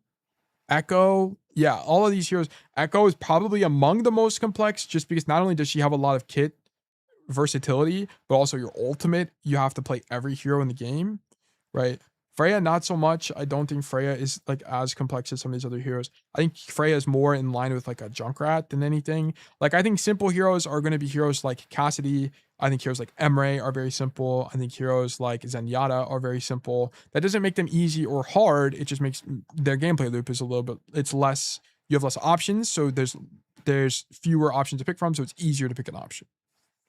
Okay. It doesn't mean that the option is better. It just means it's easier. Okay. Yeah. Okay. Yes. Okay. So Echo, I'm gonna go Echo. I think Echo is a little bit weak right now. I think Echo also has really bad matchups. Like Cassidy, for example, is a really tough matchup for Echo a lot of the time. If they play double hit scan, there's not a lot you can do about it. Echo's spam play style is unreliable. I think she has to be B tier. I think she, like, if you're the perfect player, I think Echo is playable. But if you're a human being, I think more often than not, there's just too many bad matchups. There's too many bad maps that make her a little bit more of a niche pick. I think she's a bit more niche than something like even a Soldier and a Torb. I'd have to put her in like mid B tier.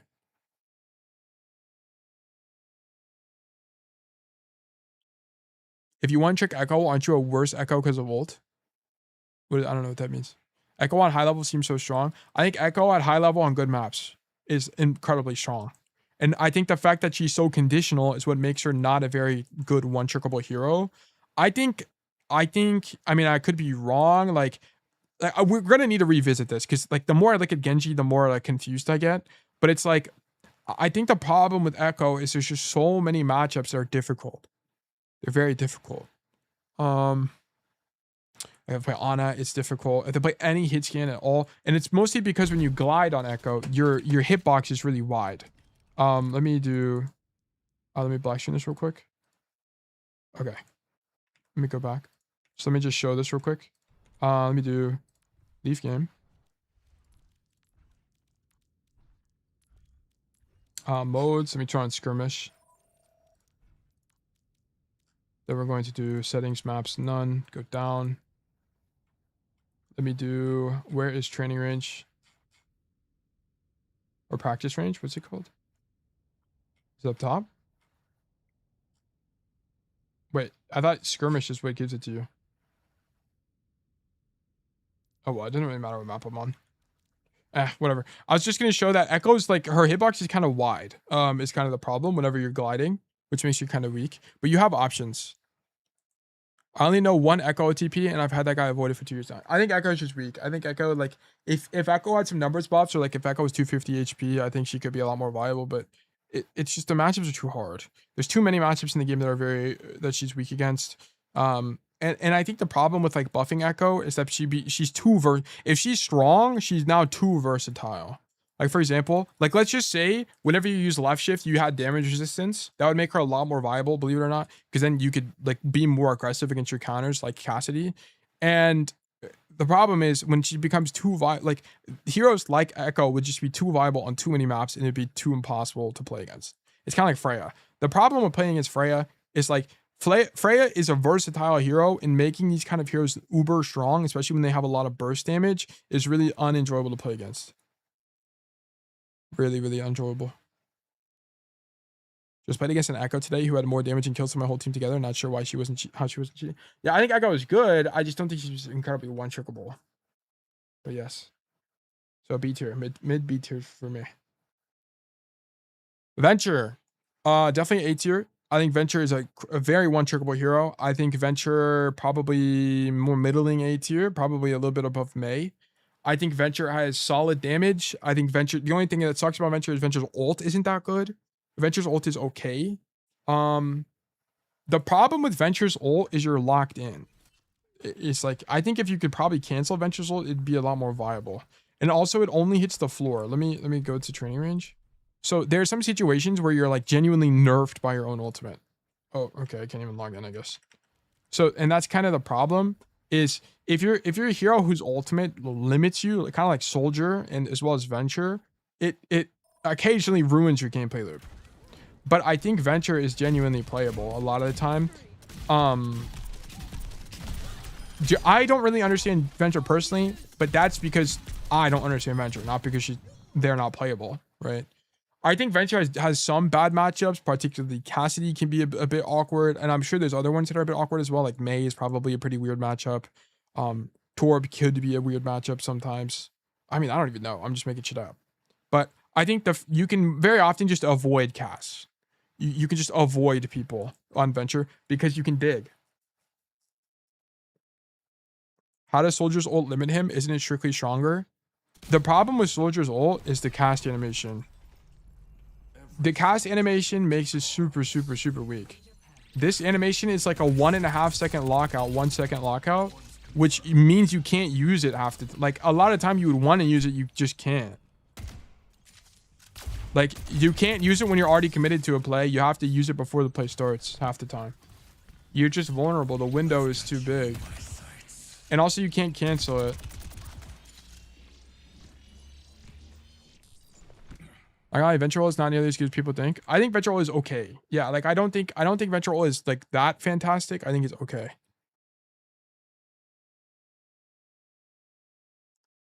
But I think Venture's bad matchups aren't super, super bad. It's just like when they play Flyers, it can be quite bad. But I think Flyers are relatively rare in the game. So like the only thing like Freya, Farah, stuff like that. But Venture has been given perks that are quite good. Like where's Venture at? Venture. So Venture has perks like Smart Extender, which reload your gun, which I didn't know, but it reloads your gun and it procs your passive, which are very strong. And then I'm pretty sure Excavation Exhilaration is the better miner, but I if I remember correctly, I think both miners are viable, right? And the majors covered in dirt is just like not viable at all. It's mostly because Smart Extender is just way better. It's kind of the same way that Silver Bullet is the case for Cass. Silver Bullet is just like way better, right? Not only does this give you an effective range increase, but it reloads your gun and it procs your passive, so you get shields. So I think Venture's got to be one of the more one-trickable heroes in the game. They can always win in against every support. Yeah, you can flank. You also have pretty good spam damage from your primary fire. Your primary fire is what, 70 damage, right? Yeah, 75 direct hit, 40 if you just hit splash. It's not bad at all. You have pretty good spam. The only thing is you have a low amount of ammo, so you frequently have to reload. But if you have good, if you do your cycle correctly, you can do a bunch of damage. Then you can left shift and you reload in your left shift. Okay. So as long as you like do your cycle properly, you can have a ton of uptime. Genuinely ton of uptime. They're the only DPS. People are champ with super high deaths. Yeah, I think Venture's I think Venture's also a very fast hero, right? So whenever you do die, you can right click, left shift, and get your right click back quickly. Then you can right click in the ground, and then you can get back to the fight relatively fast. I think Venture is relatively good for one-trick king. Okay. Okay, Venture A tier. What other DPS do we have? Sombra. Sombra C tier. I think Sombra is just super weak. I think Sombra has been nerfed a billion times. I think because it takes so long to build the MP, you have to do stuff like shoot tank, which is not ideal, right? You do have combos that you have with virus that you can do. Hack is a good cooldown. It's just she's so weak from a numerical perspective that you just get outvalued. Like, to be frank, especially when she got nerfed, like where you had a 50% movement penalty when you got shot out of invis or hack or whatever. It's just so weak. Yeah, so she's also permaban, but I'm not counting bans in this. Sombra has to be B tier. Probably a little bit. Yeah, probably like lower B tier. I'll probably switch this around like this. Probably, maybe like this makes more sense. But yeah. B tier for sure. I think it's just numbers wise. I think otherwise her kit is really strong. Translocator is a very, very versatile ability.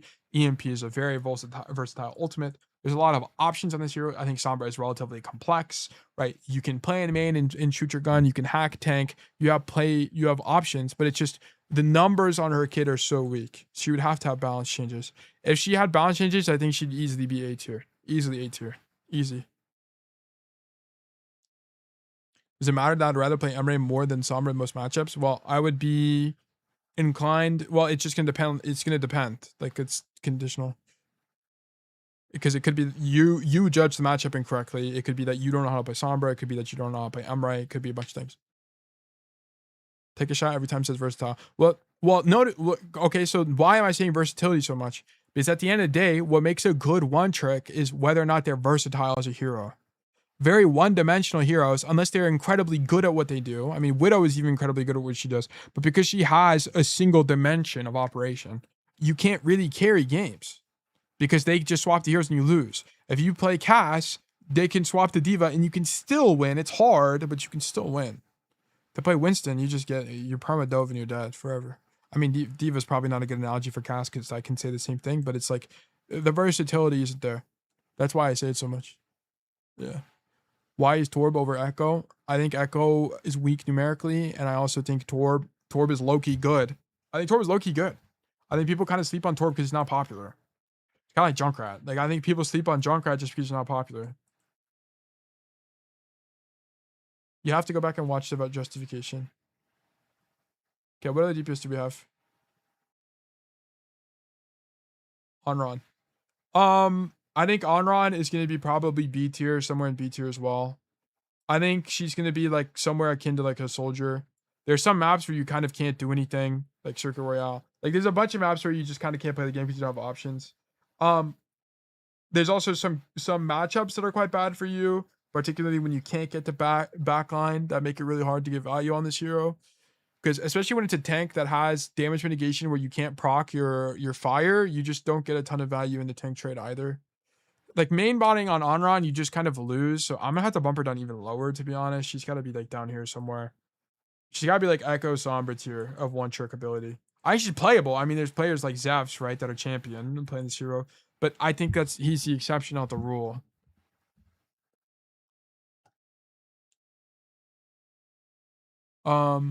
So yeah, I'm gonna have to do B tier. I think if Onron had like a more reliable primary fire, for example, or if Onron had, I don't even know.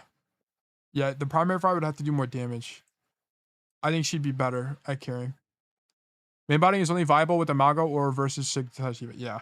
Yeah, I just don't think she's not, like, I think you can win. I think you can, like, play very untraditionally and do a lot of very flank-heavy play styles. But I think, like, a large part of why you can find success on Onron and higher elo is because maps like Flashpoint and Push are more popular, and there's just more options on those points. But if you are playing Onron on, like, Escort hybrids, I feel like half the time you just kind of can't even play the game. Because there's just no options, or the options like are really long lanes that you can't even push on Onron very effectively because you just get marked. So it's just going to depend on the match. There's also like, yeah, the matchups aren't as bad on Onron. It's more like things like Mei, things more like Kiriko that make her kind of hard. But yeah, I think B. I think the design just makes it where she's hard to carry. Also, the ulti it's okay. It's not the greatest ultimate ever, but it's on the weaker side. Because the biggest problem with the ultimate, by the way, is not that she doesn't do damage. You do 1 billion damage in your ulti. The problem is the animations. Okay, you're locked in a cast animation, and you're locked in a like recovery animation. I'll show you. These are the core problems. And because you're stuck in animations so much as Onron, this is why you pick Heat Shield as your minor perk. This is why Heat Shield is better. Because look at this. I'm holding left click. I'm in an animation for a second and a half, and I'm in an animation for about half a second afterwards. Okay. So that's kind of like the core problem with Onron in her ulti. It's you're locked in 1 billion animations, and against good players, you die very frequently. Very, very, very frequently. Not to mention that you yourself travel with your ultimate, which can be a good thing occasionally, but it also exposes you to risk, so you have to be very intelligent about how you place your ulti itself. Okay, so I'm gonna have to do middle B tier. Any other DPS? Are we missing anybody else? Vendetta. Vendetta also going to be B tier. I think probably something along the lines. I think Vendetta is a hero that I don't really understand that well, to be honest. But I don't think she has the level of carry potential as something like a Pharah, like any of these heroes, to be honest. I think Pharah is more along the lines of a middling troop. I think the big problem is that she dies a lot just because you have to get close to people by nature. Your ultimate is okay. I think it's kind of like rivaling Onron in terms of potential.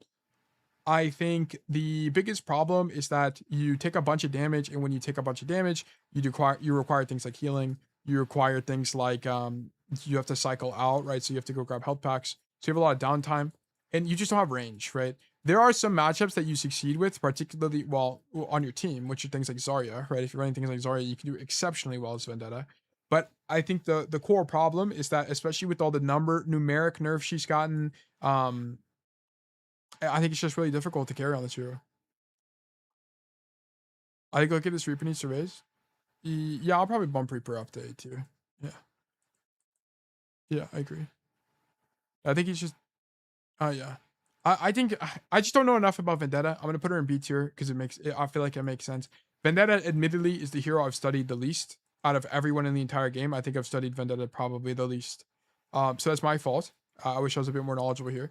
But I think she's got to be B tier. I think the nature of being a close range hero just makes her very susceptible to matchups, and makes it, especially on maps where you can't close the distance reliably without like something like a bubble or a defense matrix. It's really difficult to be able to carry on your own without the, independent of your team. And that's one thing that's, very clear with this tier list. Is like a lot of these heroes can do things without their team. These heroes don't need help from their team. These heroes will to some degree, especially like Heroes like an Ash would. Heroes like a Torb would. Okay. So that's my take on that. Xian's. Oh, Freya. Okay. Yeah, we have 3 left for the DPS. Okay, Sierra. I am going to go B tier. Probably probably more like the Torbjorn era. Probably more like actually the soldier esque. And this is mostly because Sierra doesn't have burst. No burst. So I think she's got to be in this B tier though, because just by hero kit design, there's no burst, so there's no way to reliably kill people. The only time you're reliably killing people, and her ultimate sucks. She's gotta be lower actually. She gotta be like down here. Her ultimate is also really bad. The problem with tracking dart is really good in low elo because people don't understand the game, right? So you're gonna kill people because they have bad cover usage, they have bad CD usage, they have bad resource management, right? So you're just gonna kill people because they make mistakes. Sierra is really good at punishing mistakes, right? But where Sierra fails is she doesn't have burst damage, so proactivity is very not as easy. And also tracker dart is harder to hit than people really give her credit for. It's a lot like sleep dart, because there's a projectile speed and there's also a cast animation. And because these two things exist, it makes sleep dart relatively unreliable as a right click ability. So you don't always get value. It's a lot like Ana. I think she's got to be B tier, bottom B tier. She's the worst hit scan in the game. She just see right. No, like the difference between her and Emre. Emre does 1 billion damage, but Emre can't flank. You can flank on Sierra. You have options. Like the drone is actually a pretty good movement CD. It's a pretty good movement CD. You can use it to do a bunch of things. You can like fling yourself in the air, right? You can't do that on Emre. That's what I'm saying. This is why Emre's down to 1 trickle here. Like you have to use 2 CDs to get to like specific map space. And you don't have your guns, so you're diveable, right? At least on Emre, at least on Sierra, you can use your drone twice, right? Like, so I can drone up, do this, and then I can actually drone back down too to change my mobility. Like there's skill expression like that you have on Sierra that you just don't have on Emre. Where Emre gets his strength is he just does 1 billion damage, right? If you hit 1 billion headshots, you do 1 billion damage, right? Like that's his biggest strength. Does Sierra suck that bad? I feel like it's insane. I started playing the game 3 days ago. Yes, she's quite bad. Like the reason she does well against good against like worse players, I guess I'll say. Like the reason she's bad in anything below Masters, for example, is because when you're below Masters, you just kind of don't play Overwatch fully. You make like easily preventable mistakes, macro errors. You're not controlling lanes properly, and she just punishes that. She's basically the noob trap, the noob stomper hero.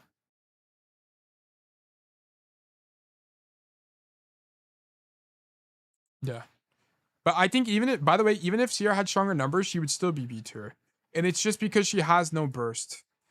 You have like notice this a lot of like almost all of the heroes in this roster either have 1 billion damage or burst. Other than the only exception is like really Tracer, and it's just because Tracer is like blinks and recall, which is insane for a kit. What's burst? It's like okay, so like burst damage is stuff like this one casty headshot does 140 damage. Okay, Sierra, the only thing you have is nade, which not only has a cast animation, delay, and projectile speed, but it's hard. It's not that easy to hit, right? So you don't have burst damage. You only have sustained damage in the form of your primary fire, right? The reason why heroes like Casty and Ashe are like playable is because they have burst damage in 1 bullet like that. So you're more likely to kill people instantly, right? What makes heroes like if Sierra was a hit skin hero, she would be broken, but she's not hit skin. I was doing cast May in my placements, but I wish I could do Sierra just right. Yeah, I think Sierra is just a bit more of a passive hero. You also have to be able to hit your tracker shots, which is a little bit more difficult than people give her credit for. But yeah. The fact that you don't have reliable burst, like the nade is not reliable enough versus like Cass and Soj, for example, or like the mine combo with Junkrat. Okay. So that was Sierra. We're missing Xian. Xian A tier for sure. Yeah. Definitely A tier. Maybe. Do I want to give it S tier? Xian's definitely up here. She definitely up here in terms of carry ability. I think she's gonna be probably more like. I think she's hard. I think Xion is like kind of Sojourn. I think they're difficult. S, it's S. I don't think it's S. If they play things like double hit scan, you can't play the game. You're relegated to shooting tank in main. Or if they play things like double flex, it can be a bit difficult to be able to play the game properly if you're getting perma flanked. You can get bike dodged very frequently. There's a bunch of issues as well with Xion that make her a bit hard. I think if you if you have aimbot, I think Xion is probably one of the best heroes to play in the game. But I think like people are fallible. I think she's got to be 8, somewhere 8 here. I think she's got to be a bit below Junkrat, to be honest. Maybe equal to, maybe like here. I think she's a good one-trick hero. I think there are maps where she's bad, but cast is the same way. And I think those maps are so infrequent. I think there's like 3 maps where she's bad. I think she's got to be mid A tier. I think she's got to be maybe a little bit below Sojourn because I think Sojourn's a bit like you just have more neutral pressure and capacity to carry. I think there's some matchups where she's quite bad. There's some like shield, like Sigma can be a bit hard for Xion. It's just going to depend. If they play double hit scan, I'm GM, at least in my elo, you just control the side lane fights better than like any other hit scan that isn't cast. Yeah, but it's like, the problem is there's some maps where the side lane doesn't matter. So you just lose anyway. I can't, what's a good example? Like Eichenwald, right? Like, what are you gonna do? King's Row third, what are you gonna do? Right? Like, so, like, I don't think she's like a Tracer where even in bad situations, I mean, maybe like, I just think there's nothing like Bastion. Like, Bastion can kind of do everything, no? You can flank on Bastion. I mean, it's not as good.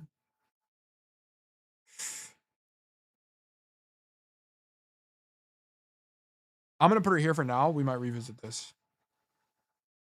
Can I ask you a question on it? No.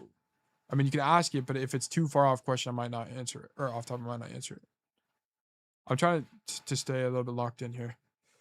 Freya, gotta be like B, bottom. I mean, she got buffed, so she's a little bit more playable, but she's gotta be bottom B to C. I don't think she's that good. I think she's like, I think the problem with one-tricking Freya is not only is she more mechanically demanding than people think she is. People think she's so easy. She's not that easy. She's not just 2-tap people down main and get kills forever. That's not how this hero works. There are times where you'll 2-tap a Juno and she'll live just because she props Survivor passive, by the way. Like, there's stuff like that happens on Freya all of the time.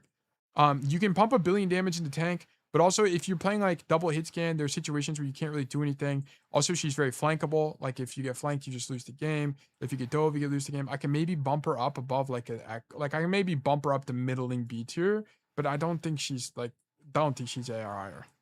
I'll be so for real. Didn't Kirkshu fail at Freya unranked the champ? Well, Kirkshu also did it when Freya before the buffs. Freya got, I think, 2 buffs since then. Freya also dies to every flanker. Yeah, I think she's gotta be like here. I think Freya's relatively weak. I think Freya is not a one. I think Freya is situationally good and can beat Thanos. Like, she has high highs, but I think there's a lot of situations, a lot like Widow, where you just die 24/7. You just die. You die to flankers. You fall over to dives. If you miss your bolts, you just lose. It's like Widow. You just lose. It's really hard to one-trick this hero. Like, I like Freya. There's a reason why like there's no champion Freya one-tricks, because it's really hard. Really hard. Like, the people who play Freya and champion flex to her, right? That's the thing. Feast or famine? Yeah. So like Widow. Is there anything I want to change about the DPS roster list?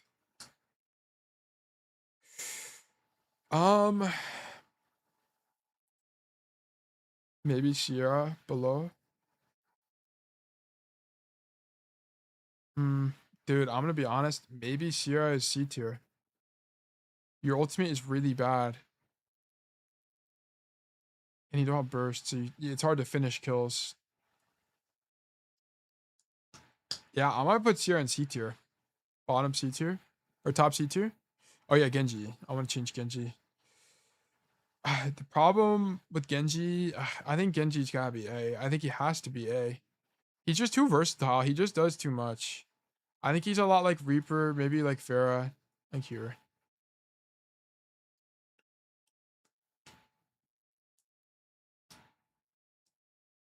Yeah, I think this makes more sense. I think I'll move Mei down. I think I'll move Mei like probably to here. Yeah, with Reaper Pharah, yeah, I think this makes sense. I think this makes sense too. It should make sense that like hit scan are generally better. I think that should make sense because hit scan just have more burst. I think Emery sucks. Emery needs help. This hero needs help. I'm surprised you have Bastion over here. I think Bastion is genuinely the most broken solo queue hero in the entire game. I think he's broken. I think he's way too strong. I think he has a ton of health. I think his ulti is good. I think his ulti is better than people think. I think form is one of the best cooldowns in the entire game. I think he has versatility in nade. You can get to many places. Your hit scan, which is a big advantage as well.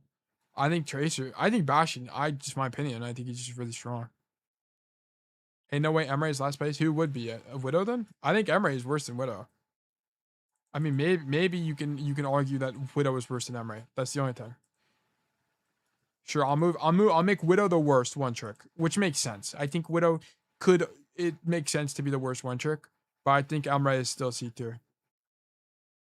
I feel like Widow is harder to one trick. Yeah. Yeah. I thought Emery was always somewhat consistent. It's because if you play main space and you just shoot your gun on Emery, yes. But I'm talking about from a one trick lens. If you're one tricking this hero, you're playing him on every map in every situation. You're not going to be able to accommodate for situations like, for example, when you're double hit scan and you have no one angling, like hard angling. Emery can't really flank super well because nade is too unreliable. It's not as reliable as something like a Helix. Helix is just better nade. It's just better.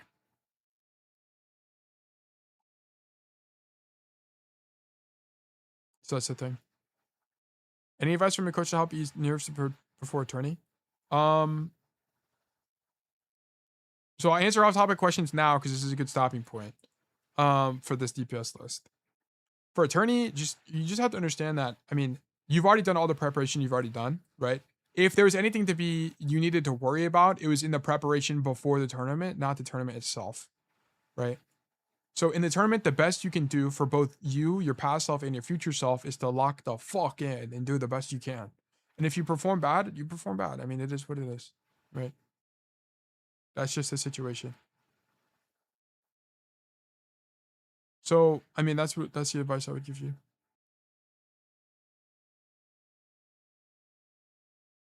If there's anything to worry about, it was in your preparation, not in the day itself. Just show up, be the best you can be, and then if you win, you win. If you lose, you lose. But yeah,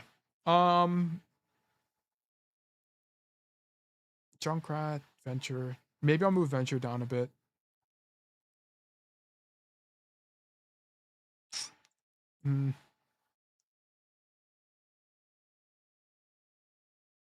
I might move Reaper up. Move Venture down. Ugh.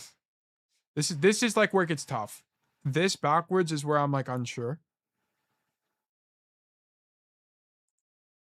I think Ashe has to be B tier. I don't think Ashe is A tier for one tricking. I don't think so. There's too many bad matchups. Like Ashe leans too far into the hit scan extreme. Like there's like the hit scan, like if there's a hit stand flex DPS like spectrum, Ashe goes too far this way to be like a consistently viable hero. But at least the thing about Ashe is because she leans far enough into it, she has a lot of burst damage, which is something that Soldier doesn't have. Dude, I might move Sim down. I'm gonna move Sim down to like here. Because I do think these are stronger, and I also think Hanzo is also more one-trickable. And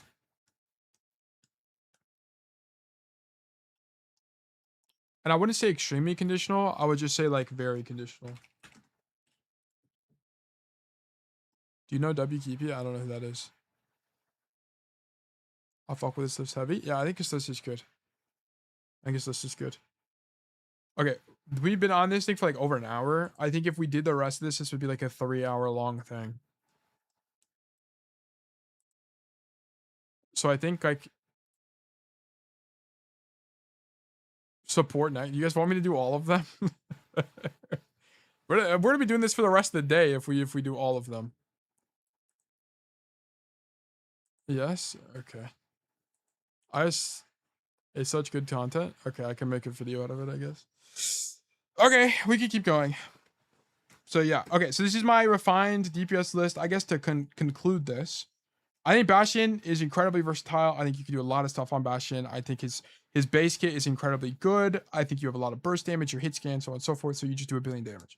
And I also think Tracer is very similar, but the reason that Tracer is like almost always carry potential is because you just have so much skill expression, and Tracer can outplay most things. It's difficult, but you can outplay most things. And I think it's relatively reasonable. And also, I think people don't value the idea of distraction enough. And particularly on Tracer, you can get a lot of value out of distraction and intangible things instead of like kills. You don't have to always kill people to win. And I think this makes Tracer incredibly viable as well. So I think Tracer has to be S tier. And then everything else, it's just like really what the core things about this is just like how much burst do they have? Do they have a lot of burst? And then is their mobility like good enough? And then also, are their numbers strong? Because there are heroes like Sombra that would be higher if they just had stronger numbers. But Sombra, like her cooldowns and her cast animations and her like damage are just not good enough to make her higher rank. Okay, so this is going to be my breakdown for DPS. We should probably separate the tier list. Yeah, I'll bring them back down. I'll do this. Okay, so we're gonna do it again, but on support this time, and then we'll do tank after. Okay, so this is my take. This is my take on the DPS. Boom, boom, boom, boom. It's probably a better way to do this, but I'm unfamiliar. I could have hit reset, I think, and it would have reset it, whatever. Okay, my apologies. Anyway, so once again, it's a bit out of order, so we're just gonna do them as they come up. So we'll start with Lucio. Reset kills your tiers. Oh, I see. Okay, we'll start with Lucio. I think Lucio is probably somewhere around A tier or maybe even S tier.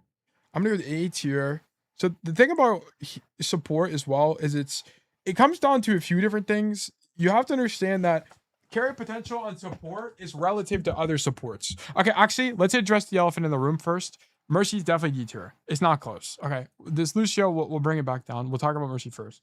You have to understand that carry potential is going to be relative to other supports, because at the end of the day, whenever you're playing Overwatch, there's 3 rank ladders. There's not 1 rank ladder, it's 3. You have the tank, the DPS, and the support queues, and you rank compared to those heroes. So you're not competing against the DPS and the tank on the other team. You're competing against the other supports, right?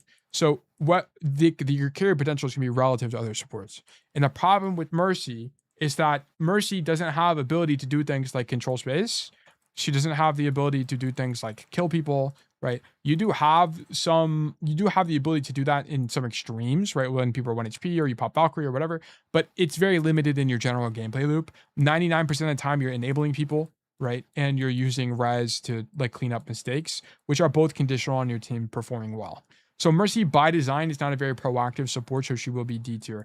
Do keep in mind, I'm not saying that Mercy is bad. I'm saying that she's not a good one trick, okay?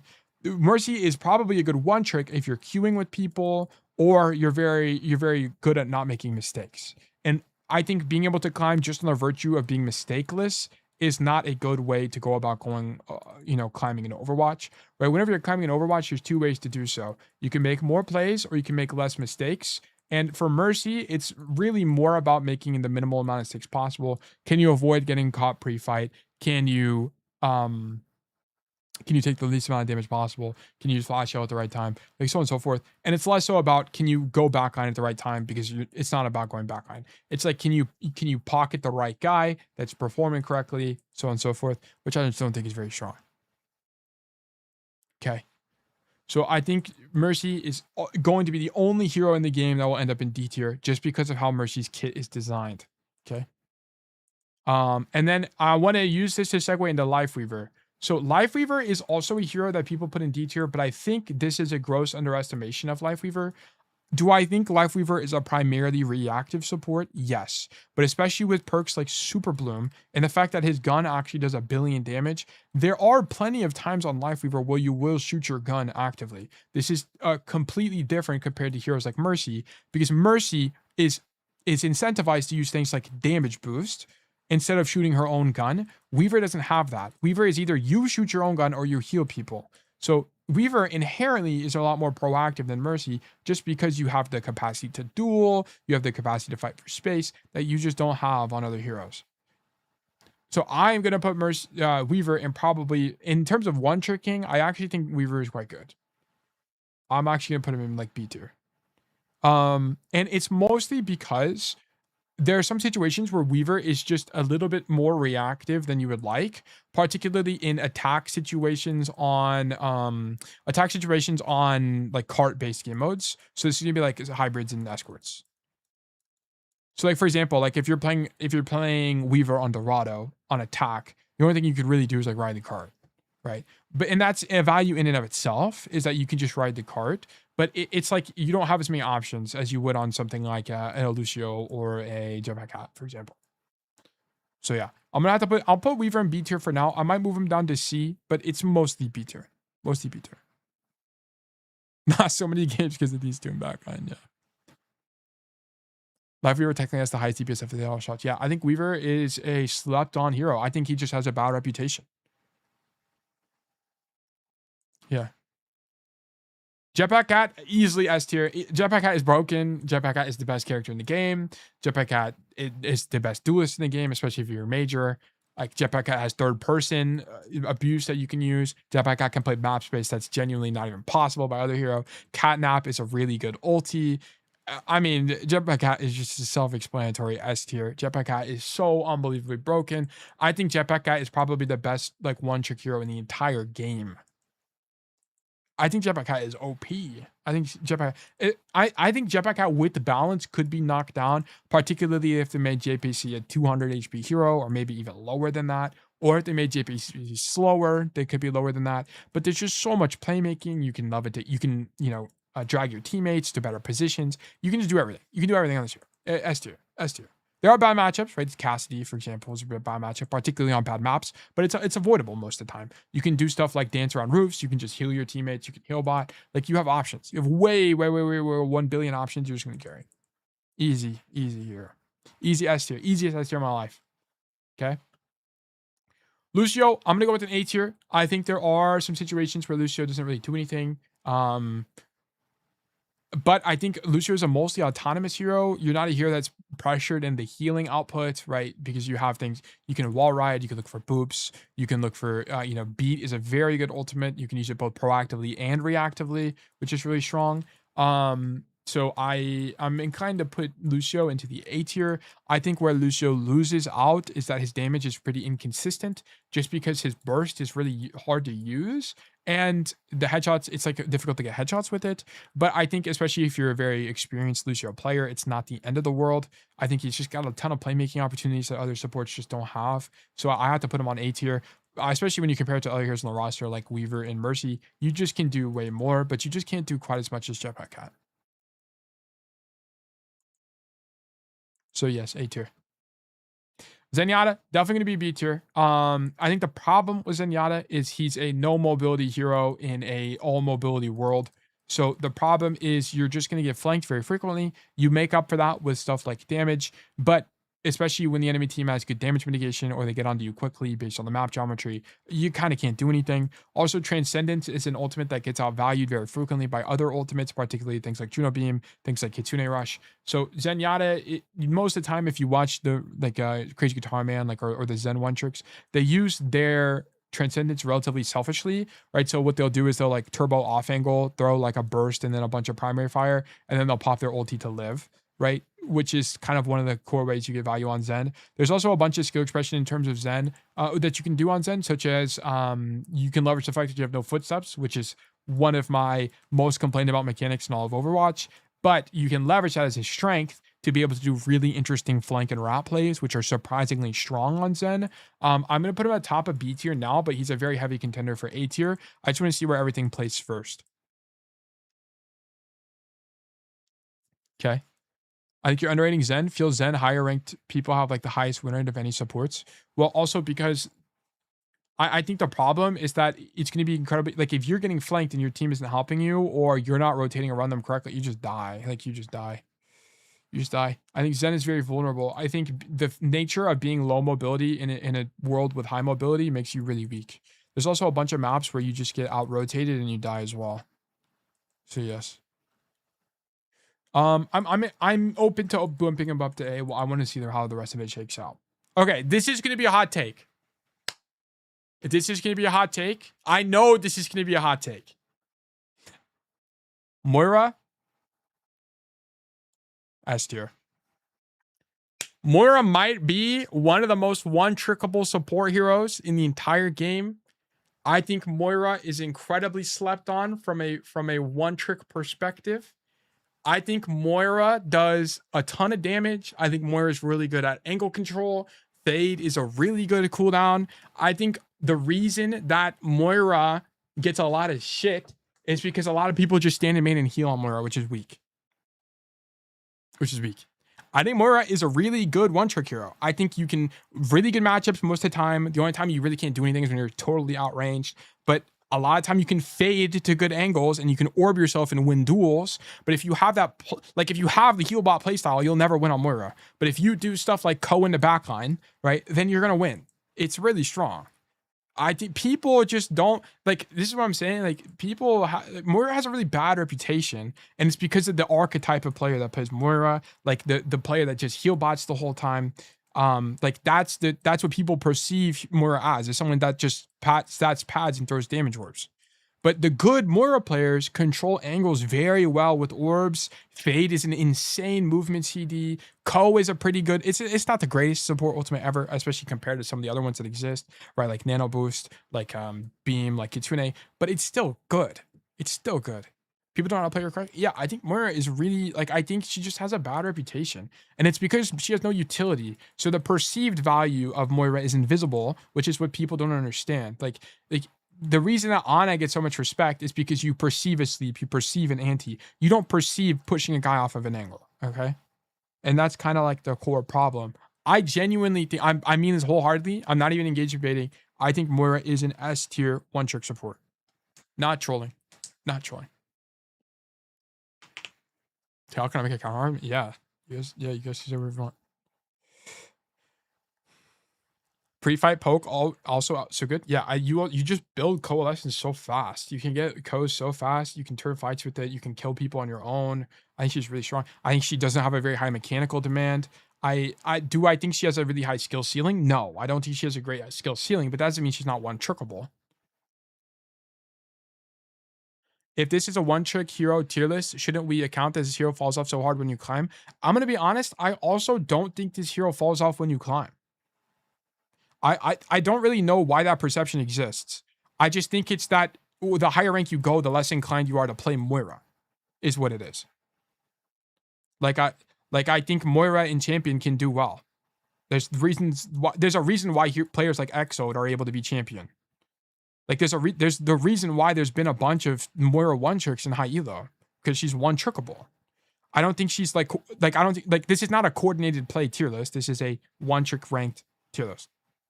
Arcs, yeah, there's people like that. There's a reason they can get that high because Moira can do that. Moira is, I don't think, like, she just has this reputation of having a low, like, I don't think she, like, of course, if you hit every single anti and every single sleep on Ana, can you do more? Probably, yeah, most definitely. But in the grand scheme of angle control and doing damage and having pressure, can Moira still do stuff? Yes. Yes, absolutely. I think she's really good. I just feel like the lack of any utility hurts too much to one tricker. Well, you have to, like, the thing is like, for example, like, let's compare Moira and Baptiste, okay? We'll do Baptiste next, I guess, but let's just compare them, right? Like, the idea on Moira, what does Bap have that Moira doesn't have? He has a lamp, right? Bap has lamp. So when is lamp useful? It's when you need to save people. The idea of Moira is to prevent them from needing to be saved in the first place. That's the advantage. So you would do stuff that stops that from happening. And I just think Moira's like bad matchups aren't even that bad because Fade is just too versatile. It's way too versatile. Counter argument: Moira gameplay is boring. Yeah, well, I mean, yeah. I enjoy Moira. I mean, I'm biased. I enjoy Moira. Like, I mean, but my main is Alari whenever I play support. But we'll talk about Alari later.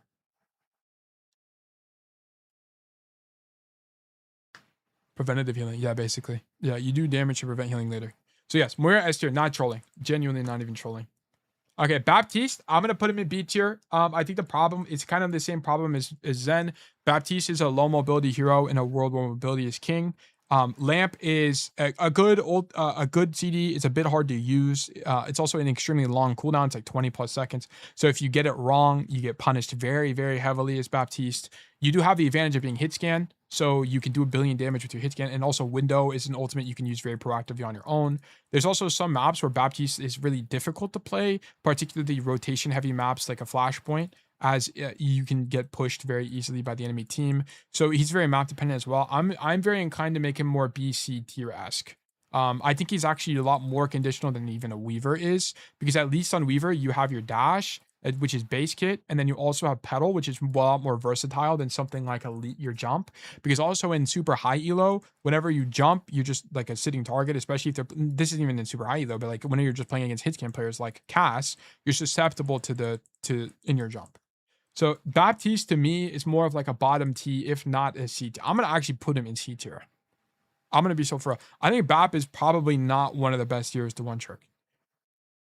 Yeah, he's got to be down there. I think if we're talking about console, by the way, this is PC. If we're talking about console, by the nature of aim assist, I think Baptiste would be more like A tier. But I think like bottom B tier, top of C tier. I'll do bottom B. I'll do bottom B. Bap in 66 different combat? Yeah, if they were talking about 5v5, yeah. Yeah, I think Bap is gonna be B. Okay, Ana. Ana one trick lens. I think it's gonna be bottom A, top B kind of idea. I think the problem with Ana, same problem with Zen, same problem with Bap. No mobility hero in a world where mobility is king. Ana's cooldowns are pretty hard to hit, more difficult to hit than I would like to admit, because I personally hate Ana. I think Ana is really unhealthy for Overwatch just because her cooldowns are way too strong and they make the tank experience feel horrible, as well as just playing. The only player who has fun into Ana is the Ana player. Okay, so like it's just not, this hero is really bad for the game in my opinion. Anyway, I think Ana is really, really difficult. I think if you can hit every sleep, if you can hit every anti, she's going to be S tier for sure. But I mean, people are human. And as a result, whenever you miss a sleep, you just die. There's no forgiveness. You just die. That's kind of the problem with this hero. And particularly when the enemy team can play things that counter you, or if you misplay yourself, you can just die really quickly. Ana is a hero that requires a lot of brain cells. You have to know when to rotate properly, right? Because you're slow, right? It's a lot like Cassidy, where if you don't rotate properly, you just die. So you have to be very good at spacing. So I'm gonna put her bottom A tier for now, because I think she's slightly more viable as a one trick than Zenyatta, particularly because Nano is just one of the better support ultimates in the game and just wins fights. Particularly if you have something like Winston, but Genji, things like this that can leverage the hell out of it. But yeah, you can also use it to save people, which is very strong. So I'm gonna put her in more of the A tier. I also think Ana's the best character to learn Overwatch if you want to learn how to play Overwatch correctly. I don't agree at all. I genuinely don't agree. I don't think Ana teaches you correct Overwatch, because it doesn't teach you proactivity the way that Lucio has proactivity. It doesn't teach you, like Kiri is a better example of proactivity, because Kiri has a flanking idea. You have a healing idea. You have a prevention idea in terms of Suzu. You have your ultimate. Kiri teaches fundamentals way better than Ana does. She hits can protect. I think the method of the primary fire doesn't matter as much in terms of like learning Overwatch. But yes. Kiri, gonna be S tier. This is an easy S tier. Gonna be above Moira. I think Kiriko, I don't think it's as high as Jetpack Cat, to be honest. But I think Kiriko, by the nature of having the most burst out of like most of the supports in the game, it's just in the form of a kunai headshot, you can get a ton of value out of this hero. Because very often just hitting one headshot is enough to get a guy off an angle, which is very strong on support, especially when other heroes don't really have that option. Also, Suzu is one of the best cooldowns in the entire game. I think Suzu is harder to use than people like to give it credit for, just because people don't like Kiri. But what makes Kiri kind of broken by nature is the fact that you have TP and Suzu. And TP isn't like on its own that great of a cooldown, but in the context of Overwatch, the fact that you can be in one position, bait resources to that one position, and then instantly be across the map is kind of broken. Kind of broken. So like TP is a really good cooldown. I think Kiri is more difficult than people like to admit, but I think she's incredibly good. I also think Kitsune Rush is a very strong ulti. I think it's also a bit hard to use because sometimes you can get it kited, but I still think it's strong. It gives your team a really insane power spike and opens up a bunch of space for your team. Yeah, I think it's good. I think yeah, I have to go S tier. I think she counters. I think she's playable in the most comps. She's playable on pretty much every single map in the game. Yeah, I think she gotta be S tier. Maybe a little bit above Cat, just because Cat has worse matchups than Kiriko, but I still think Cat is like, dude, no, I think Cat is better. I think Cat is just too strong right now. Maybe if you want to be like not as balance centric, these two are interchangeable. I'll just say that. I think these two are equal, if anything. From the fact when you pull up the support leaderboard, they all mainly play Kiri. Well, that's not really because Kiri is good. It's because Kiri is, well, that's more so because Kiri is versatile. Because like also you have to understand, why am I rating these guys so poorly, right? It's because they don't have mobility. Like these guys don't have mobility. Like half the support roster doesn't even have mobility CDs, so they just die to certain matchups. Kiri doesn't have that problem. That's part of why she's played so much. And then on top of that, you have Suzu, right? There's the two reasons. Like if they removed one or the other, like if they gave Suzu to Baptiste and then gave Lamp to, I mean, maybe it's not a good analogy. Like if they interchanged some like CDs from these heroes, Kiri wouldn't be as strong. Kiri plays into basically every team. Yeah, Kiri's like generally good. Yeah.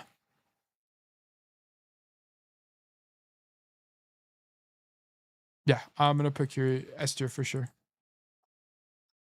Okay, Brig. Brig easy C tier. Brig is a really, really awkward one-trick hero. There's so many bad matchups for this hero where you literally can't even play the game. If they play a bunch of flyers or a bunch of hits can, which are both common, you just die. You can't do anything. You don't deny space either because you just take too much damage. Like to use your primary fire effectively, you have to get in range of people. There's some tank matchups where you can't even trade with the tank very well. There are some maps that are just unplayable. It's so conditional. Brig has got to be C tier. It's not close.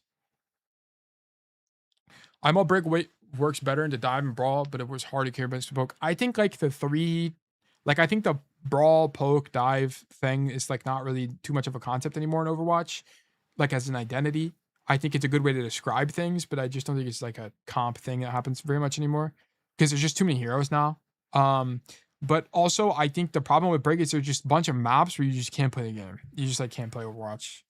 Also, if you don't have like another backliner to help you, like a lot of time people play Brig is when there's like an Ana as well, or if they know they're playing into a dive map, or it's like a good Brig map, like Jib first defense. Like a lot of people like to play Brig, right? It's just gonna depend. There's too many conditions. There's too many conditions that come up. The problem with Brig is she'll also be bad if your other support picks the tournament. Yeah, that's also true. Like if your other guy plays something that's a lot more independent or like more heal focused or low pressure, like if your guy's not playing something like an Ana or a Kiri, you kind of can't play the game very much as Brig because your team just doesn't deny enough space. It's got to be C tier. It's got to be C tier.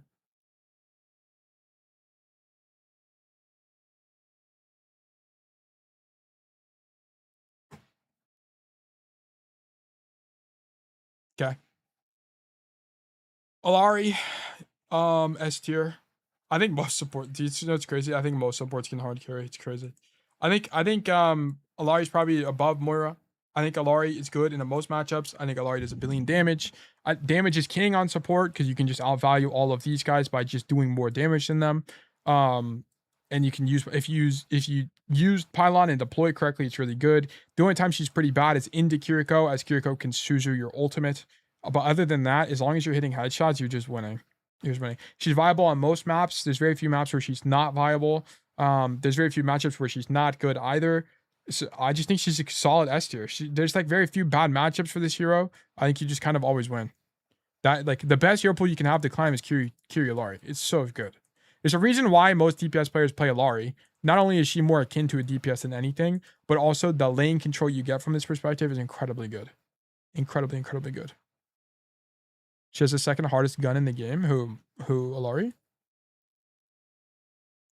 I mean, like in terms of projectile size, I don't think it really makes that big of a difference. The fact that you have like a 90 damage burst or whatever off a headshot is incredibly good. You get people off angles off the headshot alone, and being able to do that as a support is incredibly strong. You're also very versatile, right? The only, in terms of like, you can play very independently. You don't need your team to do things. You can pile on yourself if you want, which is not really an option on other heroes. And you're not as flankable because your left shift not only gives you a burst mobility, but also boops people away and boops you at the same time. So it's very strong. But yeah, Alari has to be S tier. I think she can carry most matchups. I can't really think of a map where she's not as good. Now that I'm putting Alari here, it kind of makes me want to bump Moira down to top of A. But I think, yeah, I still think Moira is really, yeah, I'm going to bump Moira down. Maybe I clickbaited a little bit, but maybe I'm going to put Moira down top of A. I still think Moira can hard carry games. But I think compared to Alari, Kiri, Jetpack Hat, I just don't think Moira does more. More should be A. Yeah, I think more is A. Yeah. For sure. Okay. Juno. Hot take. Juno, middle B tier. Lower than Zen. Lower than Zen. The problem with Juno is that you yourself aren't good at controlling space outside of torpedoes. And the advantage of torpedoes is, number one, you can hit a billion people at the same time, which is very good in situations like 6v6. But it's like you yourself can't fight for space, and this is the core problem, right? As compared to like an Alari, right? Alari can hold space on her own and is very good at doing so with an appropriate amount of mobility and self-sustain. You just don't have that on Juno. The way that Juno makes up for that is mobility. So instead of controlling space, you help other people control space, and then you run away from other people. You're just mobile. You just speedrun yourself and dash away, which in my opinion is relatively losing. This doesn't mean that Juno's a bad hero. I just don't think she's a good one trick. If they have certain heroes you can't play the game, yeah, if they play things like Tracer or like Diva, it's like really hard to play Overwatch as well. Like your counters are pretty bad on Juno as well. So that's why you also don't see a ton of Juno in pro play unless Juno's broken. The big advantage that Juno has is Beam is an insanely good ulti. Or tractor, whatever you want to call it, orbit, whatever. Like, what is it even called? What is it even called? Orbital Ray, right? Ray is a really good ulti. It's really because your team becomes immortal when you're in Beam. And you have damage amplification. Yeah, if it's well placed, yeah. Yeah, so Juno has to be B tier. I think she's playable. I don't think she's like a Brig level of like one tricking where it's like pretty difficult. But I don't think she's like turbo OP like any of these heroes where you can just hold a bajillion space and do stuff on your own. Like Ana, at least when you have the headshot perk, you do a billion damage and you're unavoidable and your cooldowns are broken. Juno, not as much. Tail doesn't matter. She's one of the supports that's really hard to hit if they play Echo Pharah. Not really. I don't think the evasiveness of the hero really matters that much. I think the evasiveness only matters a ton whenever, like, because what does the evasiveness do? It just makes it where the enemy DPS who's flanking has less conversion, right? Like the enemy DPS has less conversion against you, which in my opinion is not that great of a win condition when you can just kill them. You know, like that's what I think is better for climbing. You can OTP Juno and be fine for the most part, but some games you legit can't play the game at all. Yeah, it's kind of like Brig. Brig is very similar. Like I think Brig is a little bit more so on the extreme. Because it's just too, there's some matchups where you just can't play Overwatch.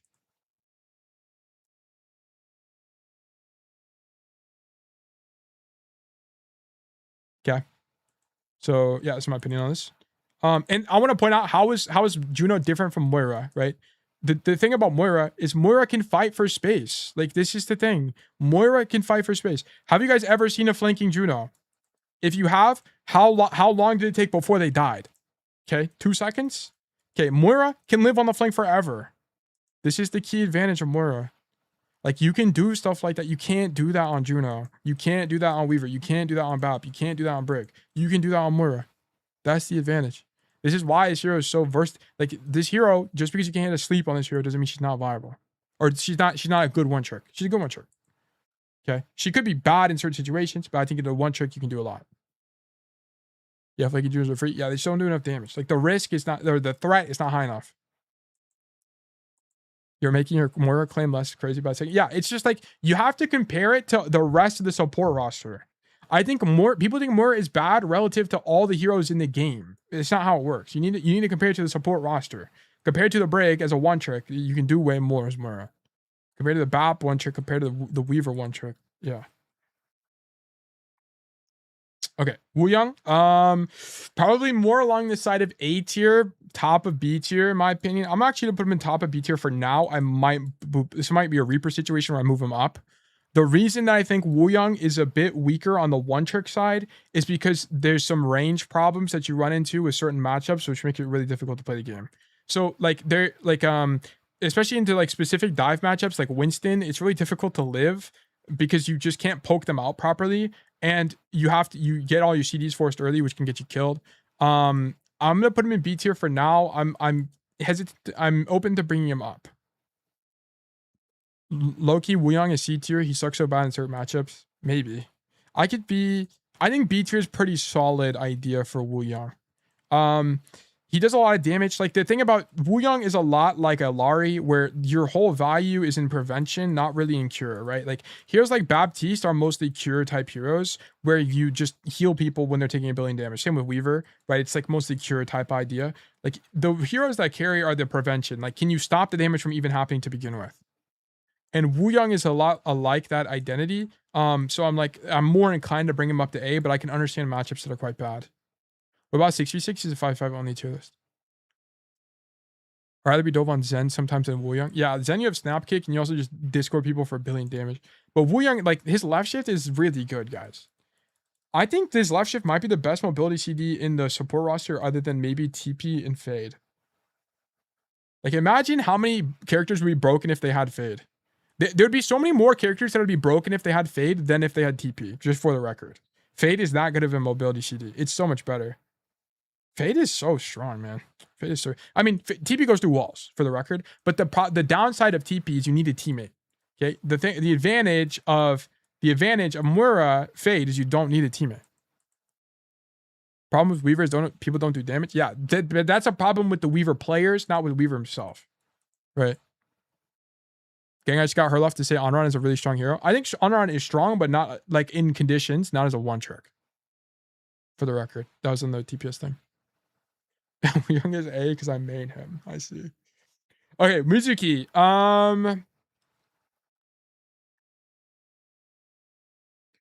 Mizuki probably more on the A tier because Chain is really good. Chain is very strong CD. His ultimate is really good. You have really good angle denial. It's a lot more like a Lari, right? You do bajillion damage. You can zone out angles very well with your primary fire. Hat is deceptively good healing cooldown. I think a lot of people sleep on Hat. It does actually quite a bit, especially if you have the major, right? This major is actually low-key really good. Resonant Return.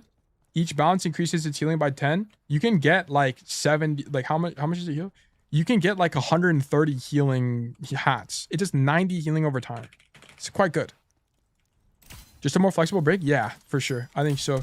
Brig has different advantages, but I think people kind of sleep on the value of Mizuki. I think also the one thing I didn't mention that's really, really good is Dahl is an insane movement CD. Dahl is very, very good. Are we just rating it high because he was OP last season, or is he still good? I think Mizuki has always been a pretty one-trickable hero. I think the problem is there's some maps we can't do anything, particularly long-range maps. I might move him to top of B. Top of B. Oh, we're gonna have to do some reordering. He's either bottom A or top of B because it gets map and tank matchup. Like if they're playing Sigma, right, it's really difficult to play the game. There's a bunch of matchups that are like this, particularly shield-based tanks. It's hard for you to get value, but you get value in other ways in terms of angle denial, very akin to a Lari. I think he's S. I think he's got to be... I'm not sure. Mizuki I'm a bit torn on. I can see him in S. I can also see him in B. So I'm not sure. It makes me inclined to put him in A. Yeah, but when you can't do anything, you just walk more. Break controls space better than Misaki. That's the advantage. Yeah, Break can hold it way better. Yeah, Break is way. She wins most duels. Like if you're in Break's effective range, you just die. You just die. But like the problem is 99% of the roster can avoid that. He struggles too much in some maps and matchups. I'd have to think about it more. I'm not as well versed in Mizuki, admittedly. I could be wrong about Mizuki. I'd be willing to put him in S tier. How much have you played all the new heroes yourself? Played them? Honor I played for like maybe an hour max. Mizuki I played for like probably 3 to 4 hours. If I had to guess. Shion I played for like 50 hours. Shion I played the most out of everybody new. Demon I played for like maybe 5 hours. Sierra probably like 10 hours. 5 hours, something like that. Shion's the one I played the most by far. It's not even close. I mean, yeah, I don't know. I played every hero like a good amount. Not a ton, but it's not like I've mained them before, but I played them. I also think you have to be good at the game to play Mizuki. Well, I mean, yeah. Yeah, but I don't think he's like particularly insanely difficult. I don't think there's anything. I don't think his gameplay loop is as difficult, in my opinion, as like an Ana or in terms of like, I mean, it's just going to depend on. I hate difficulty. I only like complexity and simplicity. I think it's way more sense. It makes way more sense. I think his gameplay loop is way more complex than heroes like Ana, in my opinion. But I do think that he's more simpler than like a Jetpack Cat in my eyes. Like Jetpack Cat is way more complex. Difficulty is subjective. Yeah, that's why I don't like the discussion. I think the discussion is you're set up for failure from the beginning. So I try to avoid it. It's hard to avoid, but I try to avoid it. But yeah. Okay. Who's next? Who have we not done? Wait, did I get them all? Is this all the supports in the game? Wait, what? Is there really that many DPS heroes? Damn, there really is that many DPS heroes. Yeah, I think we did everybody. Yeah, we did. Wow. Okay.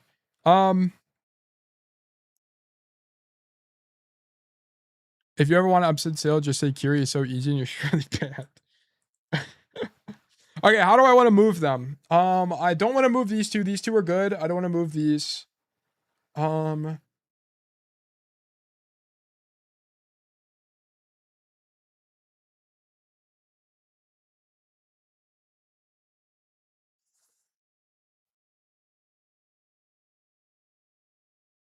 Dude, I actually genuinely believe Weaver is above BAP. I just don't think BAP is a great one trick, man. I think BAP is not a great one trick. Something against BAP. I think BAP, like I enjoy BAP. I play BAP personally. But it's like, I just don't think he's like a one trickable hero. I feel like BAP is so low, but it's like, how do you carry on this hero? You just have to hit headshots. But you can do that on Weaver. But I guess he's hit scan. And you can hit lamps, but you can also hit grips. Like Weaver, in my opinion, is just better BAP. Am I wrong for that? BAP does so much damage. I guess that is true. I think being hit scan is a huge advantage. Yeah. But BAP does so much reliable. Yeah, I think being hit scan is a huge advantage. Yeah.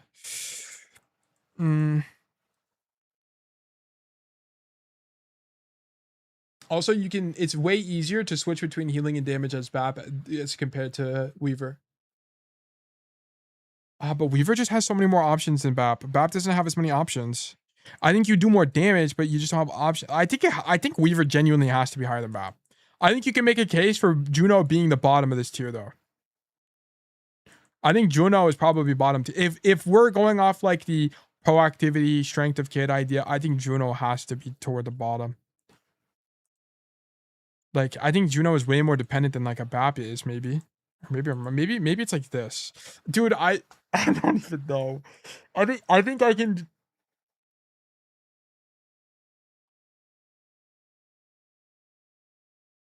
I think this makes more sense. Am I wrong for this? So who would you rather someone one trick? What? Like on my team? I love having Weaver one tricks on my team. They're low-key Thanos. But I'm biased, and I acknowledge that bias. Lucio not an S tier? Yeah, we can move Lucio up. The problem, okay, to be honest with you guys, I don't know enough about Lucio. So I could be convinced that Lucio is higher. I just don't know enough about his gameplay loop. Lucio is also one of the few heroes in the game I don't know very much about. Lucio, Vendetta, who do I not know a lot about? Lucio, Vendetta, Venture.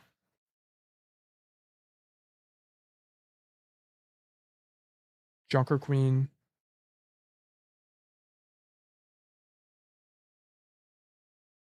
These are the heroes I don't really understand.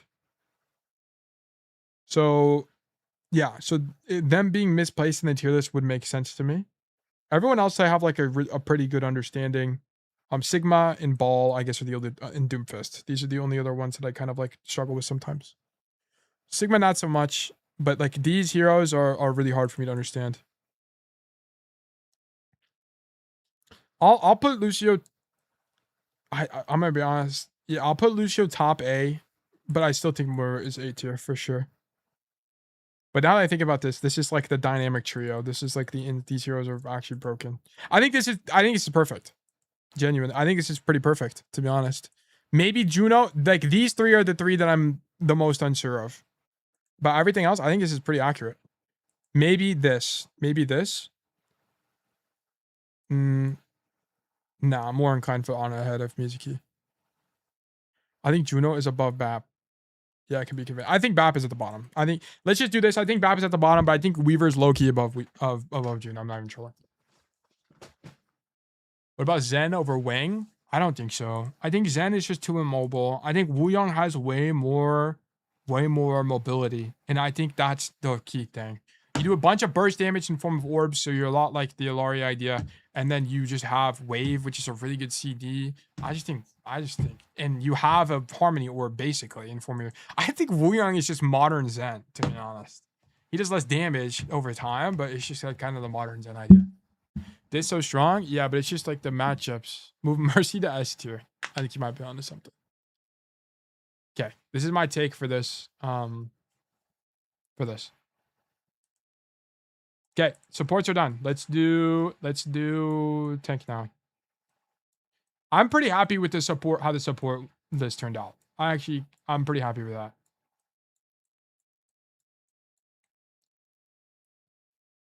Okay, tanks. Let me just move all the tanks to the top. Diva, Ryan, Roadhog, Winston, Zarya. Tank should be a lot harder because tank counter swapping is like a lot more of an idea, and I'm also less educated on tank. So there's gonna be some hot takes here, most definitely. I could be wrong. I'm open to being wrong on pretty much every take I make on tank. So this used to be my idea. S tier. Well, let's just go in order. Well, actually, we're gonna do this first. I will say this. The problem with tank is tanks are more susceptible to counter swapping than any other role in the game. And the reason that this is the case is because the rock, paper, scissors battle is more intense against tank players because the other tank can swap. Like, for example, like if you're playing Ryan, right? And the other guy swaps to Orisa, it's impossible to play the game. This matchup is really hard for Ryan, right? Or if you're playing, like, I don't even know, like Roadhog and the other guy goes Mauga, right? Like these extremities don't really exist as frequently on DPS, or at very least, if the matchup exists on DPS, you can just avoid the other guy. So for example, right? If I'm Cass against a Widowmaker, right? I can just avoid Widow. But as a tank, you can't really avoid the other tank most of the time. It's going to depend on the matchup, but there are some dynamics where you have to do stuff like tank trading, which makes it a lot more difficult to play the game as tank when you're countered. Okay? So I will preface this with that, and I'll also preface this that tank is the role that I've had the least playtime on over the last few seasons, and I am the least knowledgeable on. So if you want to take like someone's list as serious, probably not mine. Okay, this is more just give my opinion. Okay, so if you're one checking heroes, I think Demon is mostly viable.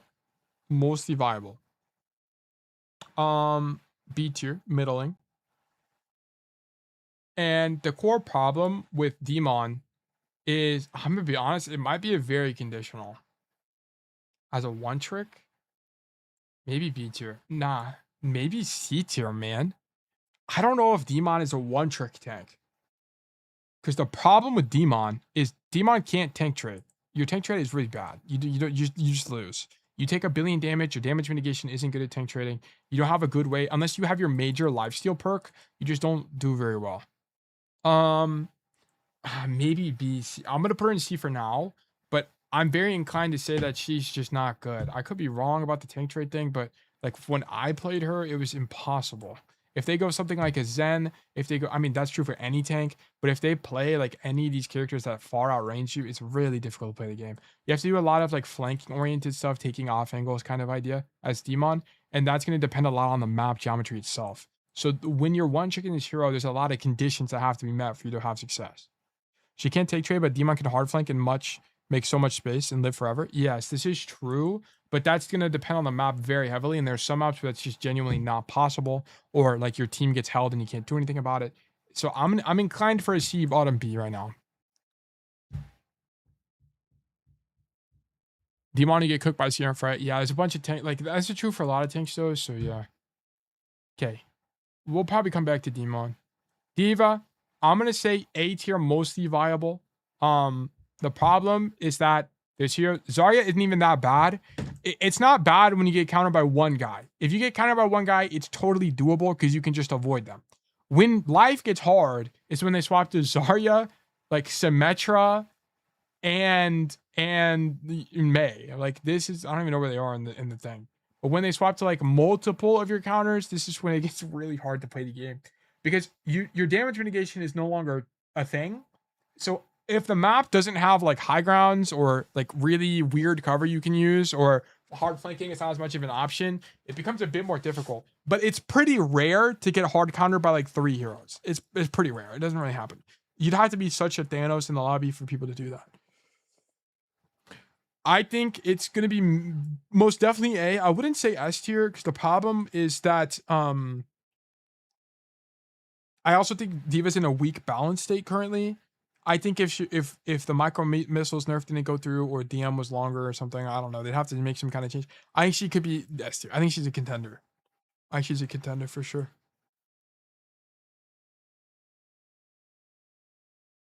It's not bad when you get countered by one guy. I feel like this is true for so many tanks. Yeah, it is true. I think like if you're countered by one guy, it's whatever. Like if you're Winston, for example, and you're countered by just a Bastion, it's playable. But if it's like Bastion and then a bunch of other people that do 1 billion damage, then it's hard to play the game properly. Diva has been meta for most of Overwatch too. It's also because like Diva is just kind of good into most heroes. She doesn't have very many counters. And she's good on most maps. Dash is a really good CD. I think she's gonna be a contender for S. I might move her into S as we go on. Winston, I think is also gonna be. I think all the dive tanks are gonna be A tier. I think they're all like dive in solo queue is really good because you can your surface area for punishing mistakes is higher because you can catch people off. You can stage aggressively. Also, it's easier to take space as a dive tank. Where it's hard is you just like can't frontline, right? So you just avoid people. I'm gonna put him in A tier. I do think Winston is a bit weak right now. I'm gonna be honest. I don't even know why he would be weak. I don't know what makes Winston weak. I'm gonna be honest. I don't know what it is. Because I mean, yeah, I don't know. I don't think what tank is even strong right now. I don't even know, man. I guess Demon is strong right now. Ryan is a bit strong right now. Hazard. I don't even know. So many counters. What counters Winston? What counter? I don't think Reaper counters Winston. I think Bastion counters Winston. Bro, Winston is so bad. What? How is he bad?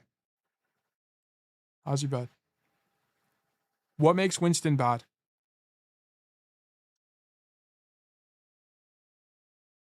Most of the tanks are strong right now. I think most tanks are viable.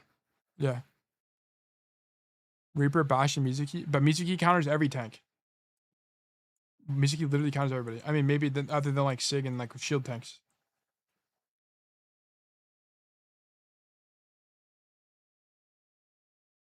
Hanzo, Bastion, Ram? I don't. How does Ram counter? You just avoid Ram as Winston, so I don't know how that counter is. I don't know how it's a counter. Diva? Maybe Diva because you can get marked on angles. The tank that doesn't die against the enemy team tank is the strongest right now. Yeah. He gets melted so easily, counter swap to basically leave him with no value, impossible to play without good synergy and comp, etc. I just don't think that's true, to be honest. He gets melted so easily. Yeah, if they play Bastion Zen, then you're going to die. But every tank dies to Bastion Zen. Hazard dies to... The only heroes that don't are like Ram and Sig. And like, I don't know. That's it. That's the only two that don't die. Everyone else dies. So it's like the people, like in my opinion, when people say that Winston is bad, it's like it's not because Winston is bad, it's because everybody is bad in that situation. Like if they're playing a tank buster comp, it doesn't matter what tank you play, you're just gonna die. Ram has no ability to ever catch Winston. Yeah, it's just like I don't really. I just think Winston isn't popular right now. What is even his win rate? Overwatch, hero. I know that win rate isn't everything, but if I had to guess, it's gonna be above 50%. Like just like I just don't think he's very popular. Oh no, he's 48. Okay, I mean I'm wrong. What is it in GM and Champ? 49.2. But he's not super popular. He's as popular as Ram, and Ram isn't popular right now. Who are the most popular tanks? Demon, Doomfist, Sigma, Orisa, Hazard. Yeah. Makes sense. I think Winston isn't, like, I don't think Winston is bad. It's more that just other tanks are better. It's more the inverse. How do you draw? It's a thing called Epic Pen. So, yeah, but there's such a counterplay on Winston in particular. Other tanks get more value. Yeah, but that's not really Winston. I mean, maybe you can classify that. It's just like, okay, so this is a semantical argument. This is semantics. It's like, what does bad mean to you, right? What does bad mean to you? Is bad mean relative to the game state, or does that mean relative to other tanks, right? Like, I think relative to other tanks, maybe. I mean, I could bump. Dude, I just don't really agree. I think Winston is pretty good. I think Winston's pretty good.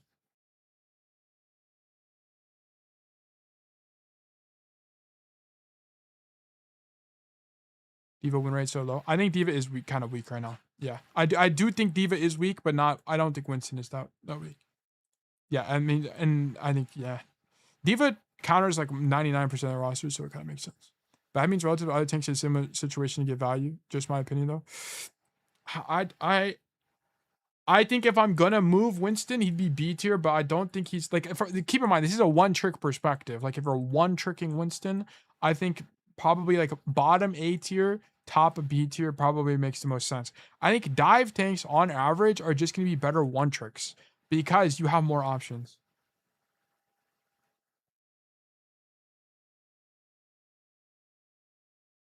I feel like Bastion, I can do more if I'm Zarya than Winston. I feel like Zarya is also countered by Bastion though, so I don't know how that's any good.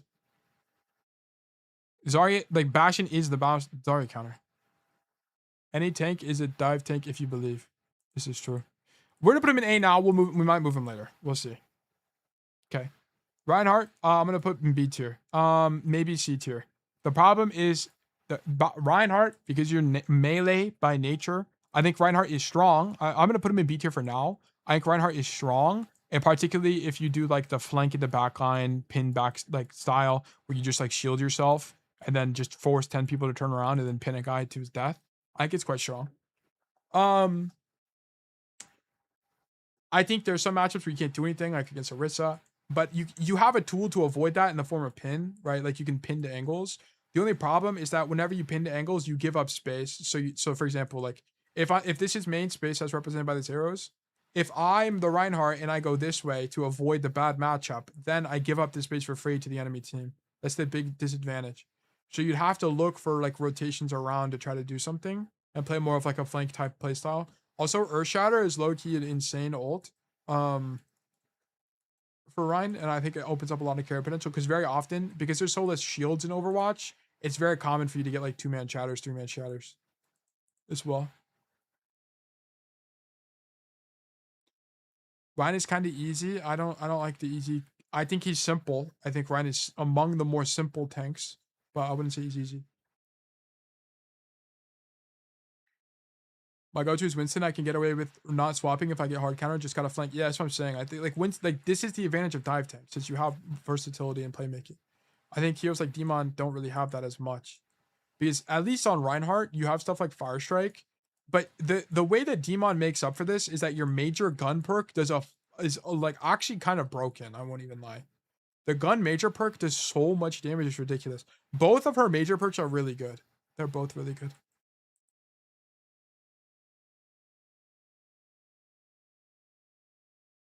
Okay. We're gonna put it here for now. The tank ward is so hard. I'm just not as educated. Zarya, I think is gonna be a low-key mostly viable to it. I'm gonna put her in a top of B category because the advantage that Zarya has is you can bubble other players. You wouldn't bubble them to if you can avoid it. You would bubble other players in situations where your hero is bad. So like there's a like if you're in a situation where Zarya is not that good, like Circuit Royale, right?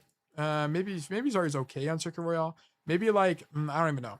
Let's just say there is a bad map on Zarya. The idea would be if you can't do anything with your primary fire, you can just bubble a teammate and then hopefully they do more than you. But I still think it's kind of bad, so maybe it's a bottom B tier. I don't even know.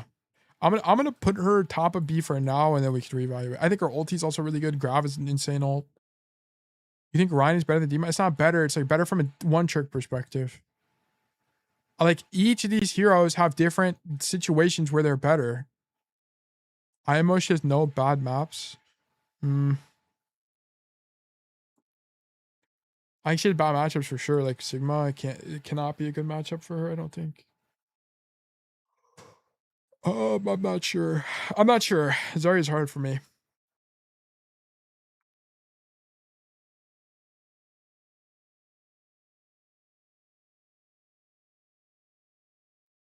Okay. Doomfist. I think it should be A tier. I think Doomfist is very like all of the dive tanks should be like this. You can just avoid your bad matchups. You just avoid them. Doomfist, you can avoid your bad matchup. Also, you can do like the power distraction and flanking is very strong. You have one shot potential and you have like a punch slam headshot combo. It's not reliable, but it's doable. You can force out CDs in doing that. Right. I think Doomfist is very hard. I think Doom is like among the hardest tanks to play. I have a ton of respect for these players. I think he's very versatile. I think he's very susceptible to counters, which feels really bad. And I have sympathy for them for that. They do have some remedy in the form of power block, but it's not that good. It's okay, but it's not that good. Which helps, especially against like things like the Ana matchup, is most notably the Ana matchup, but because you can eat the sleep. But I think Doomfist is among the best to one trick. Does Doom Empowered Punch just kill people? Yes. Yeah. Super high skill ceiling? Yeah, I think Doom is great. I think Doom is really healthy hero for the game, to be honest. I think he takes a lot of skill expression. I think he's difficult. I think he very versatile, yes. But he kind of the way that you make up for this on Doomfist is that he has a low HP pool relative to other tanks. So your cycle can't last as long because you just don't have as much HP to make it happen. So the amount of risk you can take is generally lower unless you have your ultimate. Okay. So I think Doom is good for the game as well. I think A, if not S tier, but I'm just not as familiar with the ceiling on Doomfist.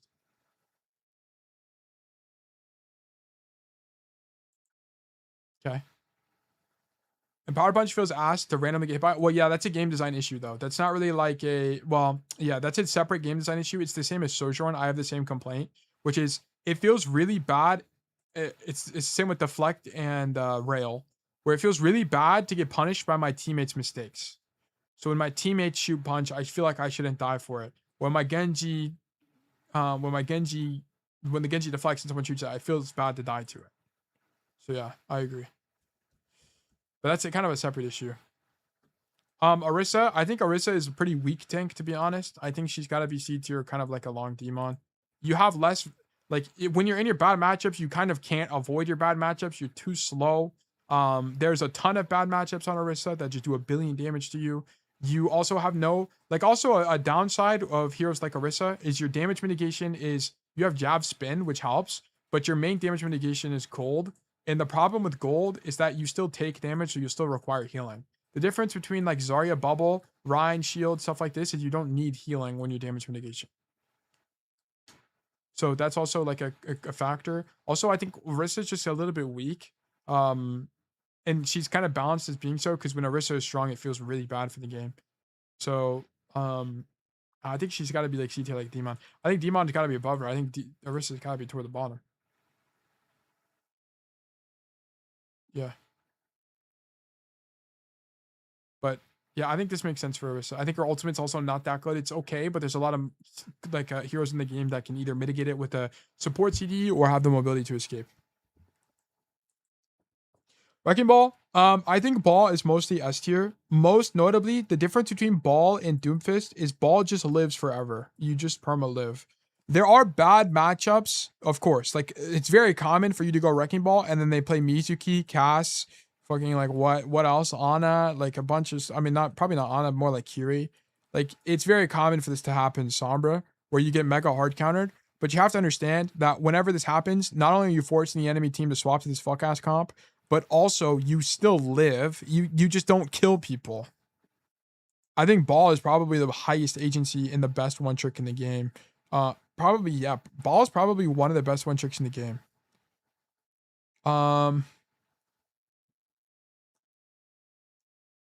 What other in the game? What would actually be better? Jetpack Cat, maybe?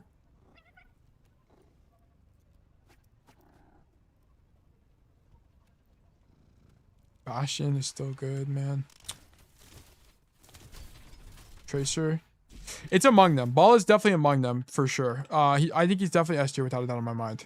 There's just so much survivability on this hero. Yeah, but he can rush perk for shield and avoid the counters. Yes, he can also avoid his counters with the shield perk on major. Yeah, which also helps a lot. Yeah, I think Ball is easy. High tier. Guys, I made a video getting the gym without dying like 2 years ago. Yeah, I think Ball just lives forever. In 5v5, Ball is immortal and does everything.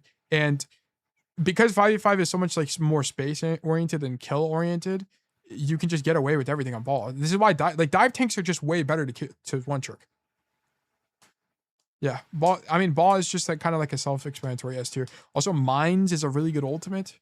Mines is really good. Overshield is a really good cooldown. I don't even know what it's called, but yeah, like these CDs are really strong. Yeah, Ball S tier easy. Sigma. I think Sigma is also pretty good. I think Sigma is probably the best of the non-dive tanks to one trick. Probably toward the bottom though. And the big problem with Sigma is, personally, I'm not good at Sigma and I don't understand why, and that's a fault of my own, okay? But I recognize that Sigma is a strong tank, and I also understand that his weakness, like his core weaknesses are like whenever he gets hard flanked or into like really difficult dive matchups for him to deal with, or if he gets walked down or something like that. But a lot of the time that's mostly a spacing issue or something to do with his team. I think Sigma's got to be bottom A, but I don't know. I'm just not that educated on tank. I'm going to say bottom A for now. I think he's a little bit more viable on most maps than Zarya. You just live forever. You don't need healing. Like, the advantage of shield and your left shift, your suck, is that that will mean you're resource light. So you don't need a lot of healing. Zarya, on the other hand, is going to require more resources just because her only damage mitigation is the form of bubble, which is a longer CD, and you don't have a good way to deal with that damage. You do have a smaller hitbox though. Sigma's hitbox is way larger. You also have this stuff like levitate, which makes Sigma a bit more viable, as well. Ow. Sigma's good against the tanks are good right now. Yeah, I think Sigma could be argued to be in B tier. I think you could argue Sigma for this. I mean, it kind of makes the most sense compared to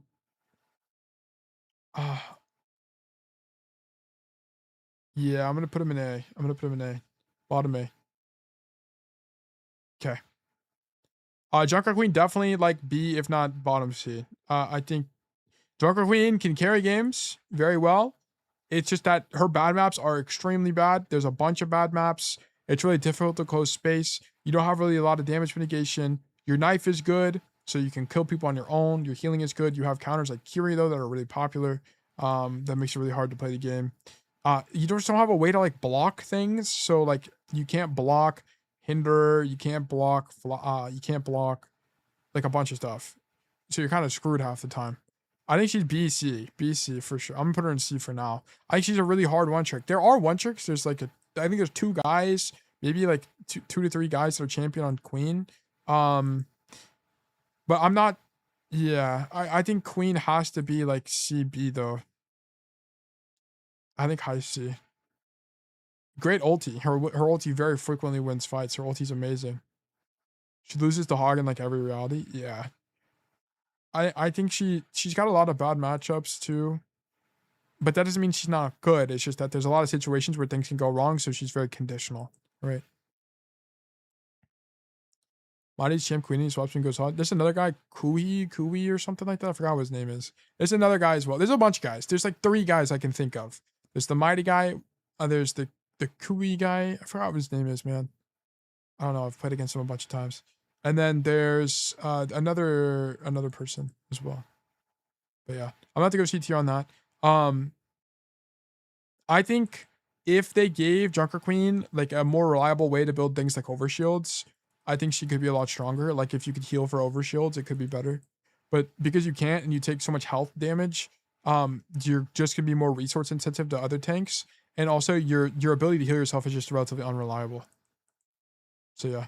Would a good hero pool have 1 S tier and 1 conditional? A good hero pool is 2 heroes you enjoy. Okay. If you're trying to win, you should just be playing like the most meta hero available. So like that's my take. I don't really care. Like hero pool is not something I care about as a coach, to be honest. Even a good queen can still feel like a non-factor in the wrong matchup, especially against shields. Yeah, I agree. But there are some matchups that are like really like you feel like Thanos, like against Reinhardt. Like I felt like I was doing everything as a hero against Ryan. But yeah. Okay. Ram. Ram, I think is also really hard. Ram is very matchup dependent, very map dependent. Dude, he's got to be like a Rissa level. Do bans matter? No, I'm not really considering bans very much. I think Ram's got to be like near Orisa. The Orisa is probably a little bit higher. It's probably higher than Ram in my opinion. I think the problem with Ram is you have to front to back. That's the only way to really play this hero. There's a bunch of heroes that counter you, especially when Ram was weak and blocked, didn't do anything, and your form sucked. You didn't do anything. Your ulti is kiteable. I think he's got to be C, bottom C. Got to be. It's the tempo tank. Yeah, Ram has got to be C tier. I don't really. I mean, if I'm looking at all of these, there's just not like he's got to be the most conditional of everybody. And I don't think it's close. Hazard. I think it's S tier. Hazard is awesome. I love Hazard. Hazard's my favorite tank in the entire game. I wish they made more Hazards. I know it's a hot take. I know people don't like Hazard. I find him a lot of fun. I love playing him. I think he's okay to play into. I don't think he's like the greatest thing ever. It's a bit annoying, but it's not as annoying as like a Diva or a Doomfist, in my opinion. I'd rather play against Hazard, but I know that's a hot take. I know people hate this hero. Hell not. It would kill the game faster than goats. I enjoyed Hazard. I enjoy him. I think he's fun. Can you watch my Juno game now? No. We're in a tier list. We're doing some right now. Taylor, what would you recommend for a newer player in terms of content to learn the fundamental? Okay, well, this is off topic. I'll answer. Hold on to these questions. We're almost done. We have Domina and then we're done. Okay, just wait. The stream just rife with controversial takes. It is, dude. I'm just a free thinker. I've been freed. I'm a free thinker. I at least look. I have my own opinion. I rationalize it, and if you think I'm wrong, sure, I'll be wrong. I'm okay to be wrong. But that's just my opinion, man. Wait, what's this tier list for? Best 1 tricks per role. Yeah, Hazard, very versatile. Also burst. Lots of burst, which is kind of rare among tanks. Like if you think of all of these tanks, they don't really have a lot of burst damage, right? There's only a few that do. Like Sigma has a 1-shot combo. Orisa can technically 1-shot people. Like that's about it, right? Doomfist technically. But Hazard is probably the most reliable burst of all the tanks. And that's partly why he's good. Wall is just an incredibly good damage mitigation ability because there's a lot of options. And options means there's a lot of ways you can use it. And a lot of ways to use it mean you can find the optimal timeline more frequently. Hazard is S tier. S tier. Diva has burst. Yeah, they just nerfed micro missiles a bunch of times, so it's not as good. Do you like Haz because it's the only tank you can play? No. I literally play Winston very well. I play dive tanks very well. I play Diva. I play Hazard. I'm not that good at Sigma just because I don't understand Sigma. I'm good at Zarya. Like all these other things I kind of suck at. But no, it's not only because I can play Hazard. I just enjoy Hazard. That's actually an L argument. What? What? Okay. It's the most consistent burst to, yeah. Other than Powered Punch Hog. Oh yeah, also wait, where is Roadhog? Oh, here he is. Oh, I'm missing a bunch actually. Wait. Maga, Roadhog, Domina. Is there other tanks here that I'm missing? Bastion. No. But yeah, S tier. I think it's pretty clear S tier. Ulti's also good too. In most matchups. There's only some matchups that are kind of bad. Like, or there's some maps like Junkertown, but it's very rare. Okay. Malga. Okay. The only problem is that for Malga, there's a lot of heroes that do a lot against him, but I'm not even gonna lie. I think he's a pretty good one trick. I think he's a deceptively good one trick because on Malga, you have the potential of doing like a flank heavy playstyle. Like if you watch the Malga one tricks, they do these things where they like mega pin backline, live forever with cardiac, pin out, stuff like that, which is really strong. I think Malga is low key like A. I think he's got to be with the dive tanks. Probably better than Winston. The only problem is Ana. Like Ana is the big thing that like really shuts you down. But other than that, you can just like avoid it. Like you can pin away. Like the pin CD is so short that you can get away with it. Also, pin is so versatile because it gives you immunity to hinders and stuff like that. So you can like actually outright outplay the cooldown. And if you slam on top of people, you just kill them. I think Maga is the highest OTP potential non-dive tank. I think so too. I think he's very OTPable. I think he's got a pretty unique kit. I also think his guns being hit scan means he's good into matchups that other tanks aren't, like flyers and stuff like that, and also being able to mark flankers, right? I think Maga is pretty good. I think the biggest problem is he doesn't have any direct damage mitigation. So there will be situations where the enemy team just goes like a bunch of damage, like Zen and Soj, and you can't play the game. So that makes maps like Circuit Royale kind of difficult. But I think that's relatively uncommon. Maga the only tank that makes a tank player play differently completely. Yeah. Maga also counters like pretty much all the tanks in the game. So you have an inherent advantage. It's kind of like the Cassidy of DPS, where you kind of just beat everybody if they play in your range. Like you just always win. Like Cass always wins if people are in his range. Cage pretty distant. Yeah, Cage is a pretty good ulti, and it's pretty versatile too because you can use it as damage mitigation. I think because of Maga's tank strength matchup, it's really annoying to play into him. Yeah, for sure. 100% agree. 100 billion% agree. Okay. Yeah, he's gonna have to be A tier for me, for sure. Roadhog. Oh man. Roadhog is a tough one. Probably A tier. Probably above Sigma. Nah. You just have to hit, this just comes down to hitting hooks. You just have to hit hooks. That's it. You have to hit hooks. Maybe S tier, dude. Honestly, bro, like more than a Doomfist. I think this is so hard. Dude, I might make a hog category. It's gotta be AS as a one trick. Ban Ana, you win. Yeah, I'm not really considering bans. You could just ban Ana and win forever. That's why people complain about hog one tricks in particular. Because if you ban your one biggest counter, you kind of just play the game forever. He struggles on long range maps, I feel like. Yeah, he plays on like there's certain maps where you kind of can't do anything, but I think they're very infrequent. Like even on Dorado, you can do things as Roadhog. You just have to like do this like really weird like flanky play style, or like you ride cart. You have to do stuff like that depending on the matchup. But I think there's a reason why there's a bunch of hog one tricks, right? I think he's very flexible. I think as long as you're hitting hooks, you can kill people. I think your bad matchups aren't even like super bad. It's playable. It's not like 100. I mean, it's pretty bad.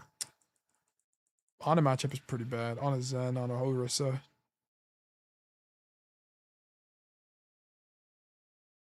I feel like I've seen a hog in low B, high C tier in recent season. This is not a season tier list. It's a one trick tier list. One trick. It's not a strength tier of strength. Like if this was hero strength, I'd move Orisa up, or I'd move Ram up. I mean Demon super up. I think Demon is like here in terms of strength. I just don't think she's one trickable. Like I think she should be here kind of idea. Ana counters most tanks. Yeah, that's what I was thinking too. It's like the Ana matchup is bad for I think, dude, Hog is S tier. Hog has to be S tier. Hog has to be S tier. I mean, just ban your counters on Hog? I think so, yeah. Well, yeah, that's what would make him even better. I'm gonna do S tier. Yeah, I'm gonna do S. I don't think he's as good as Hazard, to be honest. I think Hazard's way better. I think Hazard is just so versatile. You do so much on that hero. He's so good. Okay, Domina, probably the worst. Probably the worst one trick in the entire game. Domina has to be the worst tank one trick. It's not even close. Domina not only is super weak, but the only way to kill people is to just do a billion damage with your gun. And it's just like worse Zarya. Like just play Zarya at that point. D for Domina? I think of all the tanks, Domina would make the most sense to be D. D for Domina would I'm all note a little proactivity is a little bit of a stretch, but I'll sell it for the I'll sell it here. I think it's gotta be D, man. Domina just like your shield is so bad, it doesn't do anything. Like you have a bunch of counters, people will walk around you. The only times Domina is good is when she's unavoidable, which is like 2 maps in the entire game. So it's just not that strong. She kind of gets run over. Yeah, that's what I'm saying. Domina kind of sucks. Domina's good at denying space in a range, yeah, but what does Domina do that Sigma doesn't do, right? Like that's the problem. The advantage of being Domina is your hit scan and you have more burst technically, but I'm pretty sure if you just hit your orbs on Sig, you do more. And I think the rock on Sig is better than Domina. And also the problem with Domina is like you don't have any, like Sig has 2 damage mitigation cooldowns, Domina doesn't. This hero needs help, man. She's a worse Sigma? Yeah, I just don't really understand the idea of Dom. They would need to give the shield like more HP or something, or I don't know.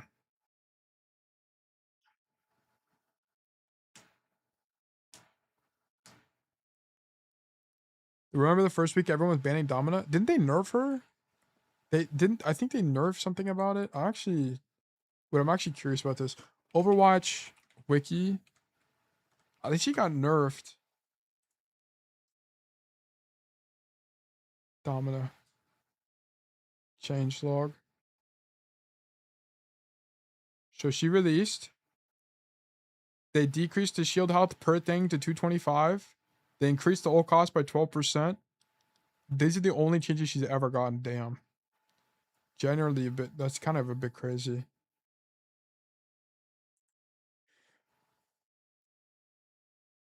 I guess this, I don't even know, man. I think she just settled into the meta and then, or she's like settled in and then just been weak.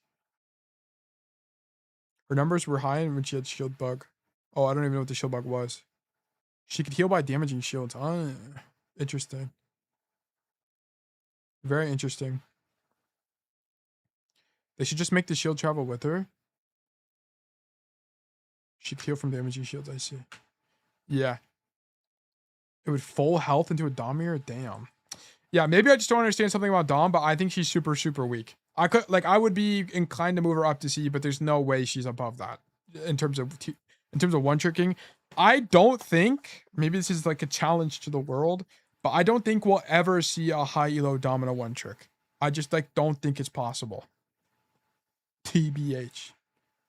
Not realistic. But yeah. Okay. Do I want to move anything around? Roadhog? Maybe. Nah. Maybe move Hazard down the road to compare to Roadhog. It's the only thing I can think of.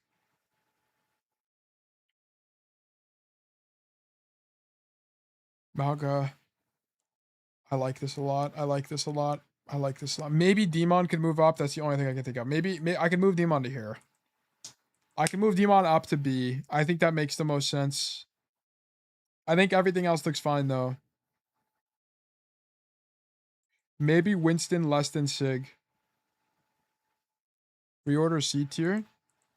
I think Ram is the worst of all of them. I think Ram is a really tough tier to one trick. I think maybe this is the only thing I could think of. I think this is fine. I think maybe this is the only other thing I can think of changing. I am a Winston above Mauga. Really?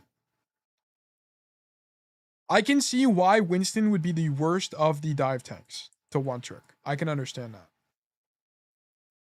Because there are some maps and matchups where you just like, I mean, that's true for every tank, but like, I think Winston has more than like Diva per se. Ram is good if you're bad, very good character to get carried on. Well, if you're bad, people don't know how to play Overwatch. That's a different story. This is like, this is basing on like the flexibility of the hero and being able to like accommodate for people's weaknesses, which is why high mobility tanks do better. If I'm a hazard, people swap it, I don't really care. Yeah. Yeah, you can counter play your tank or your counters on hazard. Okay, this is gonna be the tank tier list. Boom. I think it's pretty good. I think we did a pretty good job. I think the support one is probably the most controversial of them all.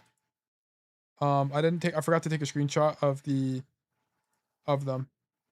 We did good today. I think we did do good. I think we did do good. Okay. What the fuck was this recommended?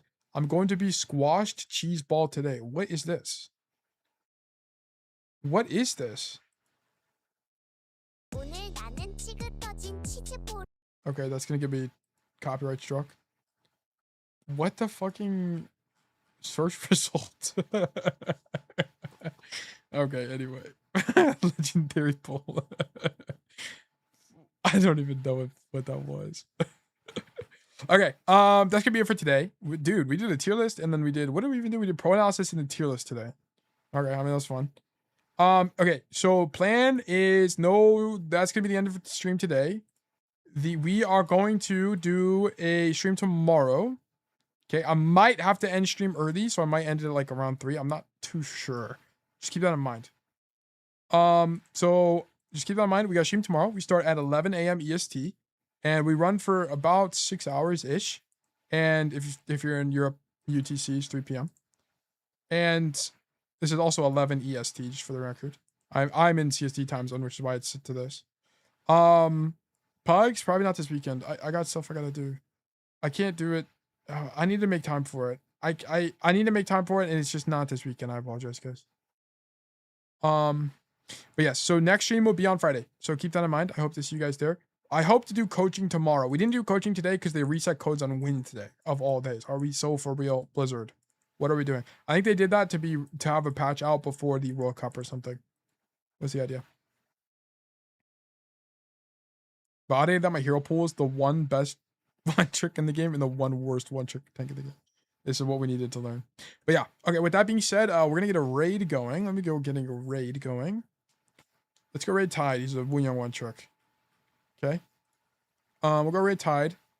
And then, oh wait, actually we're going to go raid Exode because we just talked about him earlier today. Okay. We're going to go raid Exode. And then I hope you guys enjoy yourselves for the rest of the day today. Sorry for being late once again. So thank you guys for being here. And I hope all of you have a fantastic... Wait, I gotta wait 5 seconds. I hope you guys all have a fantastic rest of your day. Bye-bye!